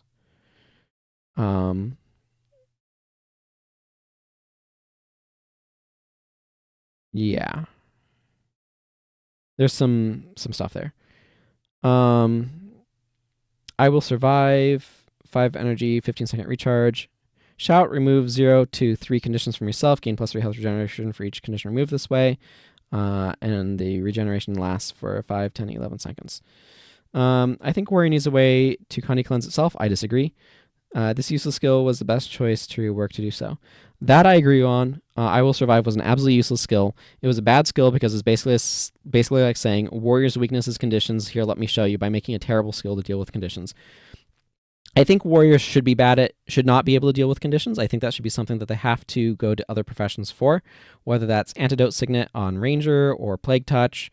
Are a couple of other options. There's some good Dervish options that they could use as well. So, as well as relying on party members, they could use Mending Touch from the Monk to remove 2 conditions from themselves. There's a lot of options from other professions for Warrior to use to Condy cleanse, and I think that they should have to. I think that's part of the design that makes sense, and something that should be maintained. I think too many, I don't think assassins should have the signet that Condy cleanses them. As I think about it, I think they should also not be able to Condy cleanse. You need professions to have things they can't do, so they have to go into other professions to be able to do them. And I think condition removal is something that Warrior should have to get from other professions. That's my own personal feelings on the balance for the game, though. You clearly have a different vision.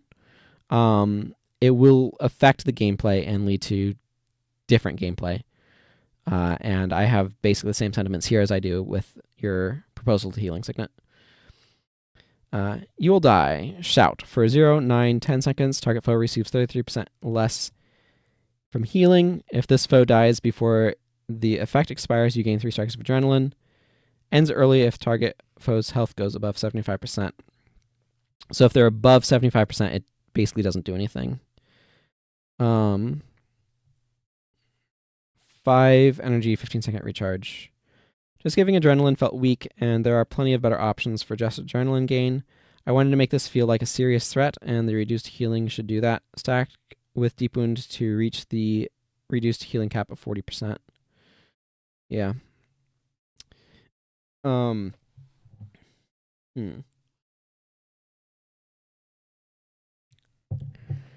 Yeah, I don't see myself using this. It's I appreciate the sentiment that you're trying to get here. And reduced healing like that is nice. Deep Wound has reduced healing to make sure healing, like being under a deep wound, theoretically makes healing proportionally more powerful. So it's to cancel that out.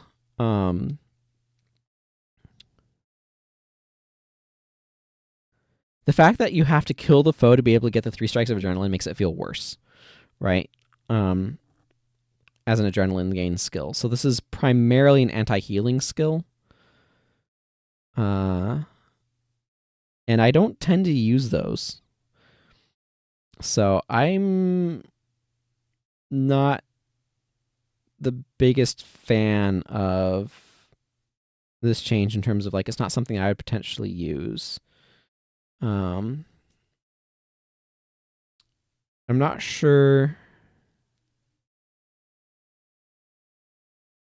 Yeah, it's really clunky. If that foe dies before this effect expires, you gain 3 stacks of adrenaline. I suppose that's got some use to it, because you put it on a foe that's going to die. But the challenge is because before is like if they have below 50% HP, you gain 3 strikes of adrenaline or something like that. The challenge is that you want adrenaline early to get you going faster. I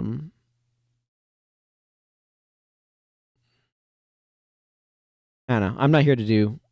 I've already been doing too many. Like, how would I rework your rework? So, like, I like the idea of the direction of this applies an impending threat. With the reduced healing, having it expire early if the target's health is above 75% is a bit awkward. And there's the nice bonus of gaining 3 stacks of adrenaline if they die, but I'm just not sure when I would use this anti-healing skill. Battle Rage, elite skill. 5:17 to 20 seconds, you move 33% faster and gain double adrenaline. Changed type to skill. Yeah, okay, that's a huge buff. So you can use it with another increased attack speed stance. Now also double adrenaline gain from non-attack sources. Right, so if you take damage or whatever. Or if you gain adrenaline from to the limit and things like that. From non-attack sources, removed ending clause, changed to energy to further separate it from primal rage. Now acts more like an elite sprint for great justice combination. Yeah, I think that's pretty good. I think that's solid. Again, I'm not 100% sure when I'd use it. This is actually probably good with Scythe. The challenge is what weapons am I using this with? And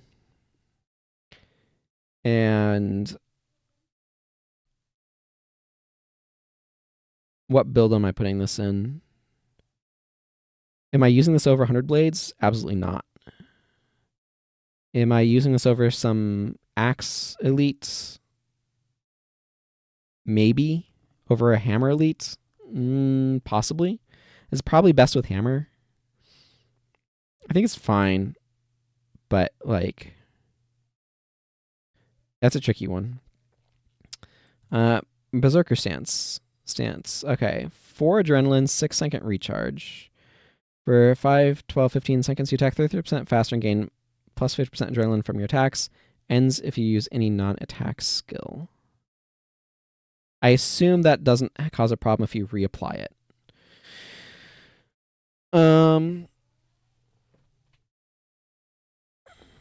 I think that's a good way to try to make Berserker Stance a lot more appealing. I would have to see, because it would take about 3 hits with the plus 50% adrenaline gain from attacks to recharge.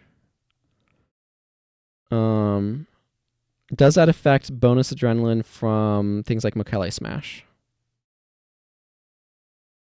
This is a question.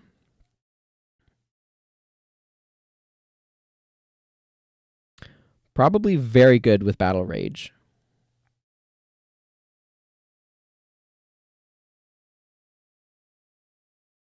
Yeah, that's probably very good with Battle Rage. I could see Berserker Stance Battle Rage being a very strong combination.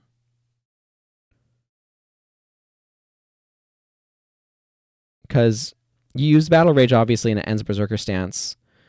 But then it recharges Berserker Stance very quickly. Because you 2 hits and Berserker Stance is up, and then you use it, and now you're gaining 300% adrenaline from attacks. And you're attacking and moving 33% faster both. I definitely would want to try that. I feel like this is at least much more interesting spot to have Berserker Stance. Change the end clause to be less restricting. Change to adrenaline and a low recharge, so it can be maintained under most circumstances. Had the longest duration of any non-elite IAS, increased attack speed, so it should be the go-to option for many warriors who aren't doing anything fancy with their skill bar. Yeah, I think it's a solid choice. Body blow. This looks unchanged. Yep, no change. 7 adrenaline, melee attack, deals good plus damage, inflicts deep wound if they have cracked armor. A solid deep wound choice for foes or for situations where you're inflicting cracked armor. Bull's Charge. Elite Stance. 5, 10, 11 seconds. You move 33% faster. Your melee attacks deal bonus damage and cause knockdown if you hit a moving foe. Maintainable with high strength. It's 5 energy, 10-second recharge. This skill is really not useful for any elite in PvE. To make it slightly interesting, I would lower the recharge so it can be maintained. Add damage if you hit moving foes and remove the ending clause. I probably still wouldn't use it because most PvE enemies just stand there. Oh, okay, yeah. If this was your melee attacks deal plus damage and cause knockdown if you hit a moving foe, like, this was not clear until I read your description that the plus damage is conditional on the foe moving. If this was you move 33% faster, stop. Your melee attacks deal plus damage, stop. Your melee attacks cause knockdown if you hit a moving foe, then I would use it, which is what I read it as. Then that sounds really good. It's an interesting alternative to, instead of increasing attack speed, you increase damage through having higher hits. That'd be very strong. But yeah, otherwise, it's kind of an anti-self synergy. I mean, it's better than it was, but yeah, still not like stellar if the plus damage is conditioned on the foe moving when you hit them.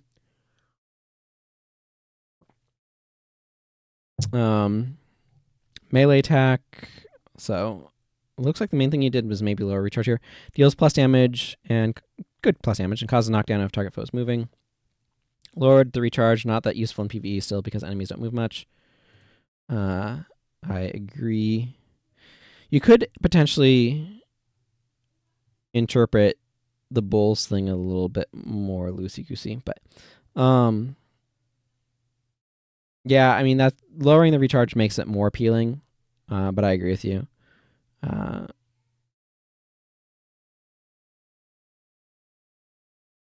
Yeah, I don't know. You could have the bull thing be also interrupts or also affects attacking foes or casting foes or something, just to add some variety. Or if you wanted to be really spicy, have it affect foes using a chant skill. So you could run up, you could bowl over paragons trying to chant. It's like, you can't sing. That's just me being silly. Okay, Burst of Aggression, Stance. So 5 energy, 12 second recharge, 2, 8, 9 seconds. You attack 33% faster and gain 1 energy when your attacks hit. Oh, that's quite appealing. Change functionality to a weaker warrior's endurance, but with built-in attack speed. Maybe you want to combine both and or a zealous weapon. Almost 100% uptime. Can't call it burst if it never ends. Yeah, I think that makes sense. This is definitely a much more appealing Burst of Aggression, and I like it as an option. It feels like it's a reasonable choice. And this is a nice option in particular for warriors that are looking to potentially do a little bit of something else with their energy, since this probably refunds itself, which is nice. Although, as you observe, not 100% uptime. I'd certainly be interested in trying it in some stuff, so that's a nice additional appeal. Charging Strike, Elite Stance, 5, 12, 15 seconds. You move 33% faster until you next hit with an attack. Next hit effect, attack 33% faster instead. And deal plus damage. Ends if you're not wielding a melee weapon. What's your description here? Change so when you land a hit, the movement speed buff changes into an attack speed buff. Oh. I see. Nice to use after you kill an enemy to then close the gap to the next one. Then get your IS right away. Add a clause to prevent non-melee using it as a simple low recharge run speed skill. I mean, I don't think that's a huge problem, but it's fine either way. Okay, so you run up to, you get a move speed buff. When you get up to your foe and hit them, it now turns into an increased attack speed skill, and you deal an additional spike of damage on that initial hit.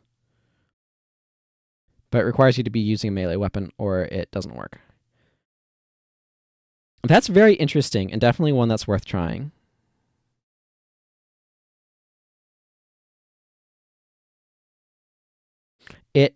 has good uptime, but also gives you a reason.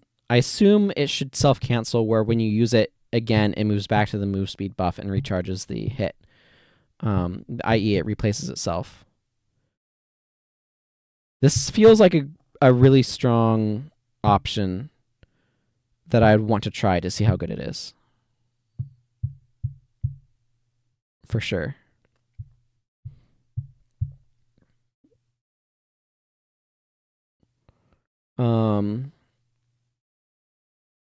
Yeah. Defy Pain. Yeah, this originally threw me off, but I'm glad you have the explanations. Defy Pain. Elite skill, 2, 17, 20 seconds. Interestingly enough, I think this is actually, at these stats, is probably fine even on secondary warrior. Obviously, it's not anywhere near as good, but having, like, being an assassin warrior and using this, you get 5 seconds of move faster, and then when you hit a foe, you attack faster and have an initial spike of damage. I think that's actually potentially viable on, like, it makes your initial dagger open stronger, and then you go through your chain more quickly, and then you have to refresh it for the next enemy. But I think that's actually usable, which I actually like. It's not much stronger, like just plus 10 damage, but still, I think it's potentially viable on a secondary warrior, which I think is kind of neat. Anyway, Defy Pain, elite skill for a decent duration. You have plus 3 on maximum health, plus 20 armor, and take 10 less damage. Initial effect, you gain a bunch of health. 4 adrenaline, 1 second activation time, 4 second recharge. Being temporarily tanky isn't that useful aside from farming. Added a heal to this and lowered cost. And added a short recharge and activation time, so it functions like an elite Lion's Comfort. Changed the scaling numbers. Yeah, so that you can still get a lot of additional tankiness out of it, even with a low investment in strength. Or lower investment in strength. Like 8 strength is probably plenty. I'm going to be real with you. I don't think elite Lion's Comfort is good without the adrenaline gain. Like, part of what makes Lion's Comfort good is the adrenaline gain.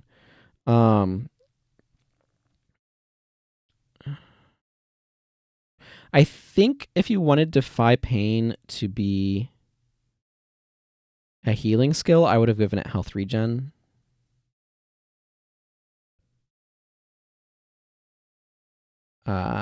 Rather than chunk healing like this, but I mean, the thing is, I just don't think this is super useful outside of tanking scenarios, even with this change. And it just kind of makes it better at that.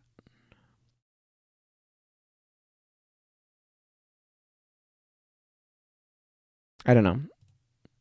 I'm not sure if your goal was to make this useful outside of tanking situations. I'm not sure you've accomplished that. Or outside of like farming situations, I'm not sure you've accomplished that. And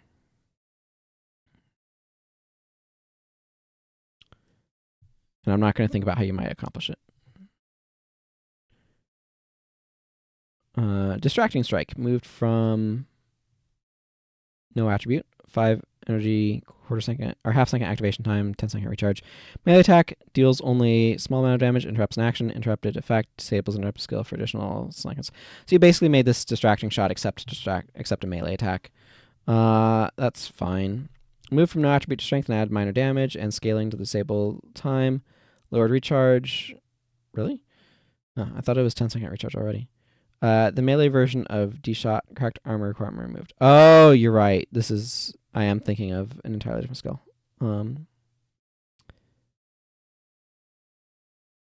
That had 10 second recharge. Yeah, I mean, this is fine.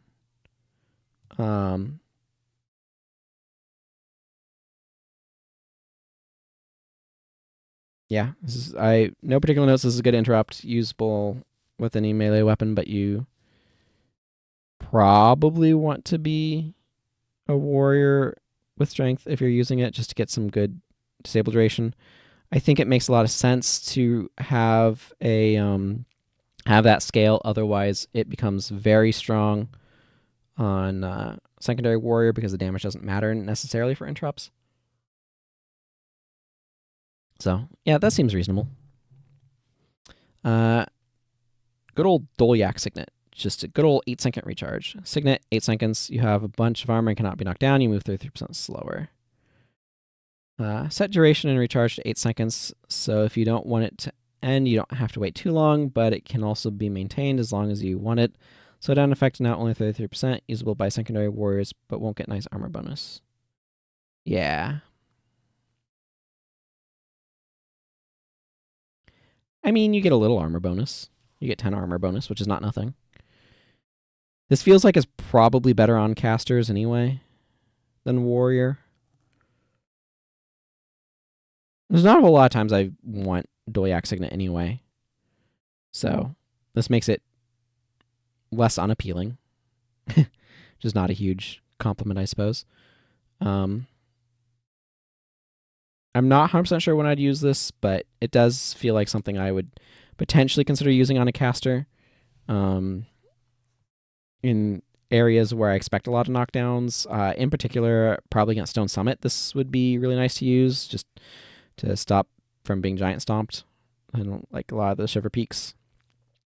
Yeah, Shiver Peaks is definitely an area where I'd consider using this on like a caster, but probably not a melee attacker. I could also see wanting to use this on Ranger. Anything where you don't need to move around as much.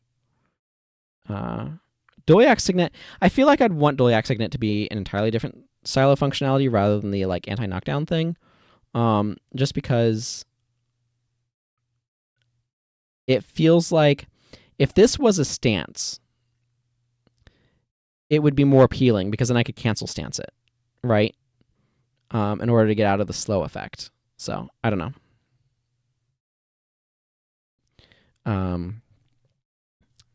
Anyway, I think that's a fine direction to try to take it, to try to make the skill that was presented to you more appealing. I'm just not sure that that skill can be made sufficiently appealing to want to use, is where I'm getting at.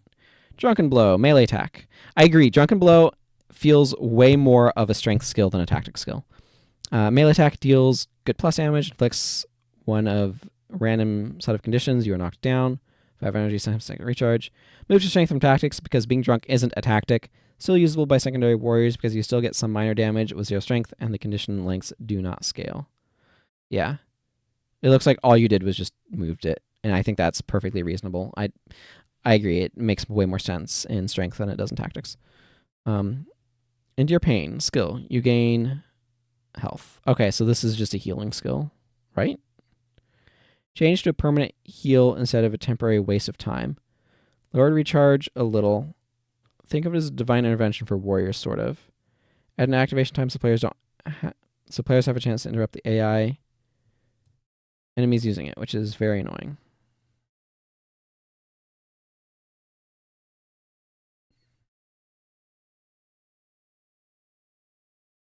So is this just supposed to be...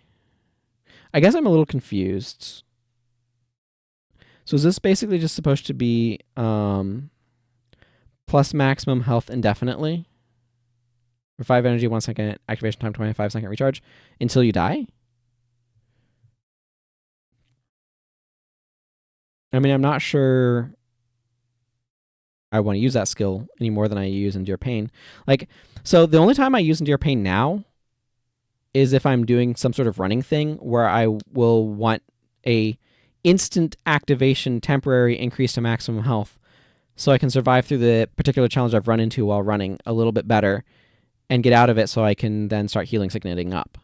Like, I'm not looking to have an activation on that. So that kind of feels like this is just you pre-activated or something. I'm a little bit confused about your wording and exactly what you mean. It feels like this is a permanent heal. I don't know. It feels like you just mean permanent maximum health increase that lasts until you die. And I'm like, I guess. I'm just not sure I want to spend a skill on it any more than I do Endure Pain as it already is. I agree, it's annoying when enemies use Endure Pain and then they are sticking around a little bit longer. That's an enemy design issue. But yeah. I like the idea of what things like Endure Pain and Defy Pain are trying to do. They just don't make a ton of sense within the context of the game's mechanics otherwise, and I don't think this fixes that underlying problem.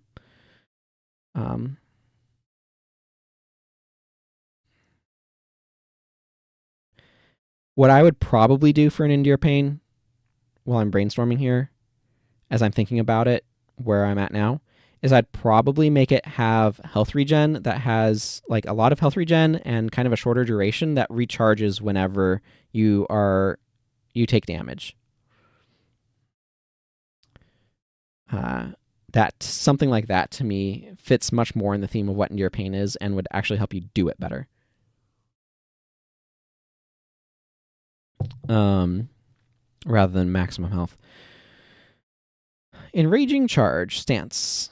Fairly short stance, 5 energy, 8-second recharge, 256-second duration. You move 25% faster, gain plus adrenaline on your next melee attack, ends after your next hit. Yep, that seems like the same thing except lower. Yeah, lower duration and recharge. I want to use this skill not only before combat, but also during to quickly engage my next foe after killing my current one. Yep, I agree. That's a good positive buff. That's a good direction to take it. It synergizes nicely with Flail, it looks like, as well. Since you can enrage charge, get enough adrenaline to immediately flail. Flail, stance, 2, 8, 10 seconds. You attack 33% faster. You cannot block, 3 adrenaline. Change to a basic, increased attack speed with a moderate duration and an easy to maintain 100% uptime. Downside of not blocking is not too limiting because this is a stance anyway, so you're not using warrior blocking stances at the same time. If you do want to use one, you can cancel it anyway, so you no longer have the can't block effect. So you're not using warrior blocking stance at the same time, but does mean other skills like Guardian, Aegis, Weapon of Warding will have no effect on you as you thresh wildly.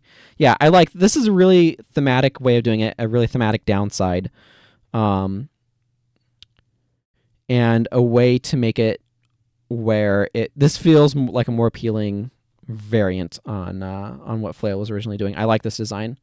And I like the idea of as soon as you switch to another stance, i.e. you stop flailing, you can block again. So I like the cancel stance thematics there too. So I think that's pretty sweet. I like that. Grapple, touch skill, causes knockdown and removes a stance. You are also knocked down and your current stance ends. This skill is disabled for 15.75 seconds. So you made this a strength skill where it's the cooldown that scales with it, functionally. 5 energy, 3/4 second activation time. Move to strength from no attribute. Removed recharge, but added scaling disable clause. Secondary warriors can still use this, but primary warriors can use it more often with strength. Yes, I think that's a good way of handling it. This is not an amazing skill, but it's fine. And this works well with I meant to do that, and now other people can do it too. But warriors can do that better. I think that's fine. It's a good way to do grapple. The idea is more of a tackle than a grapple in some regards. I don't know. But yeah, this seems fine to me. Headbutt. 5 energy, 3/4 second activation time, 10-second recharge. Elite touch skill deals 40, 88, 100 blunt damage, so it's a little bit worse when it's not armor ignoring, and inflicts dazed for a good bit. You are also dazed for the same duration. Causes knockdown if foe was weakened. Ooh, I like that clause. This feels like a lot less clunky to use. Now deals blunt damage, reduced cost, recharge, and daze duration. Daze is very strong. Now dazes both you and your foe, so you can still plague touch it to a second foe if you want. Added knockdown because I felt headbutt should do that. Yeah, I think this is good. This is a good way to change headbutt. Makes it a bit more appealing. I like that you're both dazed. And I like the knockdown if weakened clause. I think that's a good clause to have. Why is this? Oh, there's just a bunch of empty space at the bottom. Cool. We're almost done, folks. I'm just looking to see. Yeah, so you could axe twist and then headbutt somebody. That's amusing. I like that. I think that's an overall good direction for it. Leviathan's Sweep. Melee attack, very expensive. 10 energy, 3-second activation time, 8-second recharge. Leviathan Sweep, melee attack. Also attacks foes adjacent to your target, so it's AoE, kind of like what, I think you did that with Griffin's, was it Griffin Sweep in Tactics? Also attacks foes adjacent to your target, does some plus damage, and removes the stance. Removal effect causes knockdown. Unblockable. 50% chance to miss with strength 5 or less. Okay, so this is an AoE unstancing move, and if it unstances somebody, it knocks them down.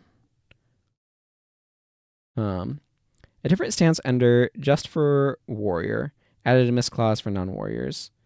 It's for more damage than Wild Blow and AoE, but has longer recharge, 10 energy, because it does so much. Yeah.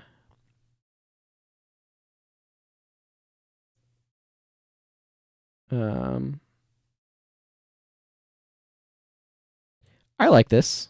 This feels very Leviathan-y. And would be very nice when fighting in Consulate docks those packs of rangers, Cornin archers. This feels like a potent anti-blocking stance skill, and is definitely a nice variant to it.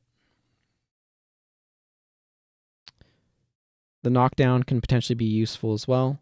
I don't know that I'd always take this, but there's definitely some situation, like as my anti-stance skill, but there's definitely some situations where I'd very much so take it. 3-second activation is kind of long. Makes it hard to capitalize on the knockdown, etc. But certainly could be useful for other allies looking to do so. The main reason why I take it is if I'm wanting AoE stance removal, and there are some situations in which that would be true. Lion's Comfort skill. You gain health and gain some strikes of adrenaline. Or adrenaline, 1 second activation, 1 second recharge. Removed disables Signet's Clause. If someone wants to use a quarter of their skill bar on 2 warrior healing skills, why not, I say. I agree. Increase healing a bit, change to health gain so as not to be affected by healing modifiers. I think those are all positive directions, yeah.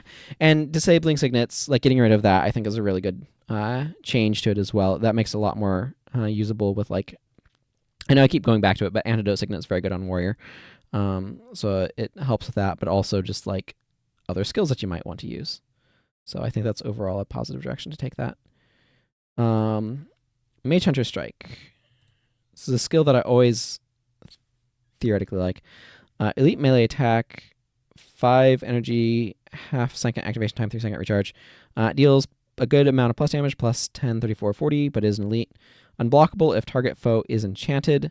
Steals 5 energy if foe has more energy than you. I like that clause.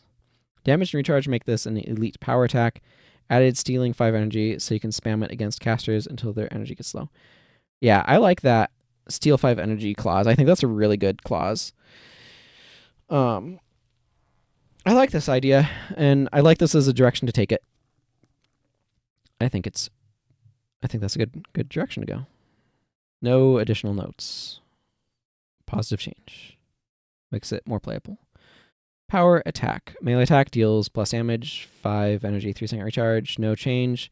Yeah, I think that's fine. Power attack was always one of those skills of like, oh, well, you want a generic, strong, hitting energy skill? Here you go. That said, I have not often used power attack because it's often felt kind of clunky.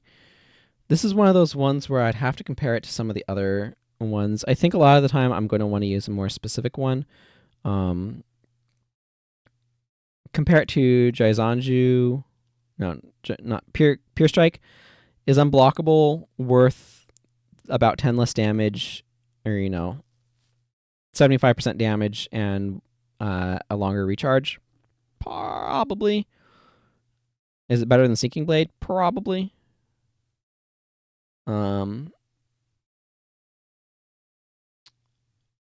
Let's see. Probably not using it on Hammer, because Hammer has a bajillion energy skills already, and a lot of them are probably going to be better for me.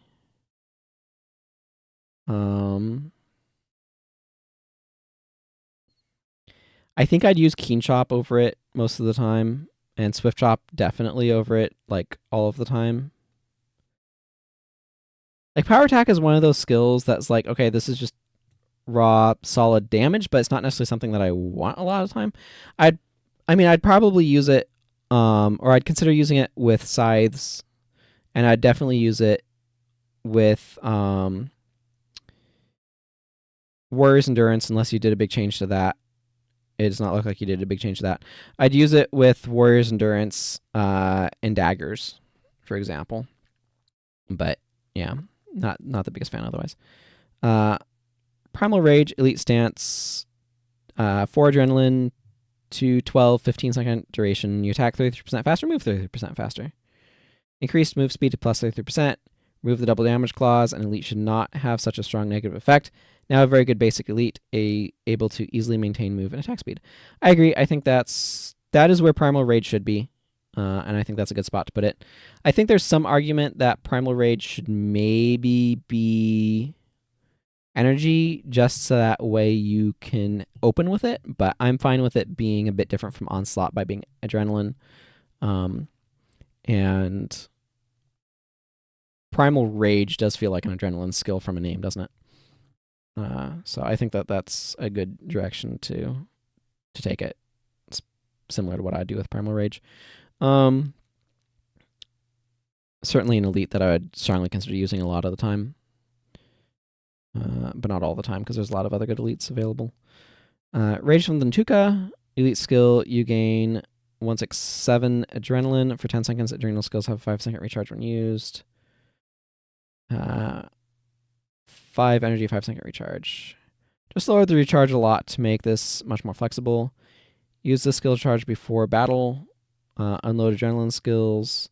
Use this again, unload again with the penalty this time. Wait 5 seconds, use it again, unload again, repeat. Probably still wouldn't use this. Other elites are simply more attractive. Yeah, I mean, this is a skill that's trying to band-aid the problem that warriors have where you're not front-loaded, right? You're back-loaded. I talked about that off the top 4.5 hours ago. But where warriors, because they're backloaded, they have this problem where they need to get going at the start of battle. I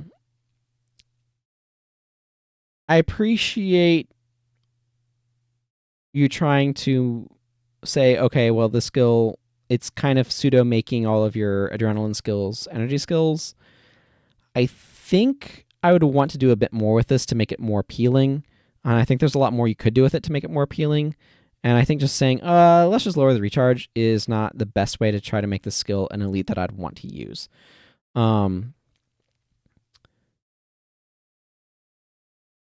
So I'm not here to try to come up with other solutions, but yeah. I think that there's more that could be done to make this look good. Rush, stance, 4 adrenaline, 8, 18, 20 seconds, you move 25% faster. No change. I think that's reasonable. I think Rush is a fine skill that has the downside of not, like, there's just other things that you want to do. If I were to do anything to Rush, it would be to, I don't know. I'm not going there. No reason to spend brain power on that. I've got to finish this out. 7 weapon stance. So this is the PvE only skill. This thing's already crazy. Wouldn't change it. Yeah, so I'm not going to comment too much on it. 7 weapon stance is a really good skill. It is crazy. It lets you do crazy things. It is a PvE only skill though, and you're giving up that slot.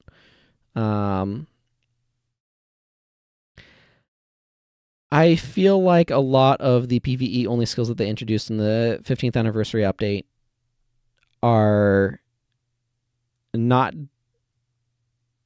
considered in their design as well as they should have been. I appreciate that they shook things up for people, but they're kind of all over the place, and I don't think they were generally done in a way that addresses a lot of the problems.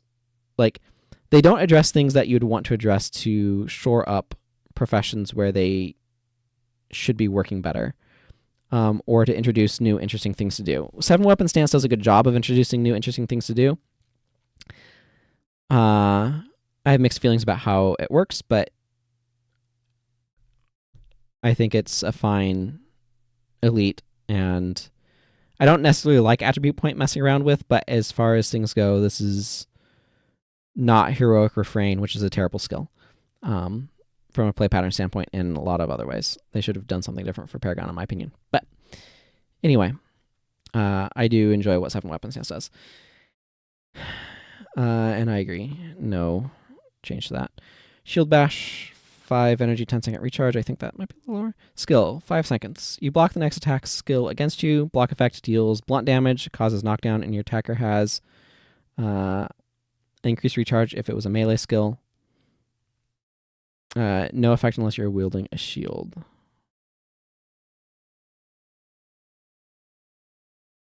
Just massively buff the skill to make it worthwhile in PvE. Yeah, I mean, it's a good anti-assassin skill, but are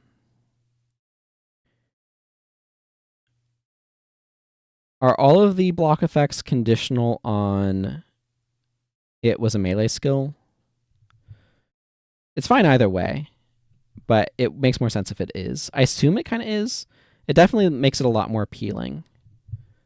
Not 100% sure when I would want to use it, but it's kind of like a generic riposte and better than riposte in many regards because of the knockdown and stuff. So I like it. It's like deadly riposte, but better. Easier to use. Use it with axes or swords or spears. Or wands, if you're being some weird wanding warrior.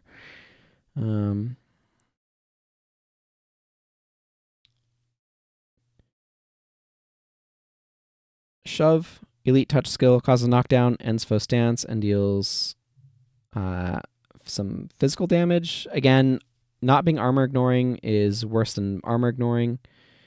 50% failure with strength 5 or less. Ooh. 5 energy, 3/4 second activation time, 5-second recharge. Moved from tactics, feels like a strength thing more than a tactic. I agree. Has to compete with shock, so lowered recharge and removed moving claws, added generic physical damage type, added failure to prevent abuse by secondary warriors who shouldn't be nowhere near as strong. Yeah. I think this is a good direction to take shove overall, though. Again, physical damage worse than armor ignoring damage. So that sort of thing's a nerf, but it's a huge buff otherwise, and certainly worth considering as a warrior. Especially, you might be able to pull off something with Falling Lotus Strike. I don't know. That doesn't quite work because energy, but I think that's much improved. Signet, and I agree, it makes more sense in strength. And they can make it stronger if they don't have to worry about like assassins using it. Signet of strength, Signet of stamina. Signet for 2, 14, 16 seconds. You have +2 energy regeneration, +2 health regeneration. Blind weakness and cripple on you expire 50% faster. Completely reworked, had some different ideas for what stamina could represent in Guild Wars universe. Basically being able to go on beyond normal physical limits, but I didn't want just another heal skill. I thought, what else could cause a warrior to run out of steam? So I went with energy and condition duration and minor health regen. So it doesn't give an immediate strong effect, but a noticeable effect over time. Yeah, I think this is pretty good. It's a little bit clunky, which is fine for a non-elite energy management skill. Blind weakness and cripple on you expire 50% faster. That is fine to me. It's not removing them. It's making them less effective against you, and I think that's fine. I agree. This is an interesting direction to take Signet of Stamina, and opens up possibilities, like using Signet of Stamina on a shove warrior with daggers, which I like as a potential option. So I like the spaces it's playing around in. The other thing that kind of came to my mind as a way of like doing stamina is making it so that way using an adrenaline skill doesn't drain a strike of adrenaline from your other adrenaline skills, which is something else you could potentially play around with as an idea for stamina. But I like this implementation as something that I would try and see how good it is, because it feels like it opens up some potential space to explore, and I like that. And I could see it being particularly good with hammers.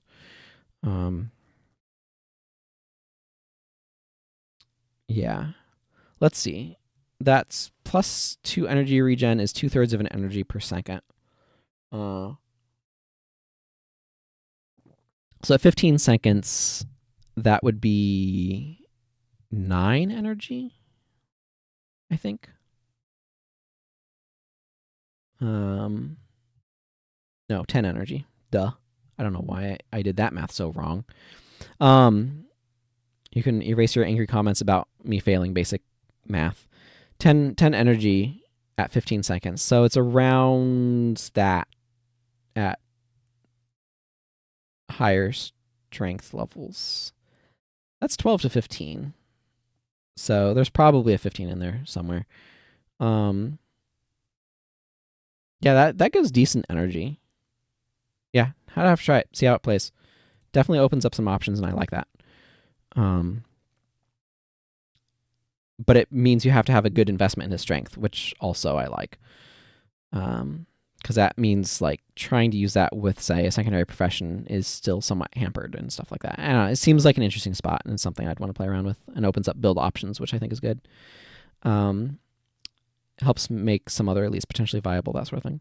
Signal of Strength, your next 10 attacks deal plus some damage, quarter-second activation time, 15-second recharge. Lowered recharge and set count to 10 attacks. Damage now scales. Probably doesn't have 100% uptime, especially if you're using an increased attack speed skill, but nice non-removable alternative to conjures, etc. Yeah, this is a reasonable way of trying to increase your damage, especially if those are armor ignoring. That helps a little bit. It's fine. No particular notes. I'm not sure how often I'd use it, but it's certainly way more appealing than it was.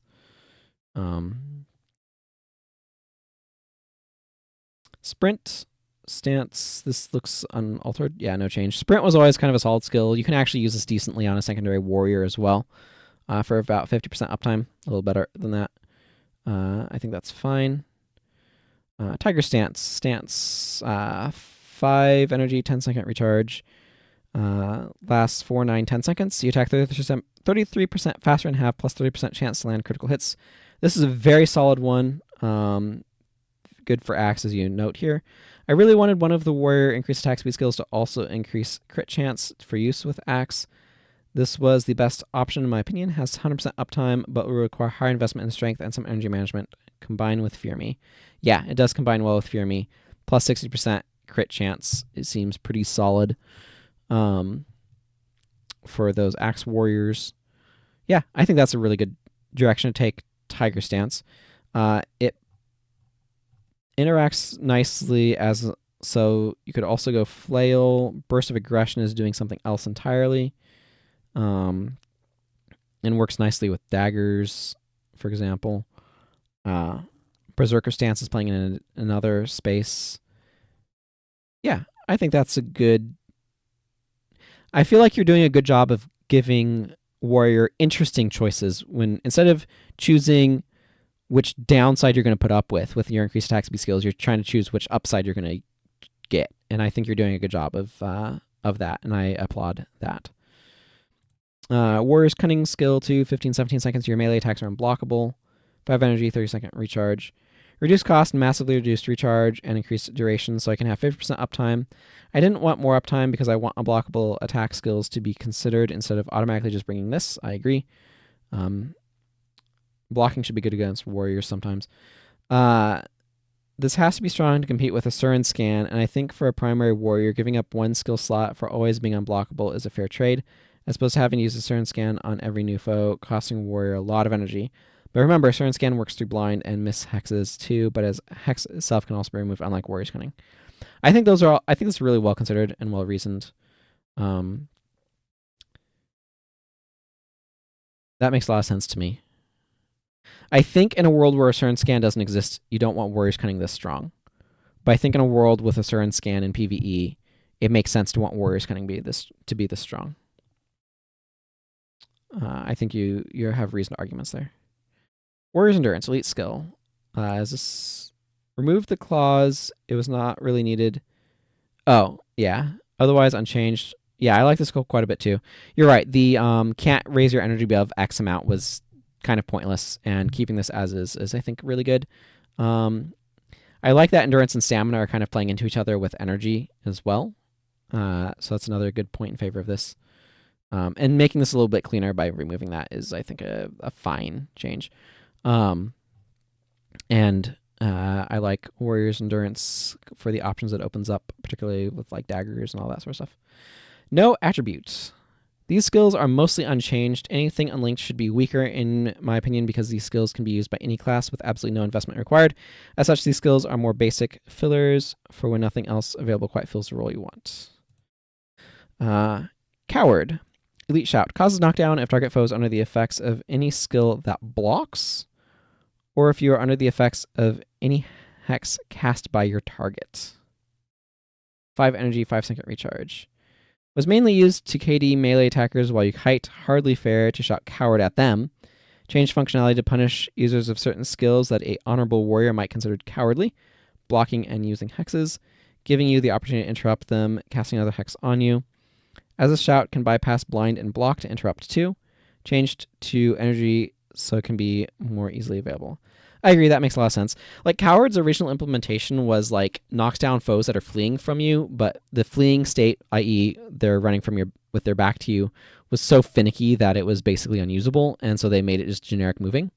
I agree, this is a better implementation.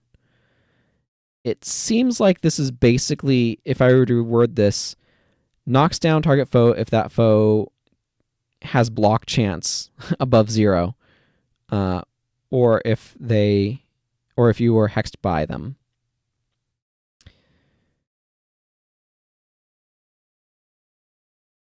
This is interesting.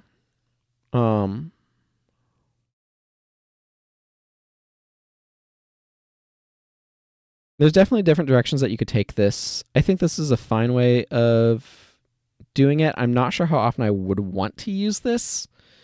But I need to start thinking, how could this potentially have caster applications or other non-warrior applications as well? I'm not sure how often I'd really want to use this, but this is certainly a skill that I could see being really good in zones with enemies that cast a lot of hexes as like an interrupt effect.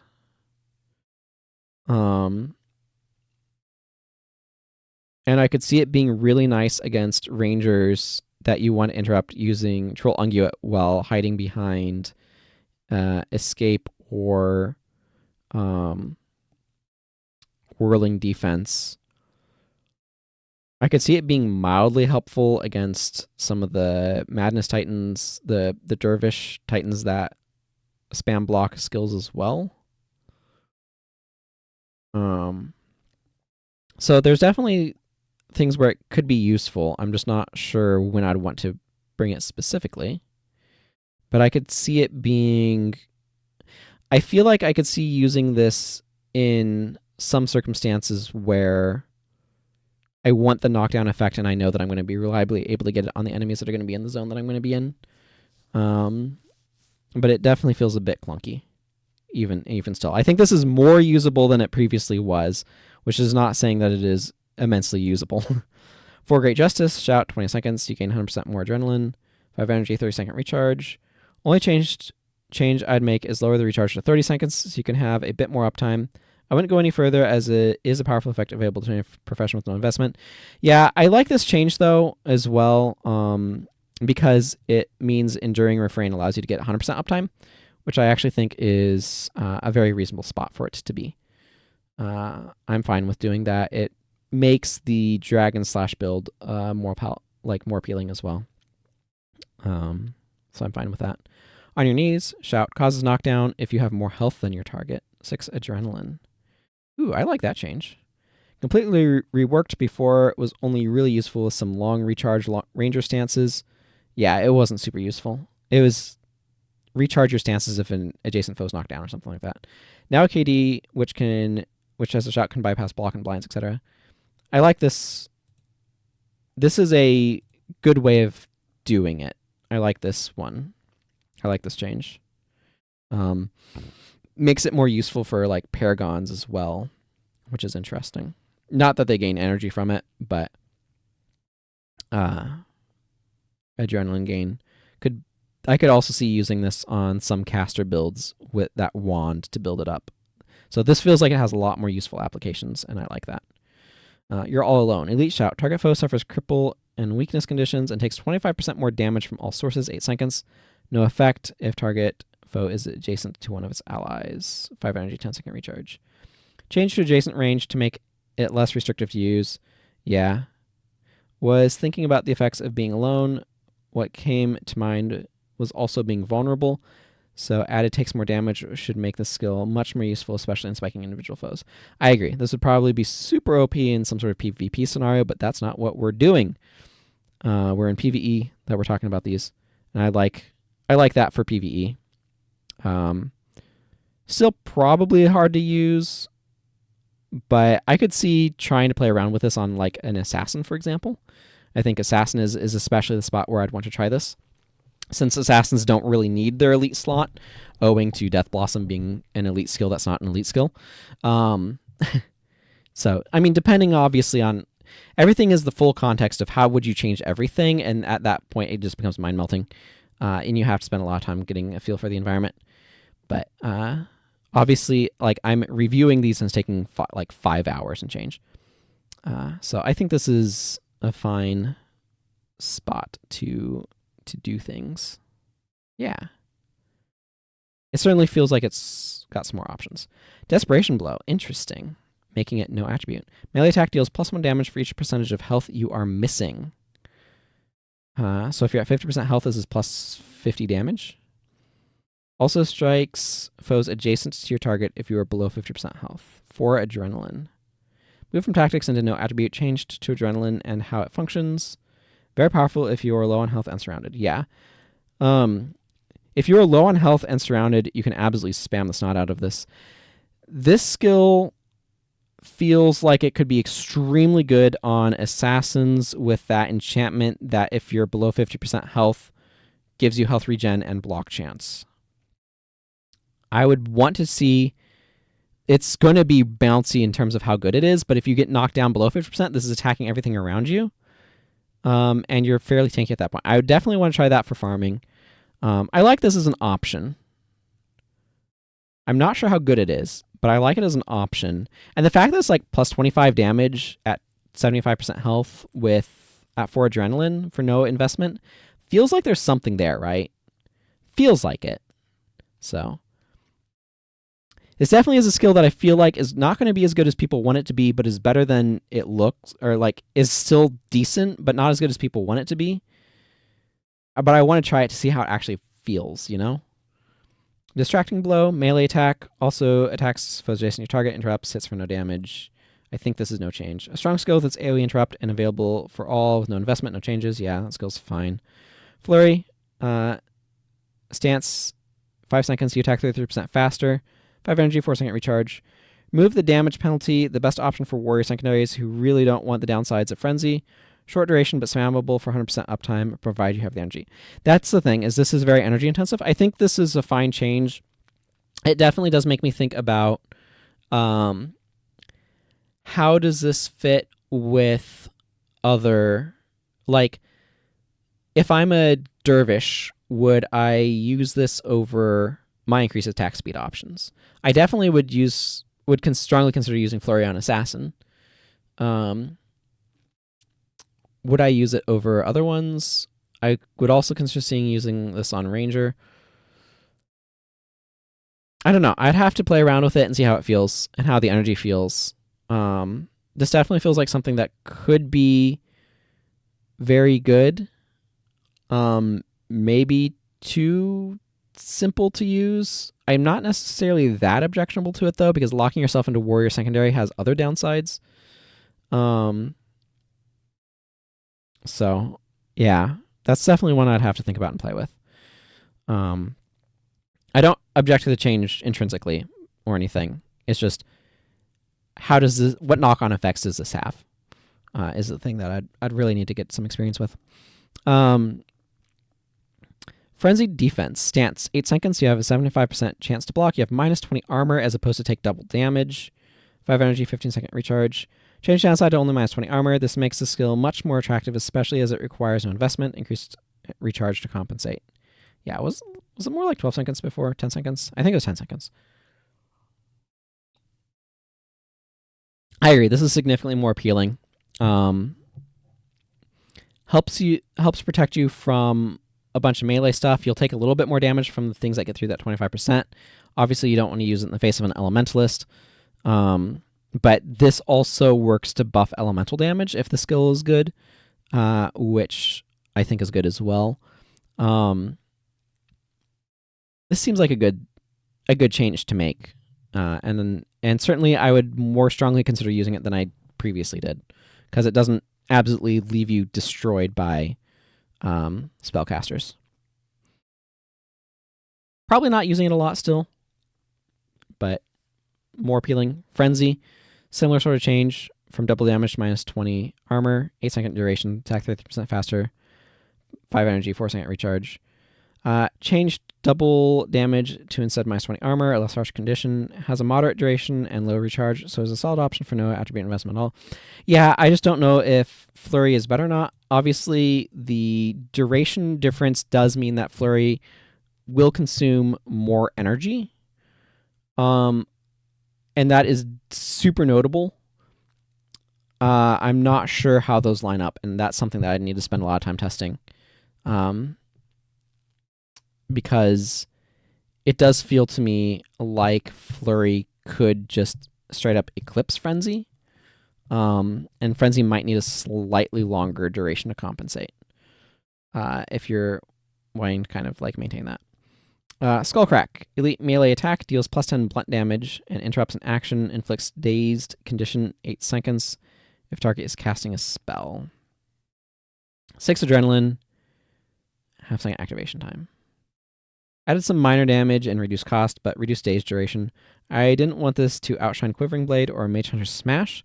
This is still a nice no-investment option for daze if using Axe or Dagger and Scythe. Yes, I agree. I think that's fine. Plus and blunt damage is not a whole lot. Again, we've had the whole armor respecting versus ignoring conversation several times. Not sure how that's implemented on the back end, if damage has to be all one type, or if it can be split types like that, or if it'll create different separate packets or any of that sort of stuff. But I think that's a lot more appealing for Skullcrack, and I'm fine with that. I think it's okay to be much shorter. I think it was like, 15 seconds before or something like that? I think it's fine being much shorter duration on the days when compensating with a much lessened adrenaline cost. So that seems good to me. Symbolic Strike, melee attack, deals plus 24 damage if you have a signet equipped, deals an additional plus 12 damage for each signet your target has equipped. 4 adrenaline. Change so no longer encourages bad builds stacking 5 to 6 signets on your skill bar. Flat bonus damage is nice if you give up a skill slot for a signet, also rewards knowledge of enemy skill bars. I mean, does it though? You just bring this if you just want a plus 24 damage skill if you have a signet. I don't think this is as good of a... Like, if you know that enemies are going to have signets in the area where you're going, it's probably okay.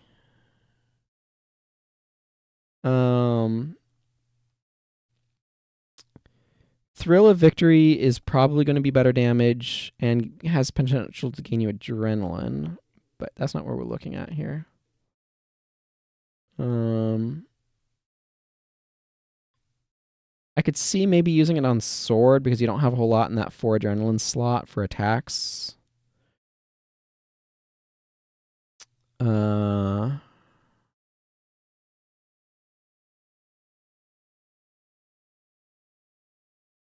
I guess it lines up favorably against Galrath Slash. Hammer, Pulverizing Smash is going to hit harder. Fierce Blow does not, but has other benefits.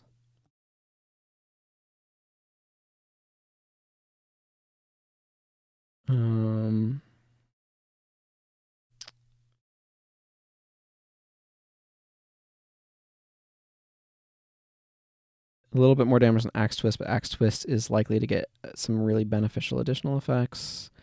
Like, I just don't think that that has a huge spot to go in. I agree that people, like, Symbolic Strike, I think, has the potential to mislead people because getting plus 24, plus 26 or plus 36 damage with where the game's balance currently is at is good. And that's like, I mean, all you need is Res Signet, Heal Signet, and you're probably like, you're already plus 24 damage. And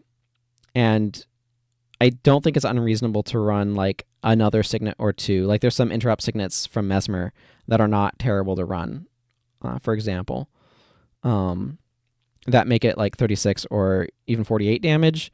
I think this is like, I dislike this change because I think rewarding players for trying to figure out how to make a Signet build kind of work with a very efficient skill is better than what you're trying to do here. The problem with what I have to do here is your additional plus for signets your target has equipped is very hit or miss, even if you know that enemies have them. Like the Kyrian that have Signet of Rage and Knockdown and stuff in factions. They probably have a good number of signets, so you probably get a lot of additional damage on them. It's making it more zone dependent unless you're build dependent, because the cost of bringing a signet on your character is very low, and I think it moves it in a direction that I find personally less interesting. It might be a bit better depending upon the zone, but I think it is less interesting as a skill to me overall.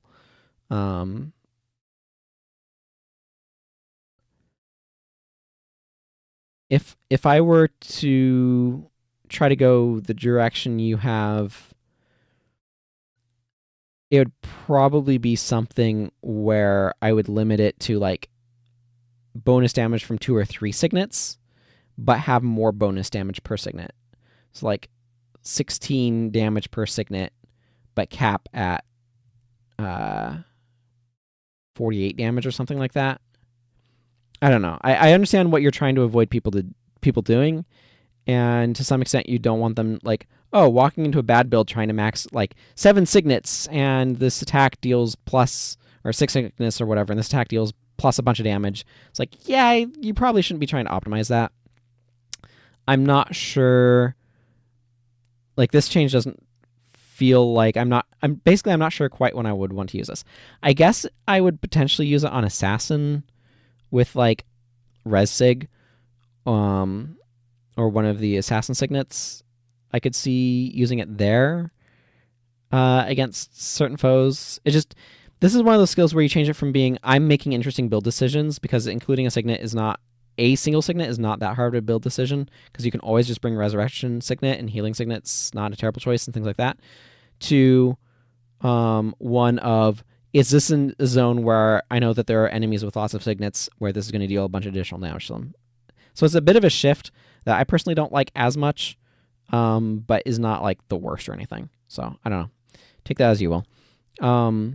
That's going to be very... I don't think this is necessarily like bad per se, as it's subjectively something I don't like as much from the design. And the plus 24 damage is less meaningful for a warrior relative to, I think you've made a lot of the warrior lines appealing enough that this skill loses appeal, which is a compliment overall. Wild Blow. Melee attack, always a critical hit. Removes the stance, unblockable, 5 energy, 5 second recharge, you've lowered the recharge. Remove, lose all adrenaline claws, and lowered recharge. This is available for everyone without any investment, and as such is a basic no-frill stance remover.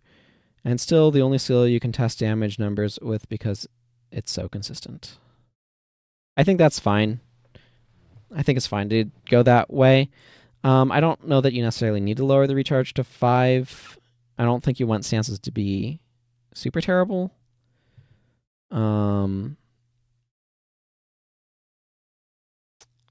But yeah, that's fine. overall thoughts. Boy, it's hard to hold it all in my head because there's just so many skills, and it's been over 5 hours, and my brains are melting. A lot of interesting ideas and decisions of directions to try to take things.